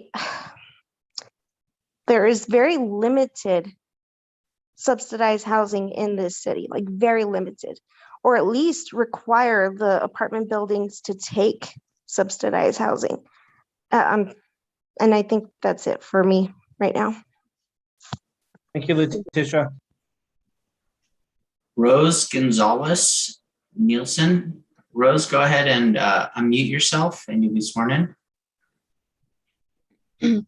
Do you swear under the penalty of perjury that the testimony you're about to give is the truth, the whole truth, and nothing but the truth? I do. Thank you. Please state your name and address for the record. My name is Rosemary Gonzalez Nielsen. My address is 108 Mesa Verde Street, Santa Fe, New Mexico, 87501. Thank you. I would like to let you know that I'm a board member of the Housing Trust and the Tierra Contenta Board, and have spent several years working out some of the plans and the housing and the plats that are intended for phase 3 of Tierra Contenta. And I'd like to state that affordable housing is something that has been an issue since the early 80s when I was on the United Way board and the Human Services Committee. We did a needs assessment back then, and the number one issue was affordable housing. And here we are, 2021, and our need is still affordable housing. And so I can't emphasize how much we need to have a place for our locals to be able and afford a home or a place in which to reside. And I think that is what is of utmost importance as you make your recommendations or your decisions this evening, because this has been going on since the mid-70s, mid-80s, 90s, and into 21. We are doing the best that we can in designing homes that would be beautiful, and affordability of a home doesn't necessarily equate with troublesome people. It doesn't equate with more crime. We are trying to build a community that people would love to live in, not some place that they can only afford and have no choice. So I agree with all the people who have spoken tonight asking for more affordable housing, because I have seen that need since 1980. So please consider that. Thank you for your time. Thank you, Rose. Anybody else want to speak to this case in the public hearing? If so, please put up your hand. Sure, I think it's the same person who spoke before. Okay. Anybody else?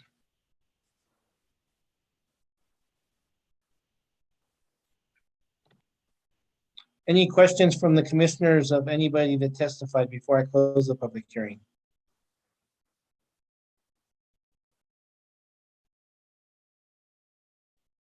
Okay, I'm going to close the public hearing and open it up to the commission.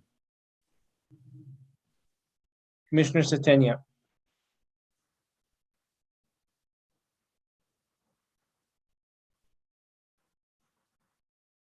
I can't hear you, Commissioner Satenia.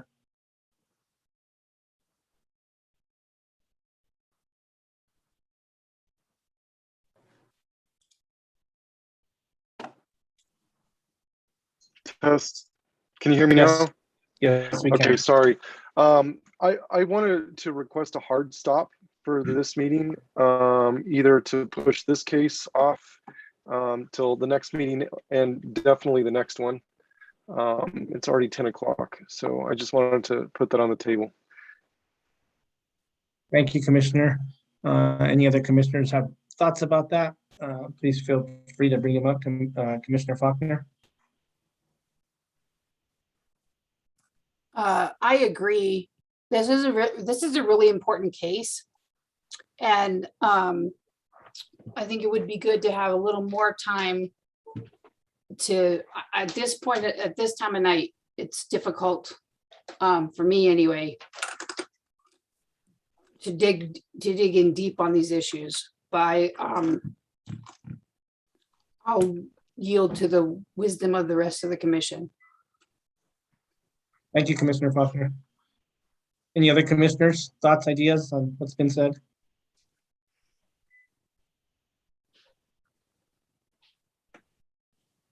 Commissioner Garcia.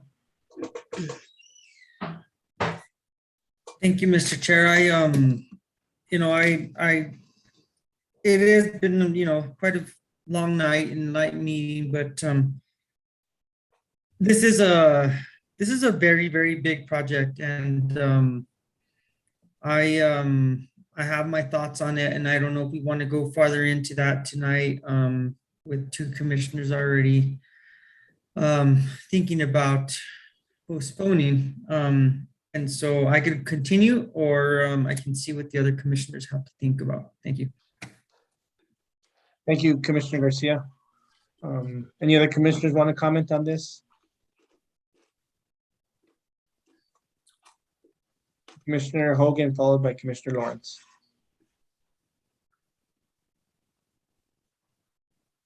Vice Chair Hogan, we can't hear you. Sorry about that. I appreciate everybody's tired, and I think we should try to finish this case. There's, I think, only a handful of issues. It's also going to come back around for further review. So I personally think the concept and a lot of the planning is really good.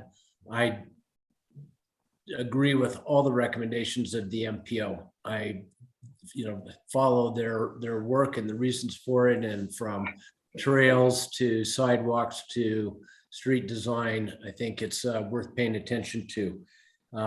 So anyway, I don't have a lot of other comments on the project other than to recognize the recommendations of the MPO, and that's all I have, Mr. Chairman.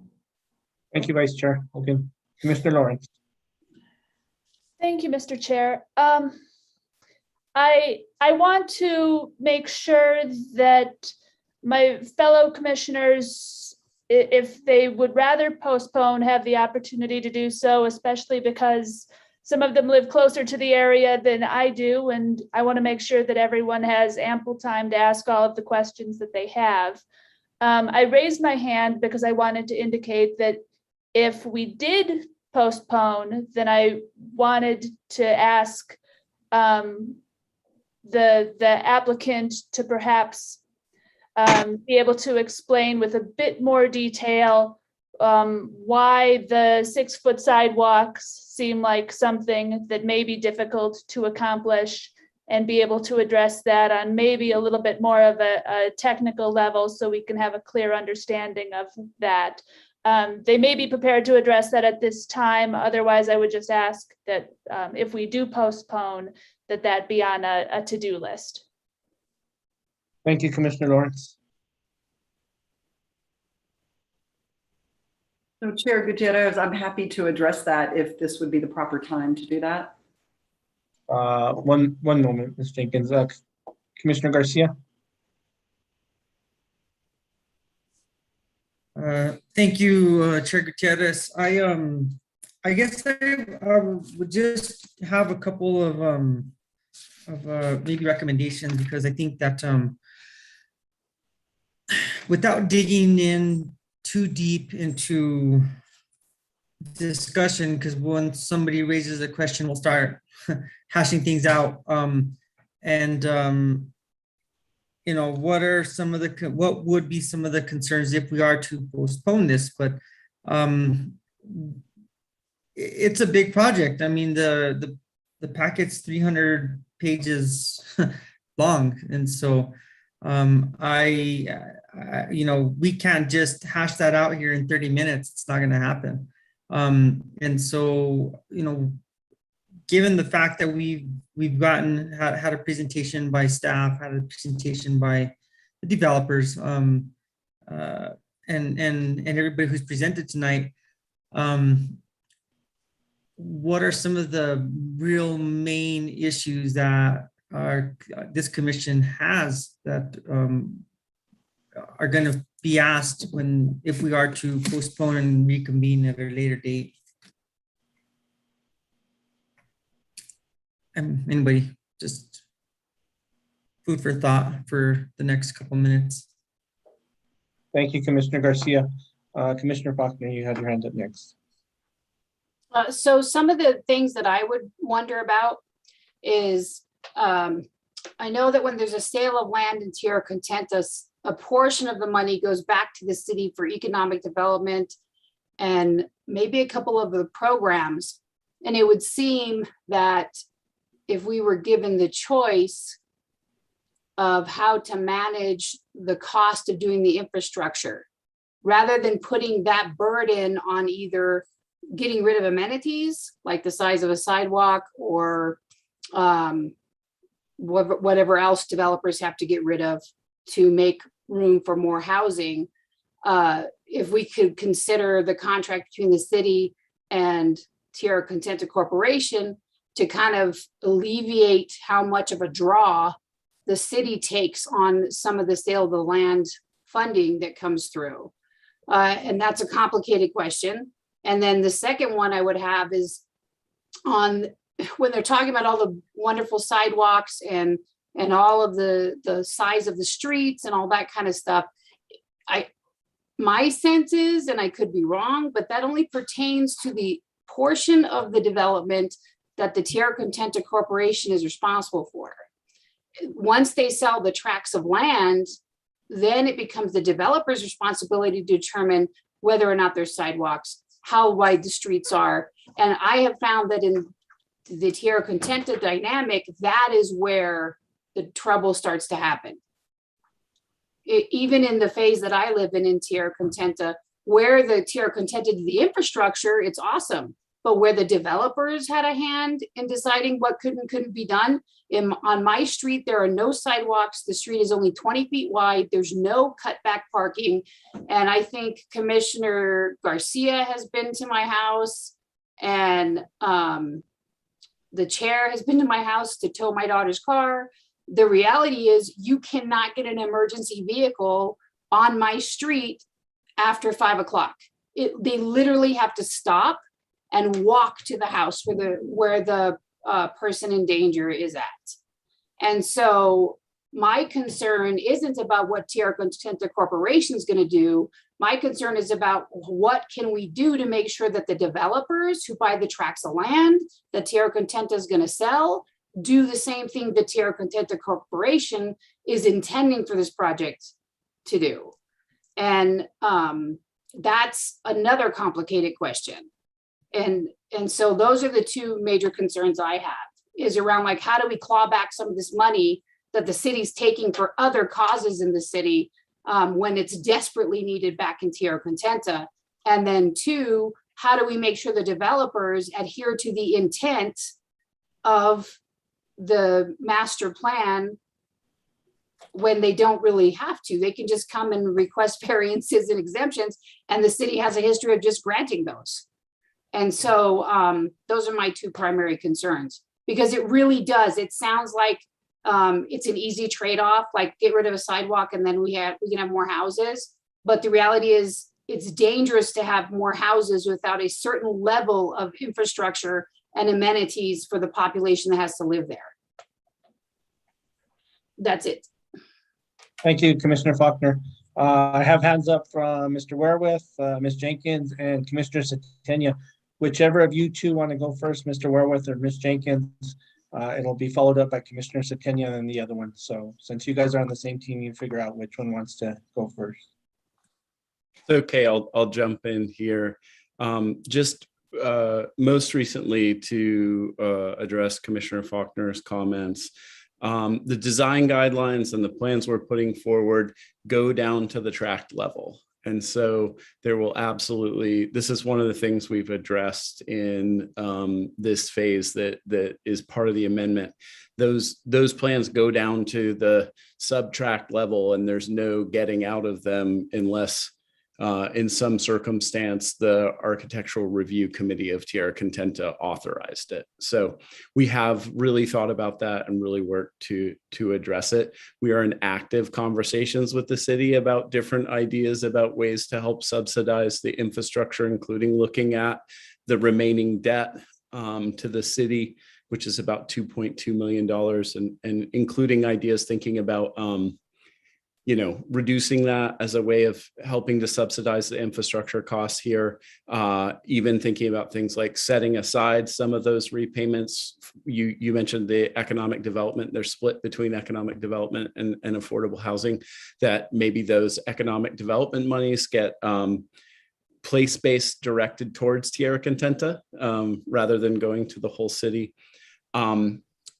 And so those are just a couple to address those issues. I did want to point out, I know it's late. I'm actually on the East Coast right now. It's really late. But the one concern from our point of view is that we've been working for over 2 years with the city on this. And if this hearing is postponed, basically pushes us to an entirely new governing body post-election. And that is a concern for us, just in terms of potentially starting from scratch with new members up to and including potentially a new mayor, which is just logistically could make this very difficult and more time consuming. And in fact, much of what we've done has been in response to feedback from elected officials over the last couple of years. So just wanted to throw that out there. Of course, we will be happy to present again next month.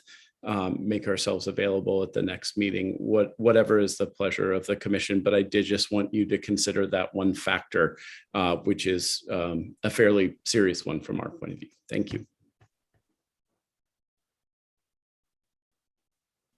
Thank you, Mr. Warwith. Commissioner Setenia, you have the floor. Yeah, I appreciate the comments from Mr. Werwath. However, I know how easily even the past 15 minutes have gone by, and there's a lot of questions. And if we start going, because I also have my own, this could easily turn into another hour and a half. So I would like to move that we postpone the rest of the agenda till the next meeting. Okay, I have a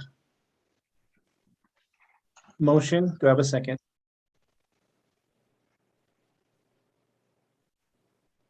I'll second for the sake of the discussion. Thank you. So the motion to postpone the rest of the agenda, Commissioner Setenia, seconded by Commissioner Faulkner. We're open for discussion.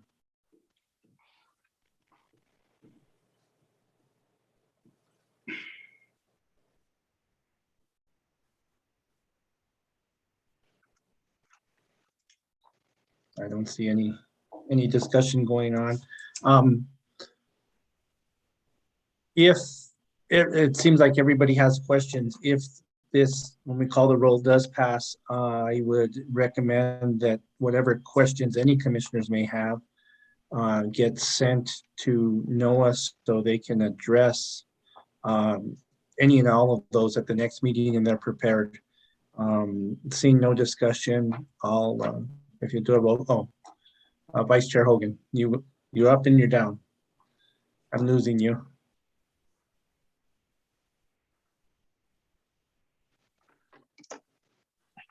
Go ahead, under discussion.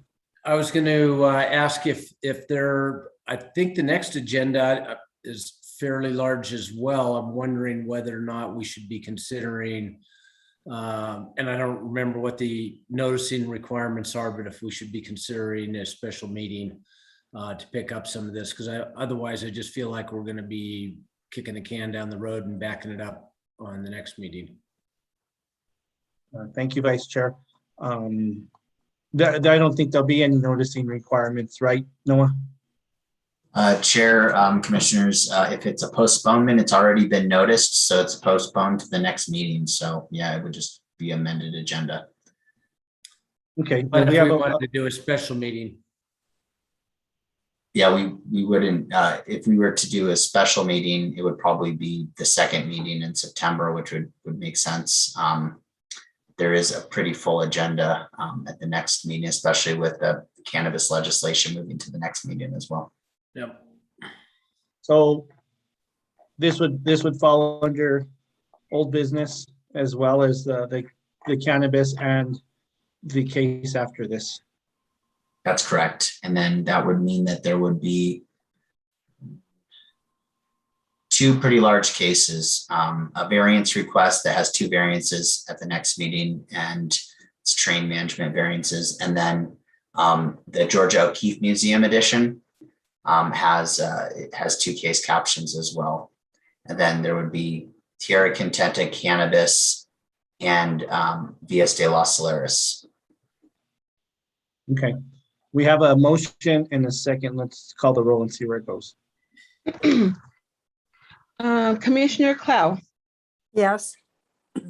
Commissioner Faulkner. Commissioner Faulkner, you're muted.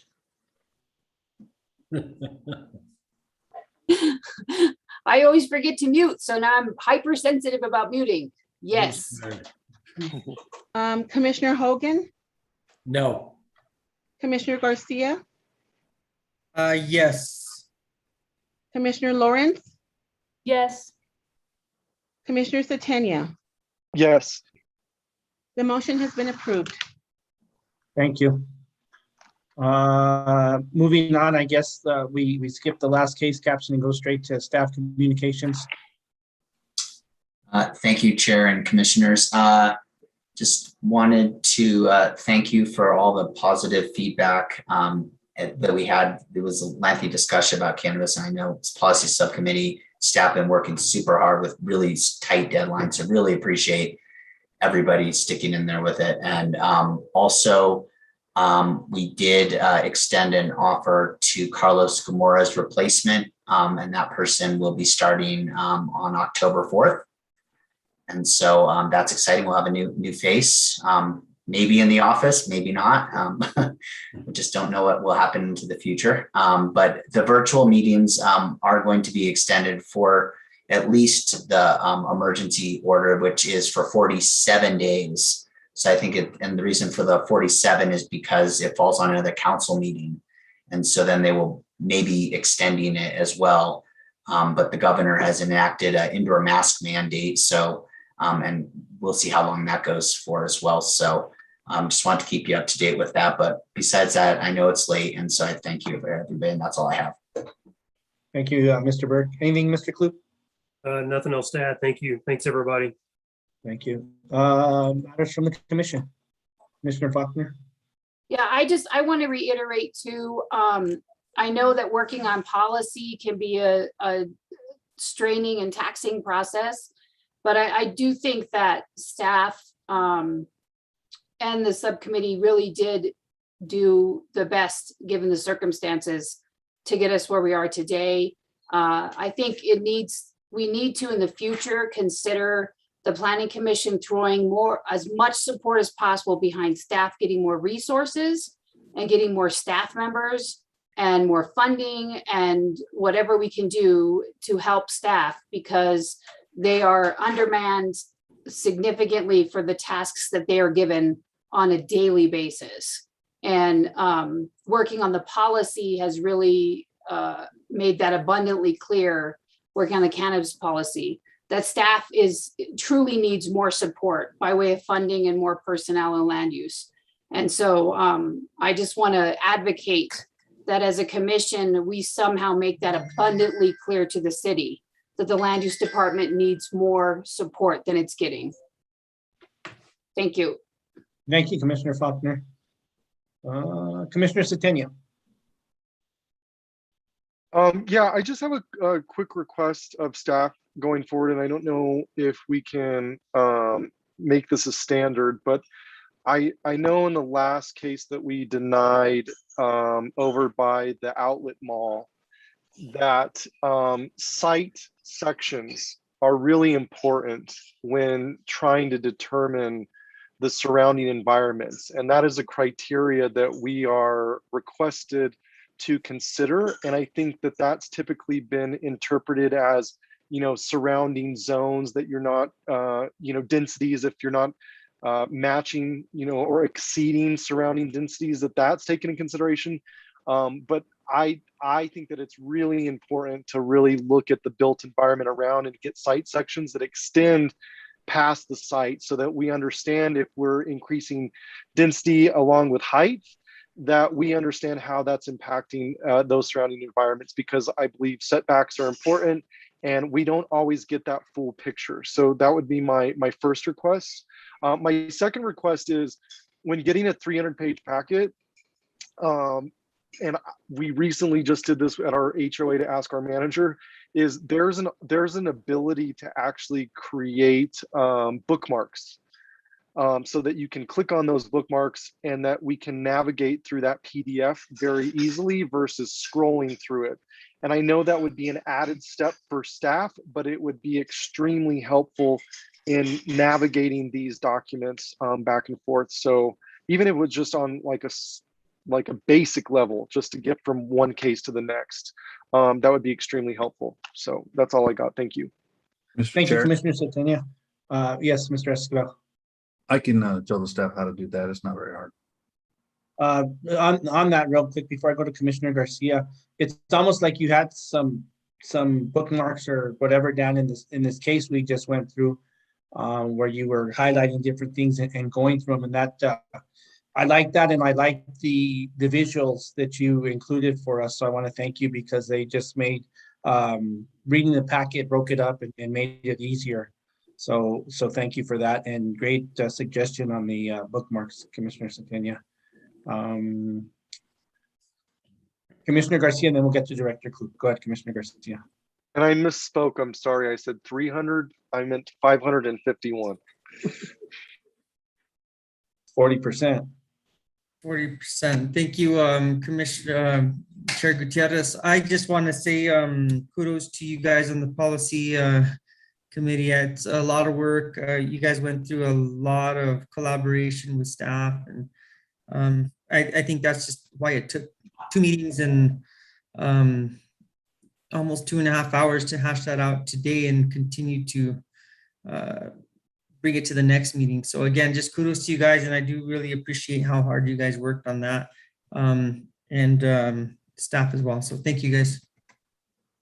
Thank you, Commissioner Garcia. Director Klug. Thank you, Chair Gutierrez. Commissioner Satenia, I just wanted to, let you know that I totally agree with everything you just said, and those are definitely have been on my radar for a while now. And just in the interim, director position, I think I have to be a little bit careful on the moves that I make, but that those things are I agree with you 100%, and I think we need to work on that kind of level of refinement. I would even say we need 3D modeling with dimensional data actually, and I think the reason why I want to speak up now is because I've I've heard the same feedback from other committees, since I've been in this new position. And I've, obviously I've seen it also as the assistant director. So yeah, I couldn't agree more on both counts. And I think there's also moves we can make to reduce the size of packets as well. So Noah and I are looking at that, and it's just like Commissioner Faulkner brought up, it's a lot of the lag is just, staff capacity to get these kind of things done. But we're definitely, we're thinking about it. It's not just, we're not blind to these kind of things for sure. Thank you. Thank you, Director. And I just want to echo Commissioner Garcia's on the policy subcommittee. Thank you guys for all your work. Secretary Cloud, thank you for answering my question and making me think about it a different way. And staff, thank you guys for all your hard work. So with that, we will be adjourned and pick it up next